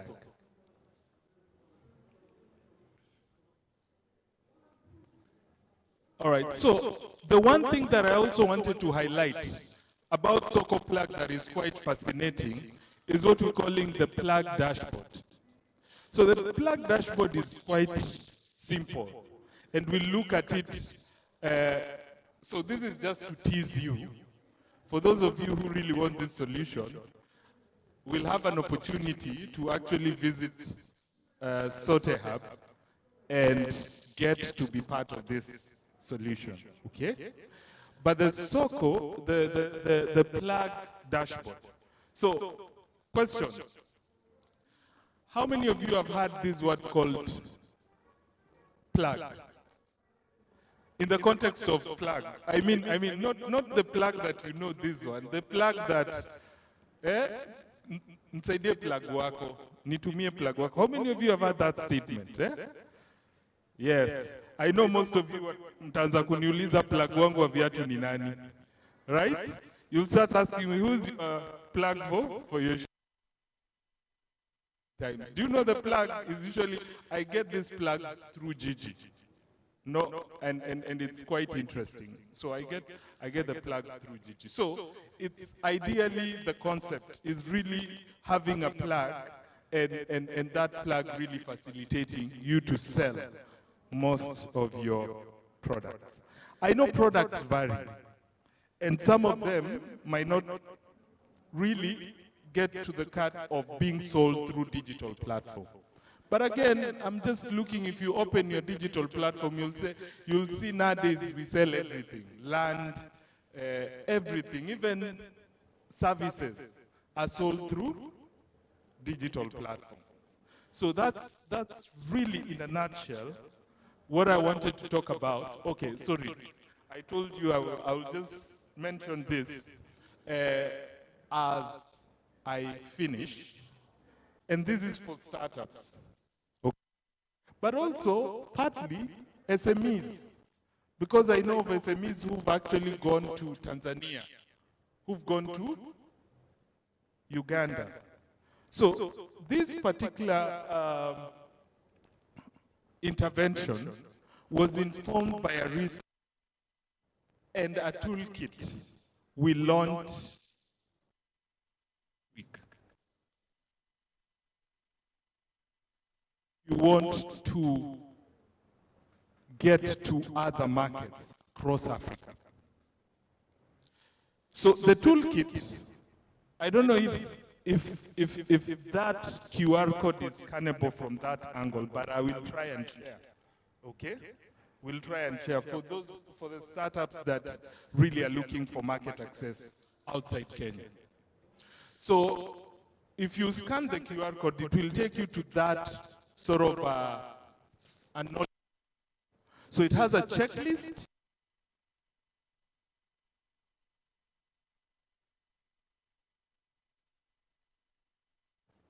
In that particular country. And then the project, this project called Growth Path Market Linkage, implementing has networks across this country. And that means that even designing for partnerships is so crucial, and you'll be assisted by their networks to actually design the partnerships that will help you to have smooth landing that other country. Okay? So it's just for scaling. So if you're looking to scale, nione you may attend. Are we together? So if you're looking to scale, that's for you. And at least it's going on well. And we also have the British Chambers of Commerce. That is also, you can be a member and learn more. Throwing to you guys opportunities that are there that you can basically connect. All right, so I don't know how much time I've taken, but I will stop there. And at this time, I want to invite my panelists who will have a very, very engaging discussion on transformative digital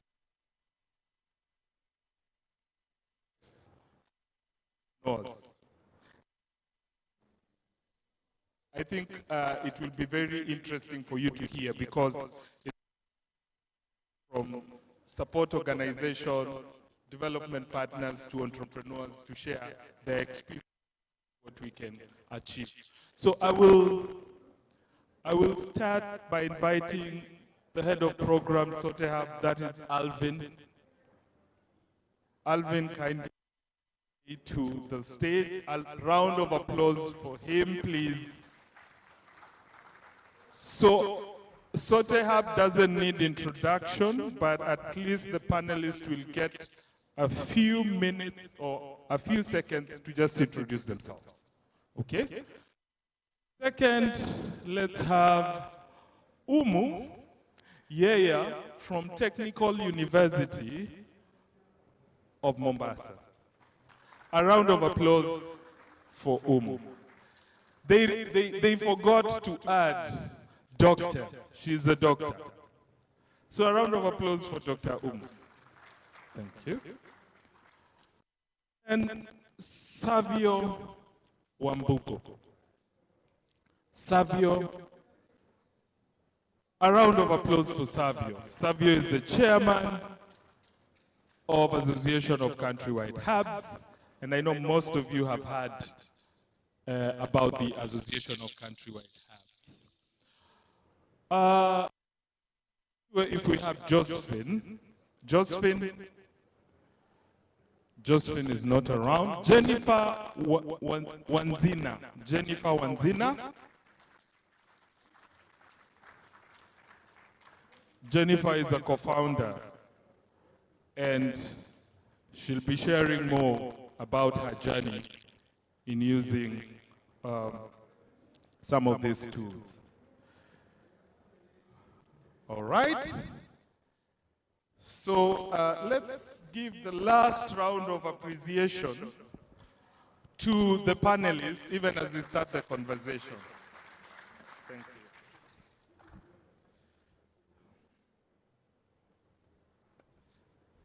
So thank you very much for coming on stage to discuss about a number of issues around what I've just touched about.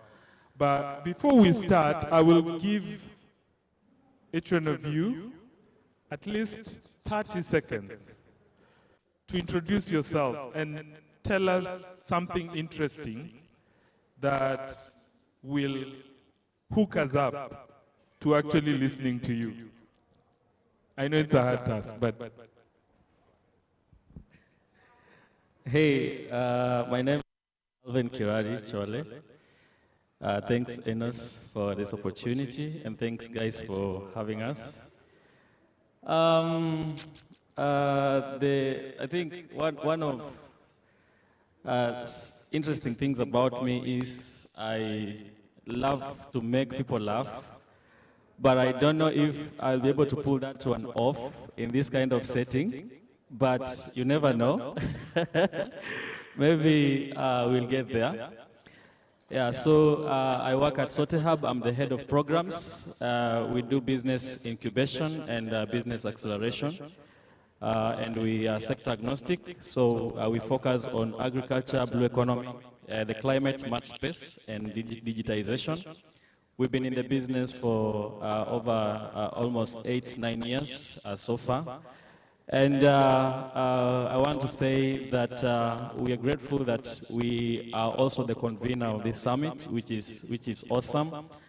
I think I'm excited to participate in this discussion because market is, at the central place, especially when you are talking about entrepreneurship. When nobody's buying what you're selling, then it's just a hobby. So this is exactly what we need to be talking about. Thank you so much, and God bless us. Thank you. Thank you, everyone.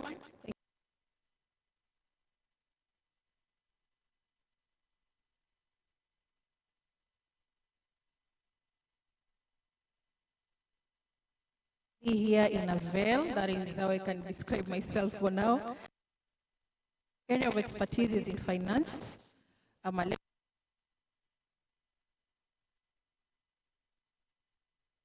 So I've mentored quite a number of MSMEs in Mombasa, and it's a pleasure to have this opportunity and have these conversations today so that we can share ideas, knowledge to move forward to the next level and we take blue economy to the greater heights that we expect. Remember, we said we are all divers, we are all champions, so we are here to share knowledge and, of course, optimally utilize the limited resources that we have. Thank you so much for the opportunity.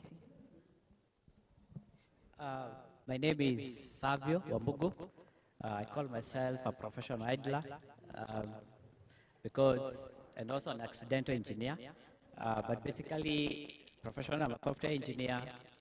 I'm the founder of Mount Kenya Hub, which is basically an innovation hub in Kenya, just like SoteHub. And I also represent the Association of Countrywide Innovation Hubs, which is an association.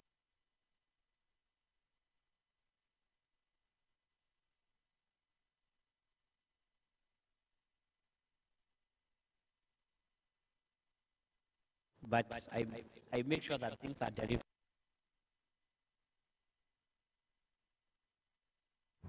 My name is Jennifer Wanzina. So I'm sitting in for the... There are those of us who are the boiled eggs, and there are the fertilized eggs. So this is a boiled egg.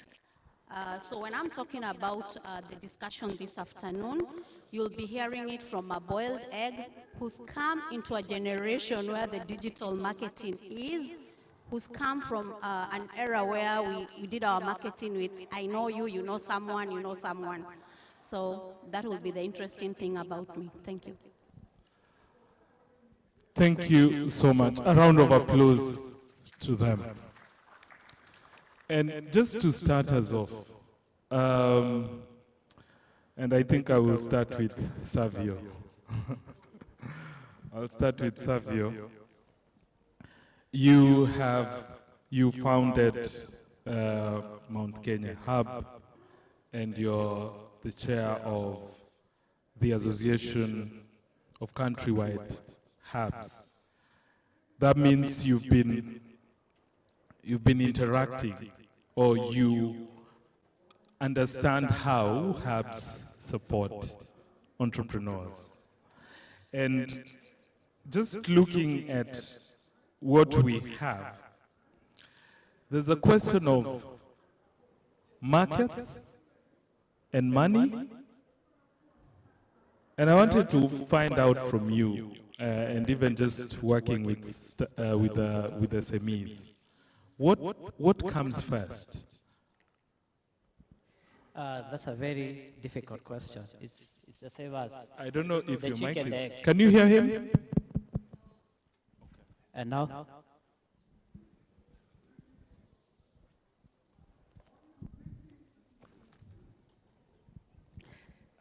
Thank you. According to me, that's a very tricky question. The same question as which came first, is it the egg or the chick?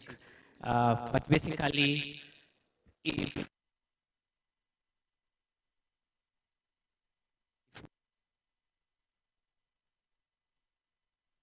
by people with money don't tend to solve solutions, because each and every time when you have money, you tend to fight each and every problem with money. For example, you see my mic is not working. If I had money, I could just buy a new one. I don't take time to go and check what's wrong with the mic. The market comes first because it's a need and it's also scalable. Translate it to other different places. Yeah. That's quite interesting. And you've mentioned something that is quite important. And this I'm also going to throw for you to think so that it can guide you to ask more questions about what we're talking about. So when it comes to marketing, is it selling what you have produced or producing what you can sell? Are we together? Just write it down and think about it. All right, so thank you, Mbogo. To Dr. Umi. So you have interacted as an expert with the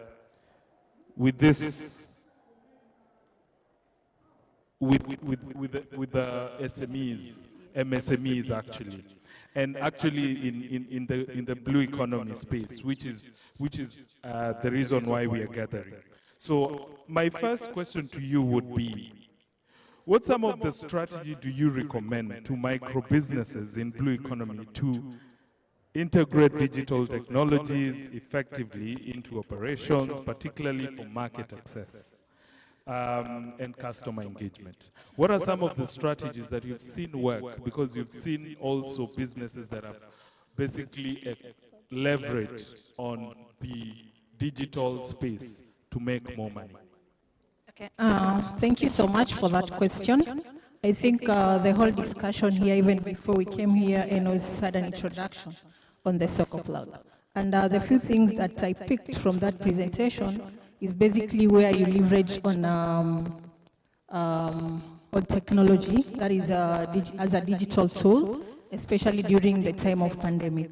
And I love statistics very much, and we all know that Kenya, as a country, as a state, we are financially included, or financial inclusion rate is at 84%.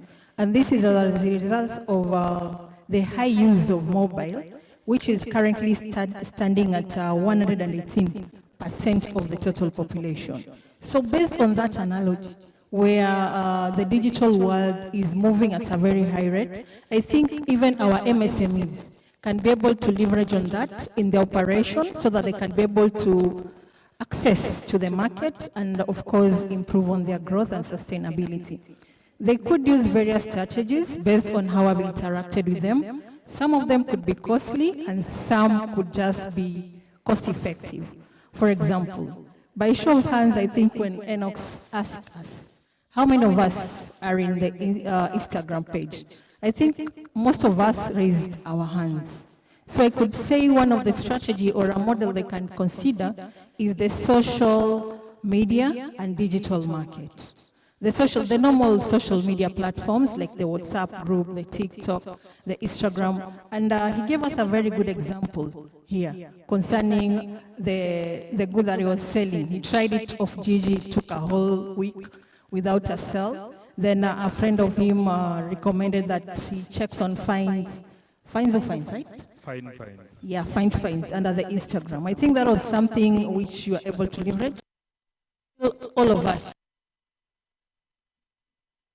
on social media platforms and digital markets, as I've given the example, the TikTok, because through such media platforms, we are able to sell our products, we are able to engage with our clientele, we are able to get feedback from them.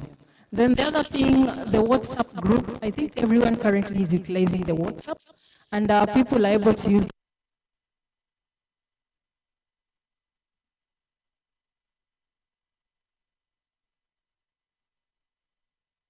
available at which you are on, and that is just one strategy. They may also consider the model for mobile first approach. I think every one of us has a mobile phone.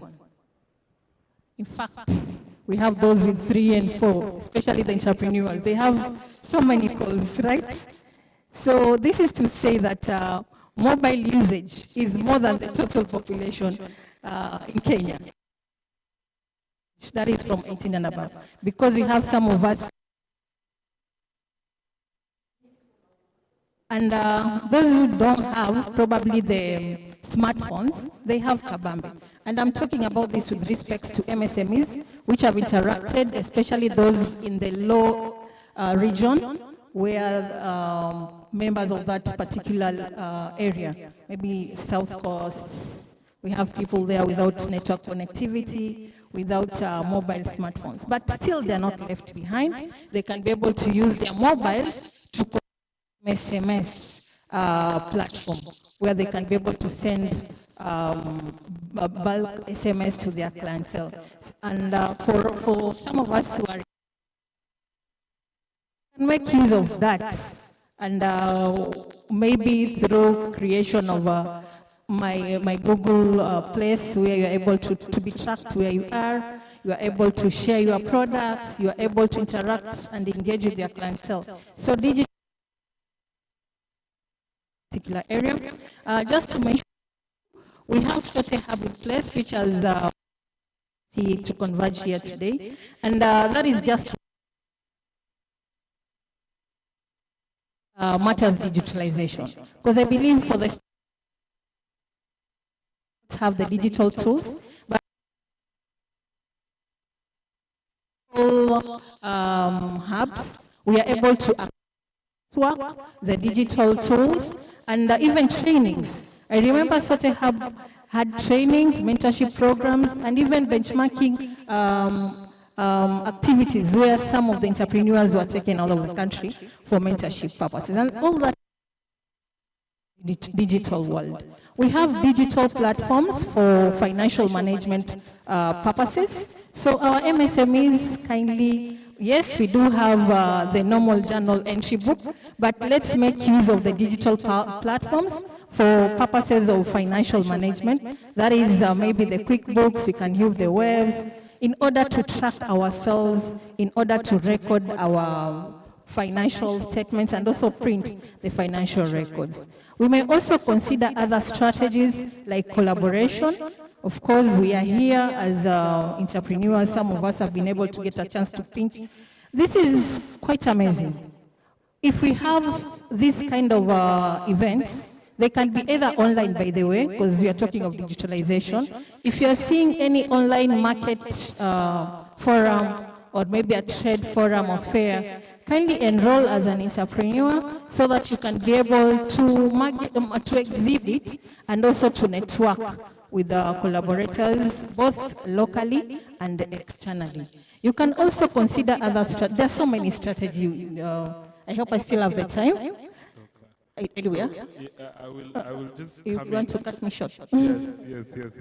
Just. I think one thing that Daktari is actually alluding is that she's a powerhouse of knowledge when it comes to strategies, and I want to actually make you go and see her when she leaves the stage. And I think that will really beneficial to you. And thank you so much, Daktari. So I'll just cut you short and just put a spin to that question as well. And the spin will actually come to Alvin. So you talked about many strategies. And Alvin, you have seen also, you've done so many trainings, yeah? So there's a lot of digital this, digital that, digital wherever, you know. And we know Ajira, we know Jitume, we know all these programs. So from your own assessment, what is exactly lacking? Because we haven't really had a huge traction the same way we could potentially have traction through what we've seen, like, I don't want to bring the demonstration in the conversation, but I'm just saying we haven't had quite a very successful market, or rather leveraging on this platform for market access. So what is lacking, what is needed, depending on really looking at the many projects or the many programs that are available for digital? Yeah. Thank you, Enos. I think there is a lot going on, and in the current world,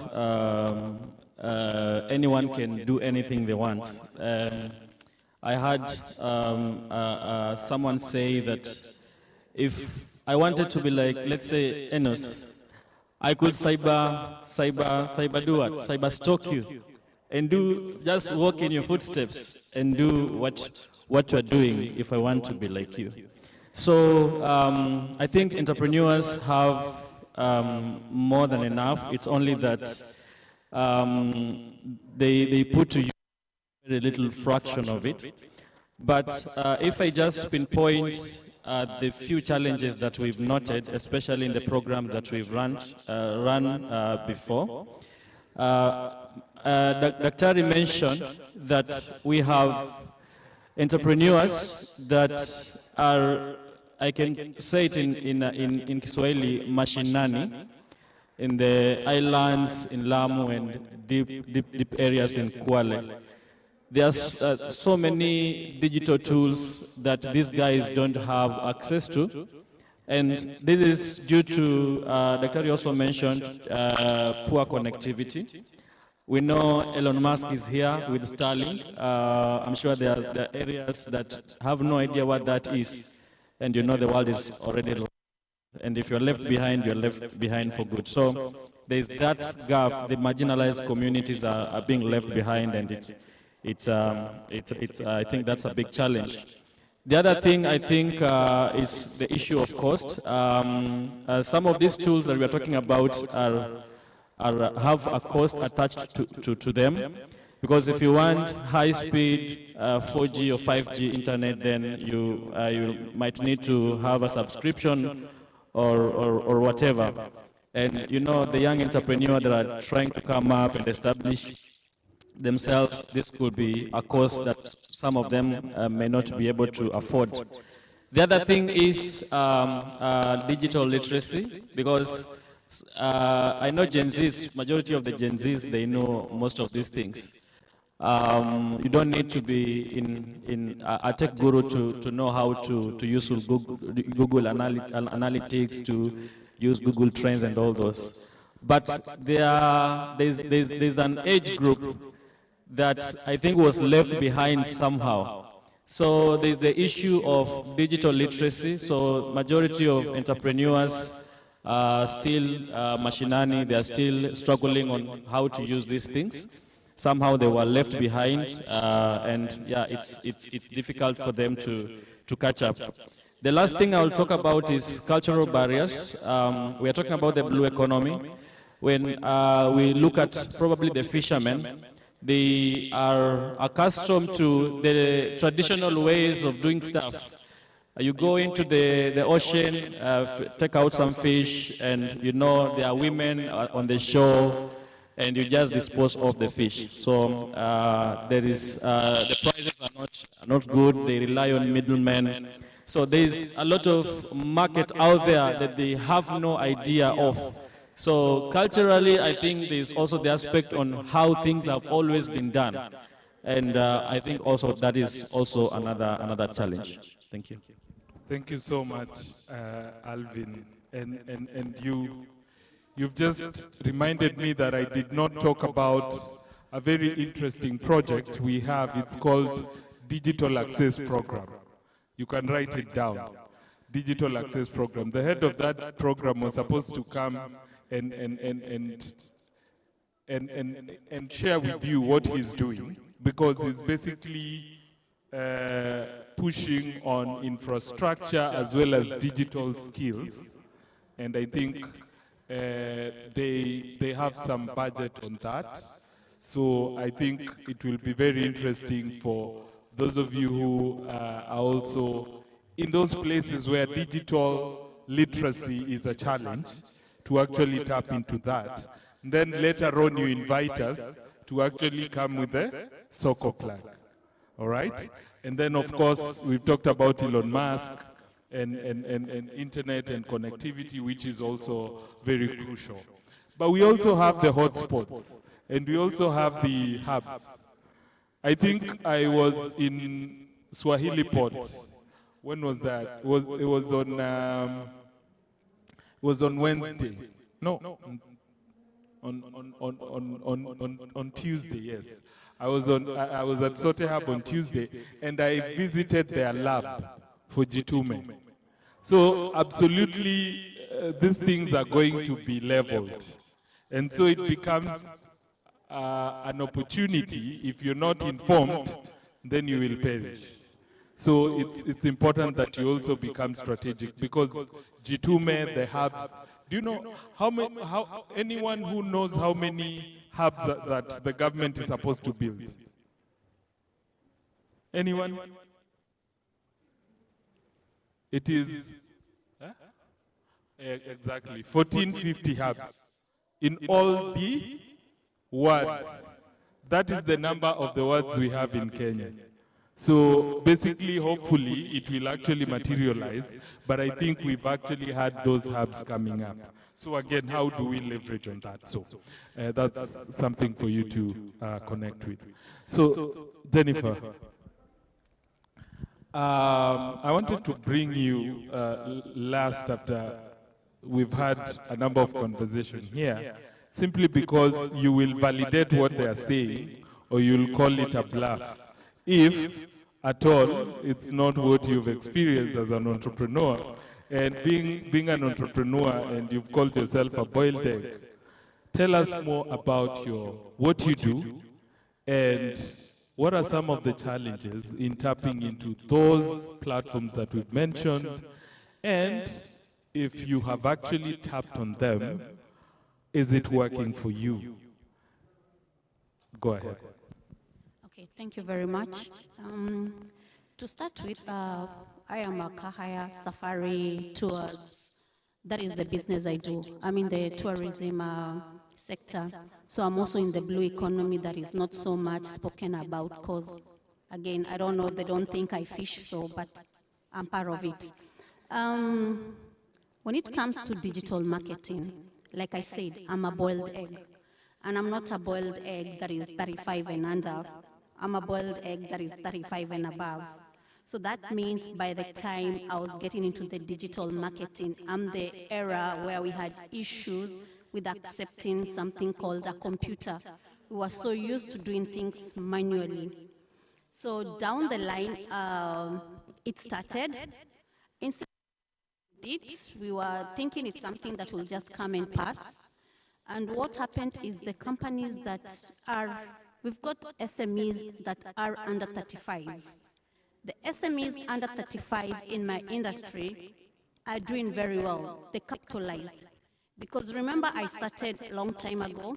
So when digital came in, I had to start with what they call a website.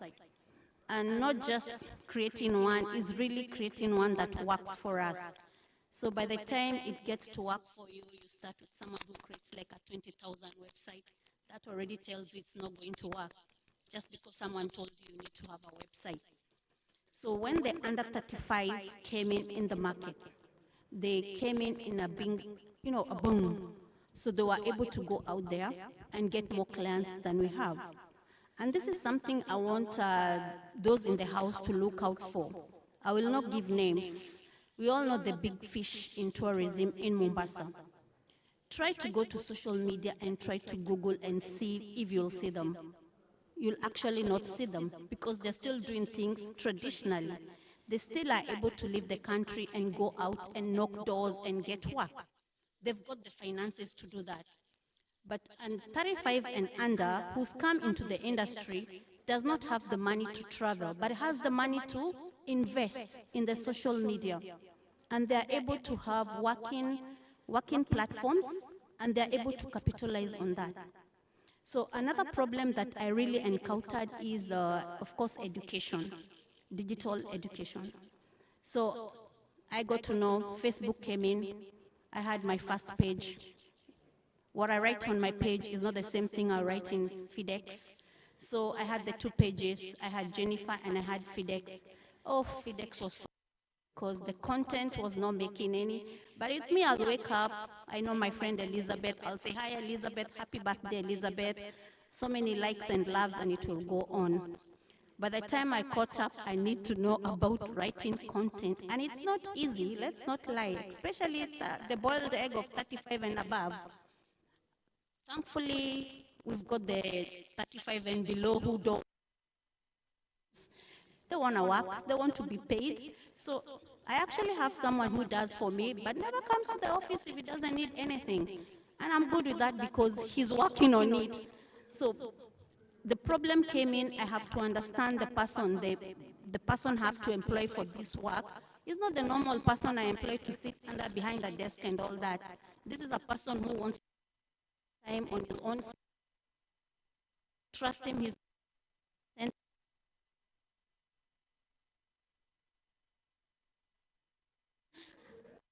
say it can't be taught because it's something you have, it's an imagination. If I can't create it, there's no you can teach me to make you love come to Mombasa. Somebody has to create that picture for you. So I think it's an inborn thing to the way I look at it. So those are the few things we really encountered.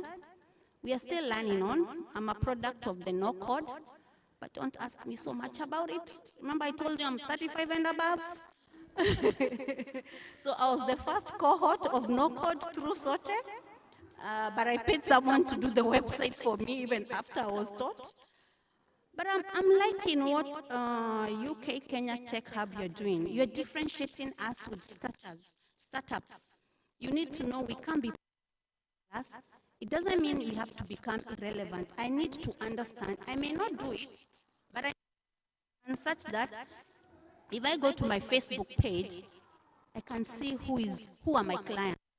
I mean, when I'm sitting down doing it, not asinidanganye, asiniambie, hey, inafanya kazi. No, I need to go to that page.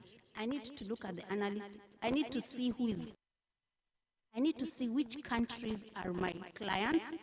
So even when I'm talking to understand the boss knows, the boss is also well informed. So I'm loving the way you are giving us tips. You know, the Soko plan, I know that. Mrembo Mara, I didn't know that, so I'm going to Google it because we still need money. Yes. So all in all, it's a process. We have to be ready to learn and go through the process.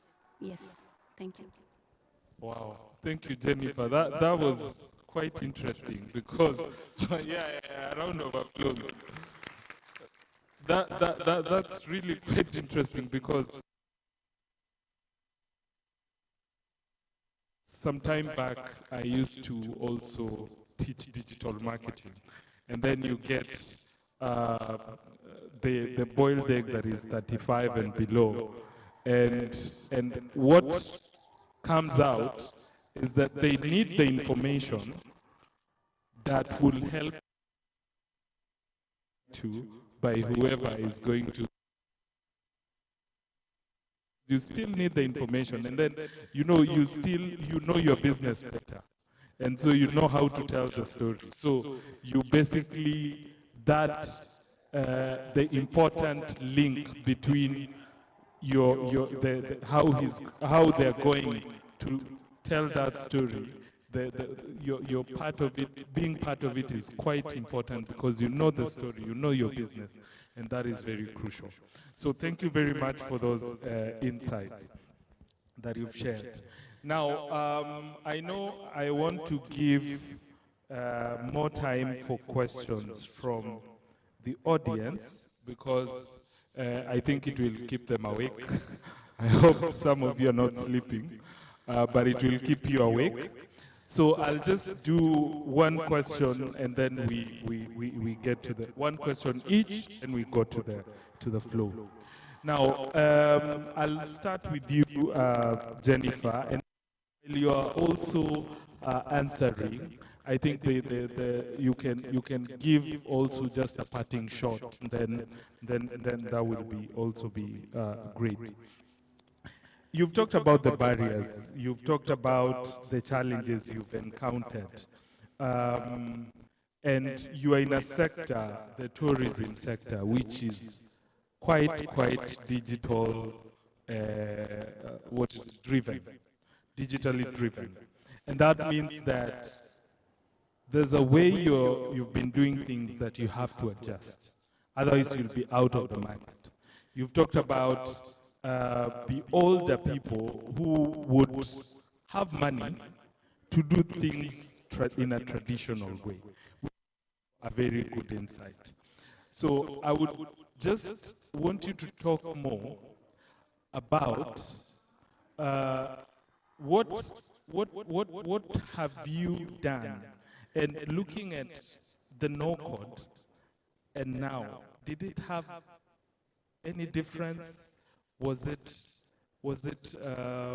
something you'd recommend to someone? And if it didn't, what are some of those things that you can help us put into the soccer plug that would actually answer the no-code? And you've said you had to hire someone. So what informed the hiring? Was it the no-code, or is it that you needed to get someone?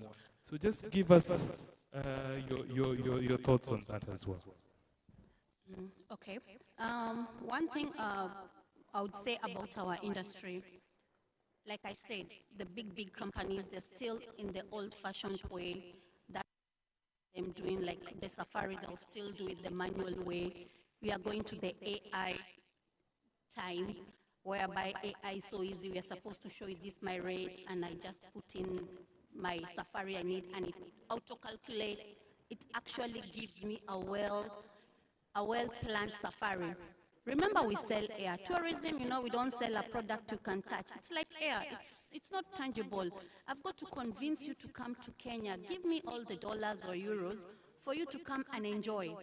I've got to create that. So AI has come and helped us that.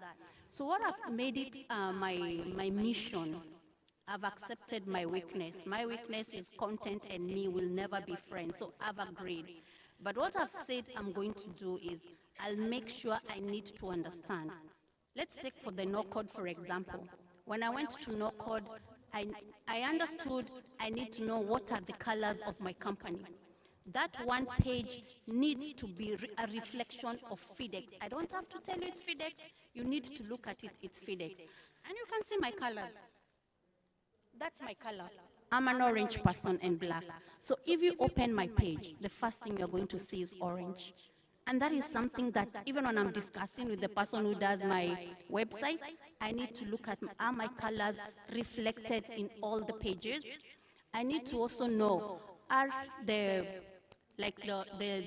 font I have been using, is it the font that I want to use to reflect? Now, all those things I remember. Unfortunately, I can't remember his name, the one who was set to train us, but he kept on telling us about make sure you have your colors, make sure you know your font.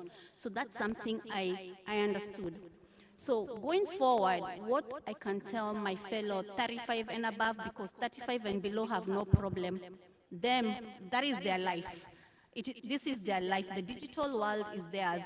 35 and above is not our world, but it has become a world by default, or can I say it's a must. Especially if you're in an industry like mine, which is digital driven, please go to class. You don't have to be so perfect. You don't have to do it, but get the basics. Get the basics, get to know what is expected, such that when you sit down with the staff who are doing it, you don't look like you're floating. You understand.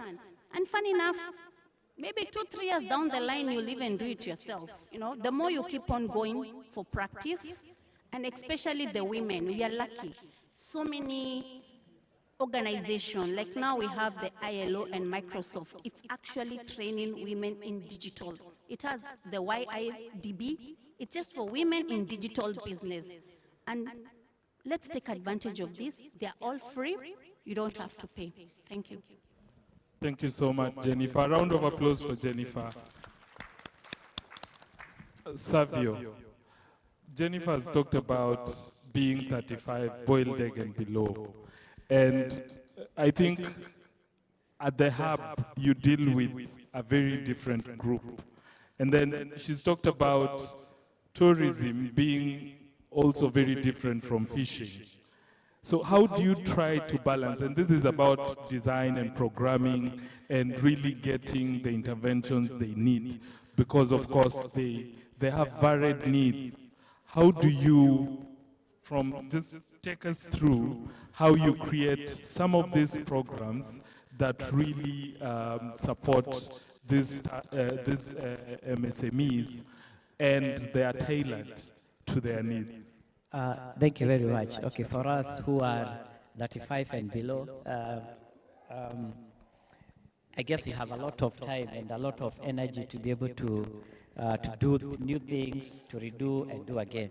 But I remember one day when I left my university, just a small story, less than 10 seconds, left the university and came to Nairobi, whereby everyone thinks that there are opportunities. And when I got to Nairobi, me and my brother, we used to wake up and let the day surprise us. What that means is you have no agenda whatsoever. You are just waiting for something, kitu ikuje, ukue plug. And I remember when we bought the first pizza, and my brother told me, when we went back home, my brother told me, hiyo pizza ni tamu sana. And the next thing that he did was to go and search how to bake pizza without a machine. So we got 1 billion responses. Do you know what that told us? That we are not the only foolish people. And two, that you are not the only one with a certain idea. So at least for me, I have been able to walk through all these levels. I have been a software engineer for over 10 years, worked for the UN as a software engineer up to now for over 5 years. I have been in the hubs, set up my hub, and I've been able to interact with startups since 2013. So, and now we are investing. So I know at least how people think, and the biggest hindrance is in regards to whereby startups and entrepreneurs come to your space, come to you, and then think that the idea they have, no one else can ever think about it. And they think they are very special, and the world owes them, and investors should be running to them. I remember when I left my university, I was very good. I was a very good software engineer. And in fact, nilikuwa nafikiria wasichana wote watanikujia. But ideally, what was happening was, I thought when I leave my university and go out there, all the companies zitakuja kuniangalia. Wewe safi utakuja utuwakie. And I remember walking into a lot of the institutions in Nairobi, starting to look at the graduate trainee. The first people who were giving me the graduate trainee position, the first question I was asking them, how much are you paying me? So they tell me, okay, we'll give you 10, 15,000, and I'm just stuck here. I'm very valuable. And then after I continued to look for new opportunities, the first opportunity is the graduate trainee, sasa hakuna mtu ananiuliza. And then the second one is whereby, now I want an internship. No one wants to give me that internship. I even went to a lot. I see my friends, they can testify on this, and I was even telling them, it's okay then, I know you don't want to give me a graduate trainee, you don't want to make me an intern, it's okay, you just give me a space, hata usinilipe, sasa hata hiyo hawataki. So, and the same journey for an entrepreneur, whereby when you're starting, you think your idea is the best in the world.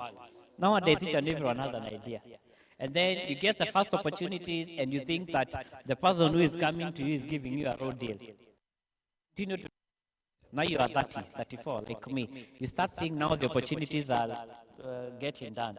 You start now looking desperate to do a lot of new things. So according to me and according to what we are doing as Innovation Hubs is to tell these entrepreneurs, innovators and engineers the truth, that the world does not owe you anything, that you are not the only genius in the world. People are doing crazy things more than you. You are not, the world and the investors do not owe you anything. It's upon you to be able to prove to them that they are going to make money. If you come to me as an investor, I do not want to know whether you are hot or not, whether your innovation is the best or not, whether the solution that you are building has the best technology that has ever happened. According to me, is I want to make money.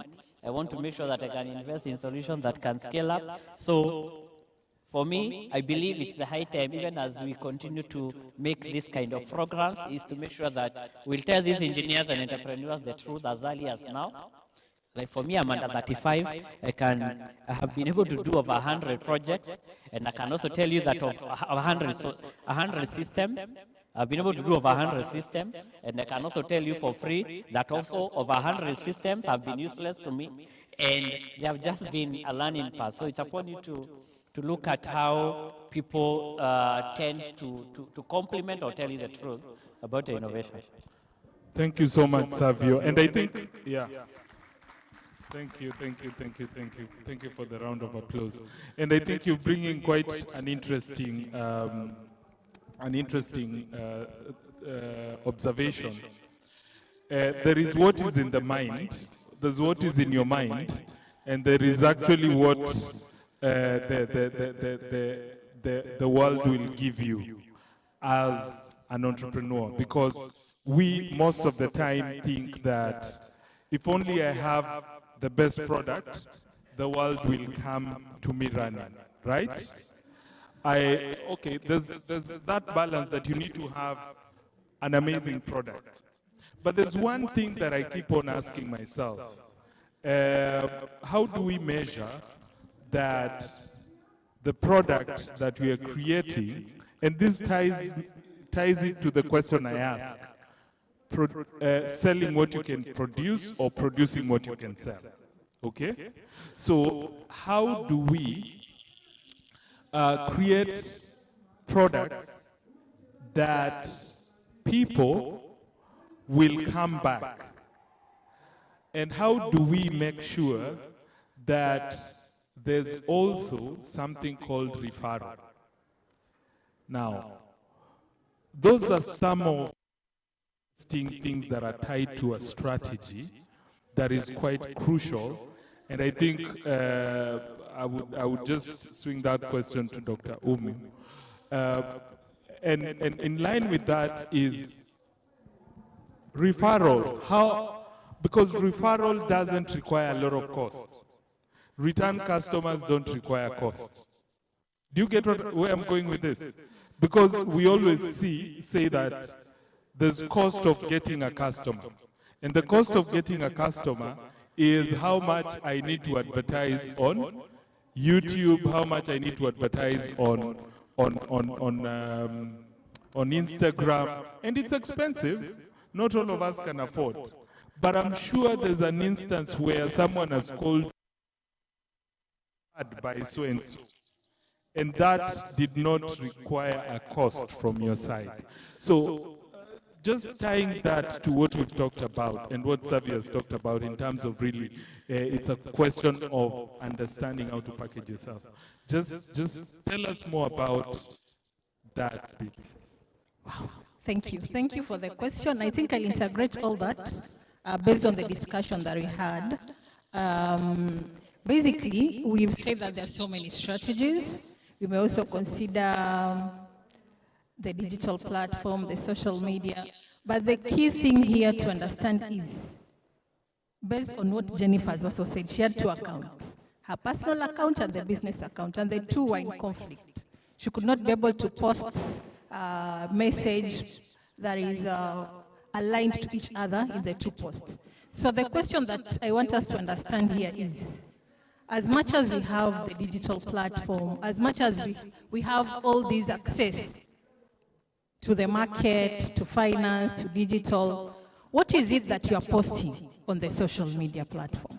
So you need to be very strategic on whatever that you're posting. For you to, you need to post something that is valuable to the client, as in it should attract the attention of the client.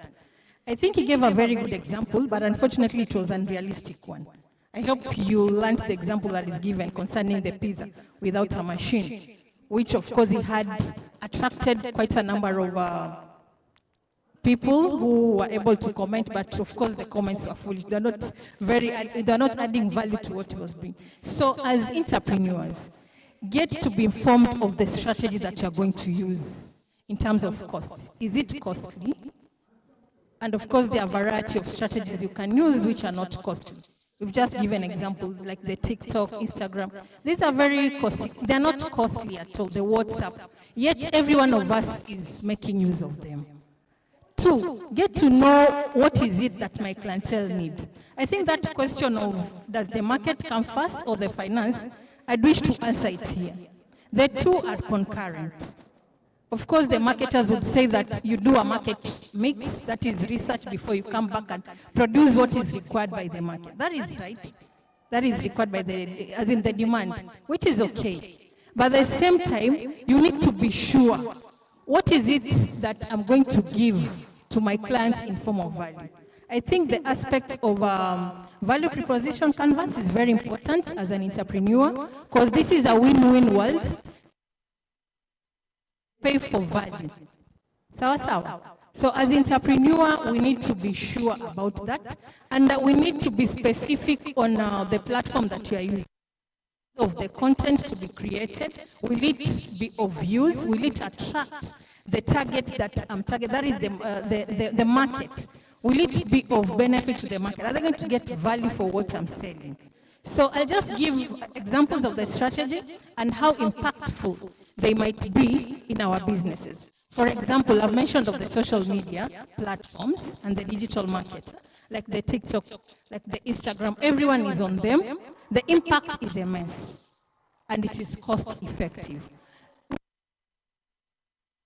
Tracy, where my colleague here, especially in those remote areas, people are not informed on the usage of digital. And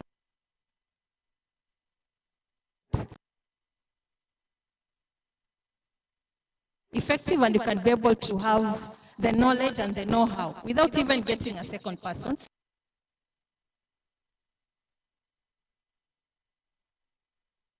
But it is good to understand the business you as a person and the strategies which need to be employed. So you may leverage on the various platforms for digital literacy, like the Ajira, they do have such trainings and awareness. We've mentioned of the hubs which the government intends to have 1,140 in each and every ward. So as entrepreneurs, kindly let's link ourselves to those hubs for purposes of mentorship, for purposes of training, at very cost effective. It's a matter of you taking yourself there, having that collaboration, having the free space, the network, the mentorship, access to digital tools. And we've also mentioned about the tools that we use, the digital platform tools. For example, she has mentioned about the website. Unfortunately, after the home all the trainings and skills that she was taken through.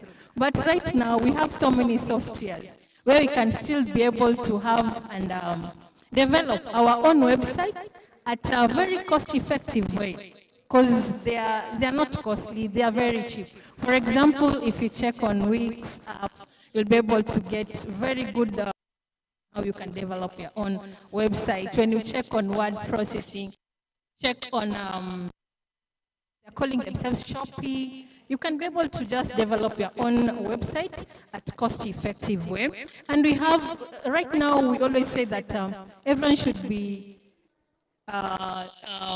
in position to, everyone always calls themselves content creator. Is it? Almost everyone. And this has been made possible because of the AI tools, which are accessible at at the comfort of our, wherever we are, even our mobile phones, we can be able to access to various AI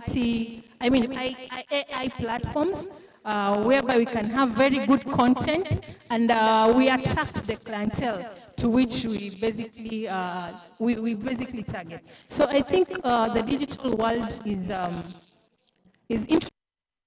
No one should be left behind as an entrepreneur. We should be able to move with the speed of the technology as it is, because success is predictable. If you want to grow in your area, as my friend has said, you know, when you are a startup, you believe that you are the only hot cake in the region. But remember, people have done these things, and you are not the only one who knows it.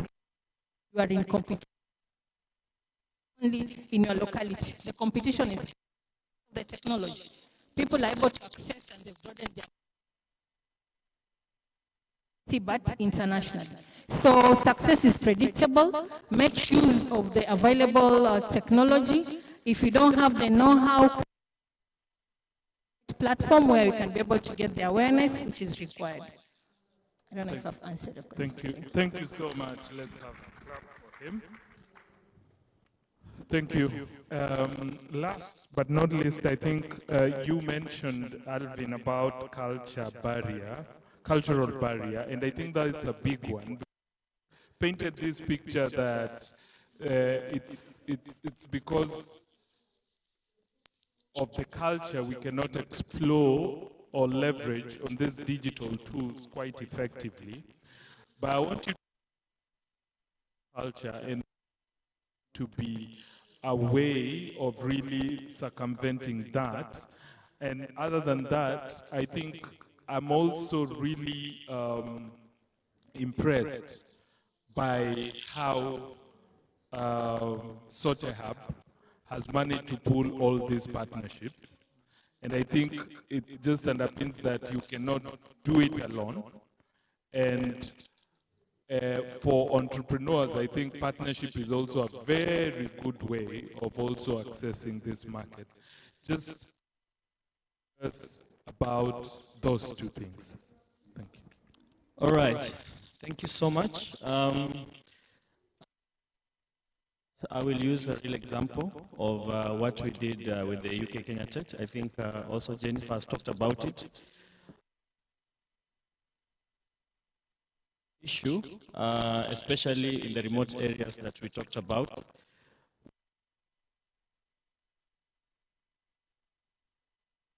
Called the TOT model, whereby we, across 27 counties, and the counties I mentioned about Lamu and those counties were also within those 27.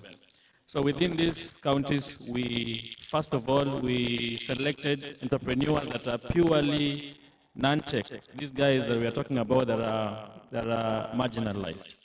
So they are non-tech, but they have the capacity, you know, to consume the concept.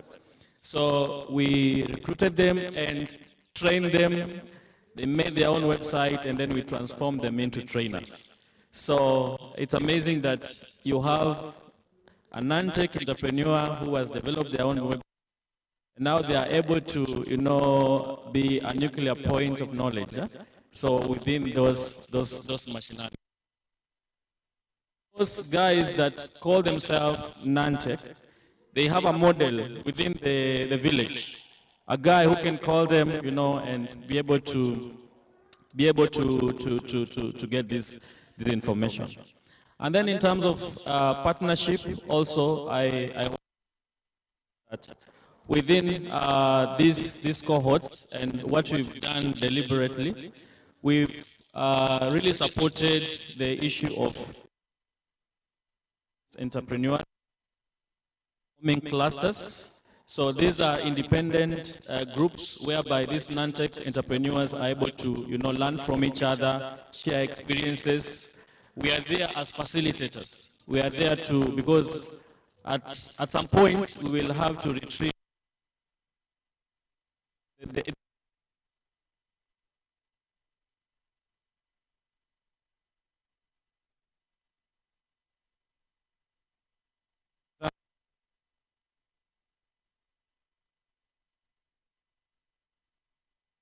experts.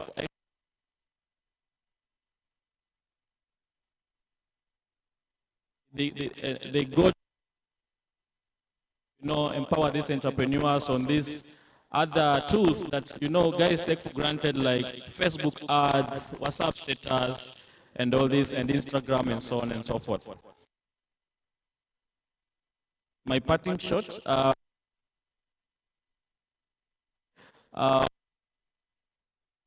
having content and putting it on social media. The question is, what quality of, if you are the guy on the receiving end,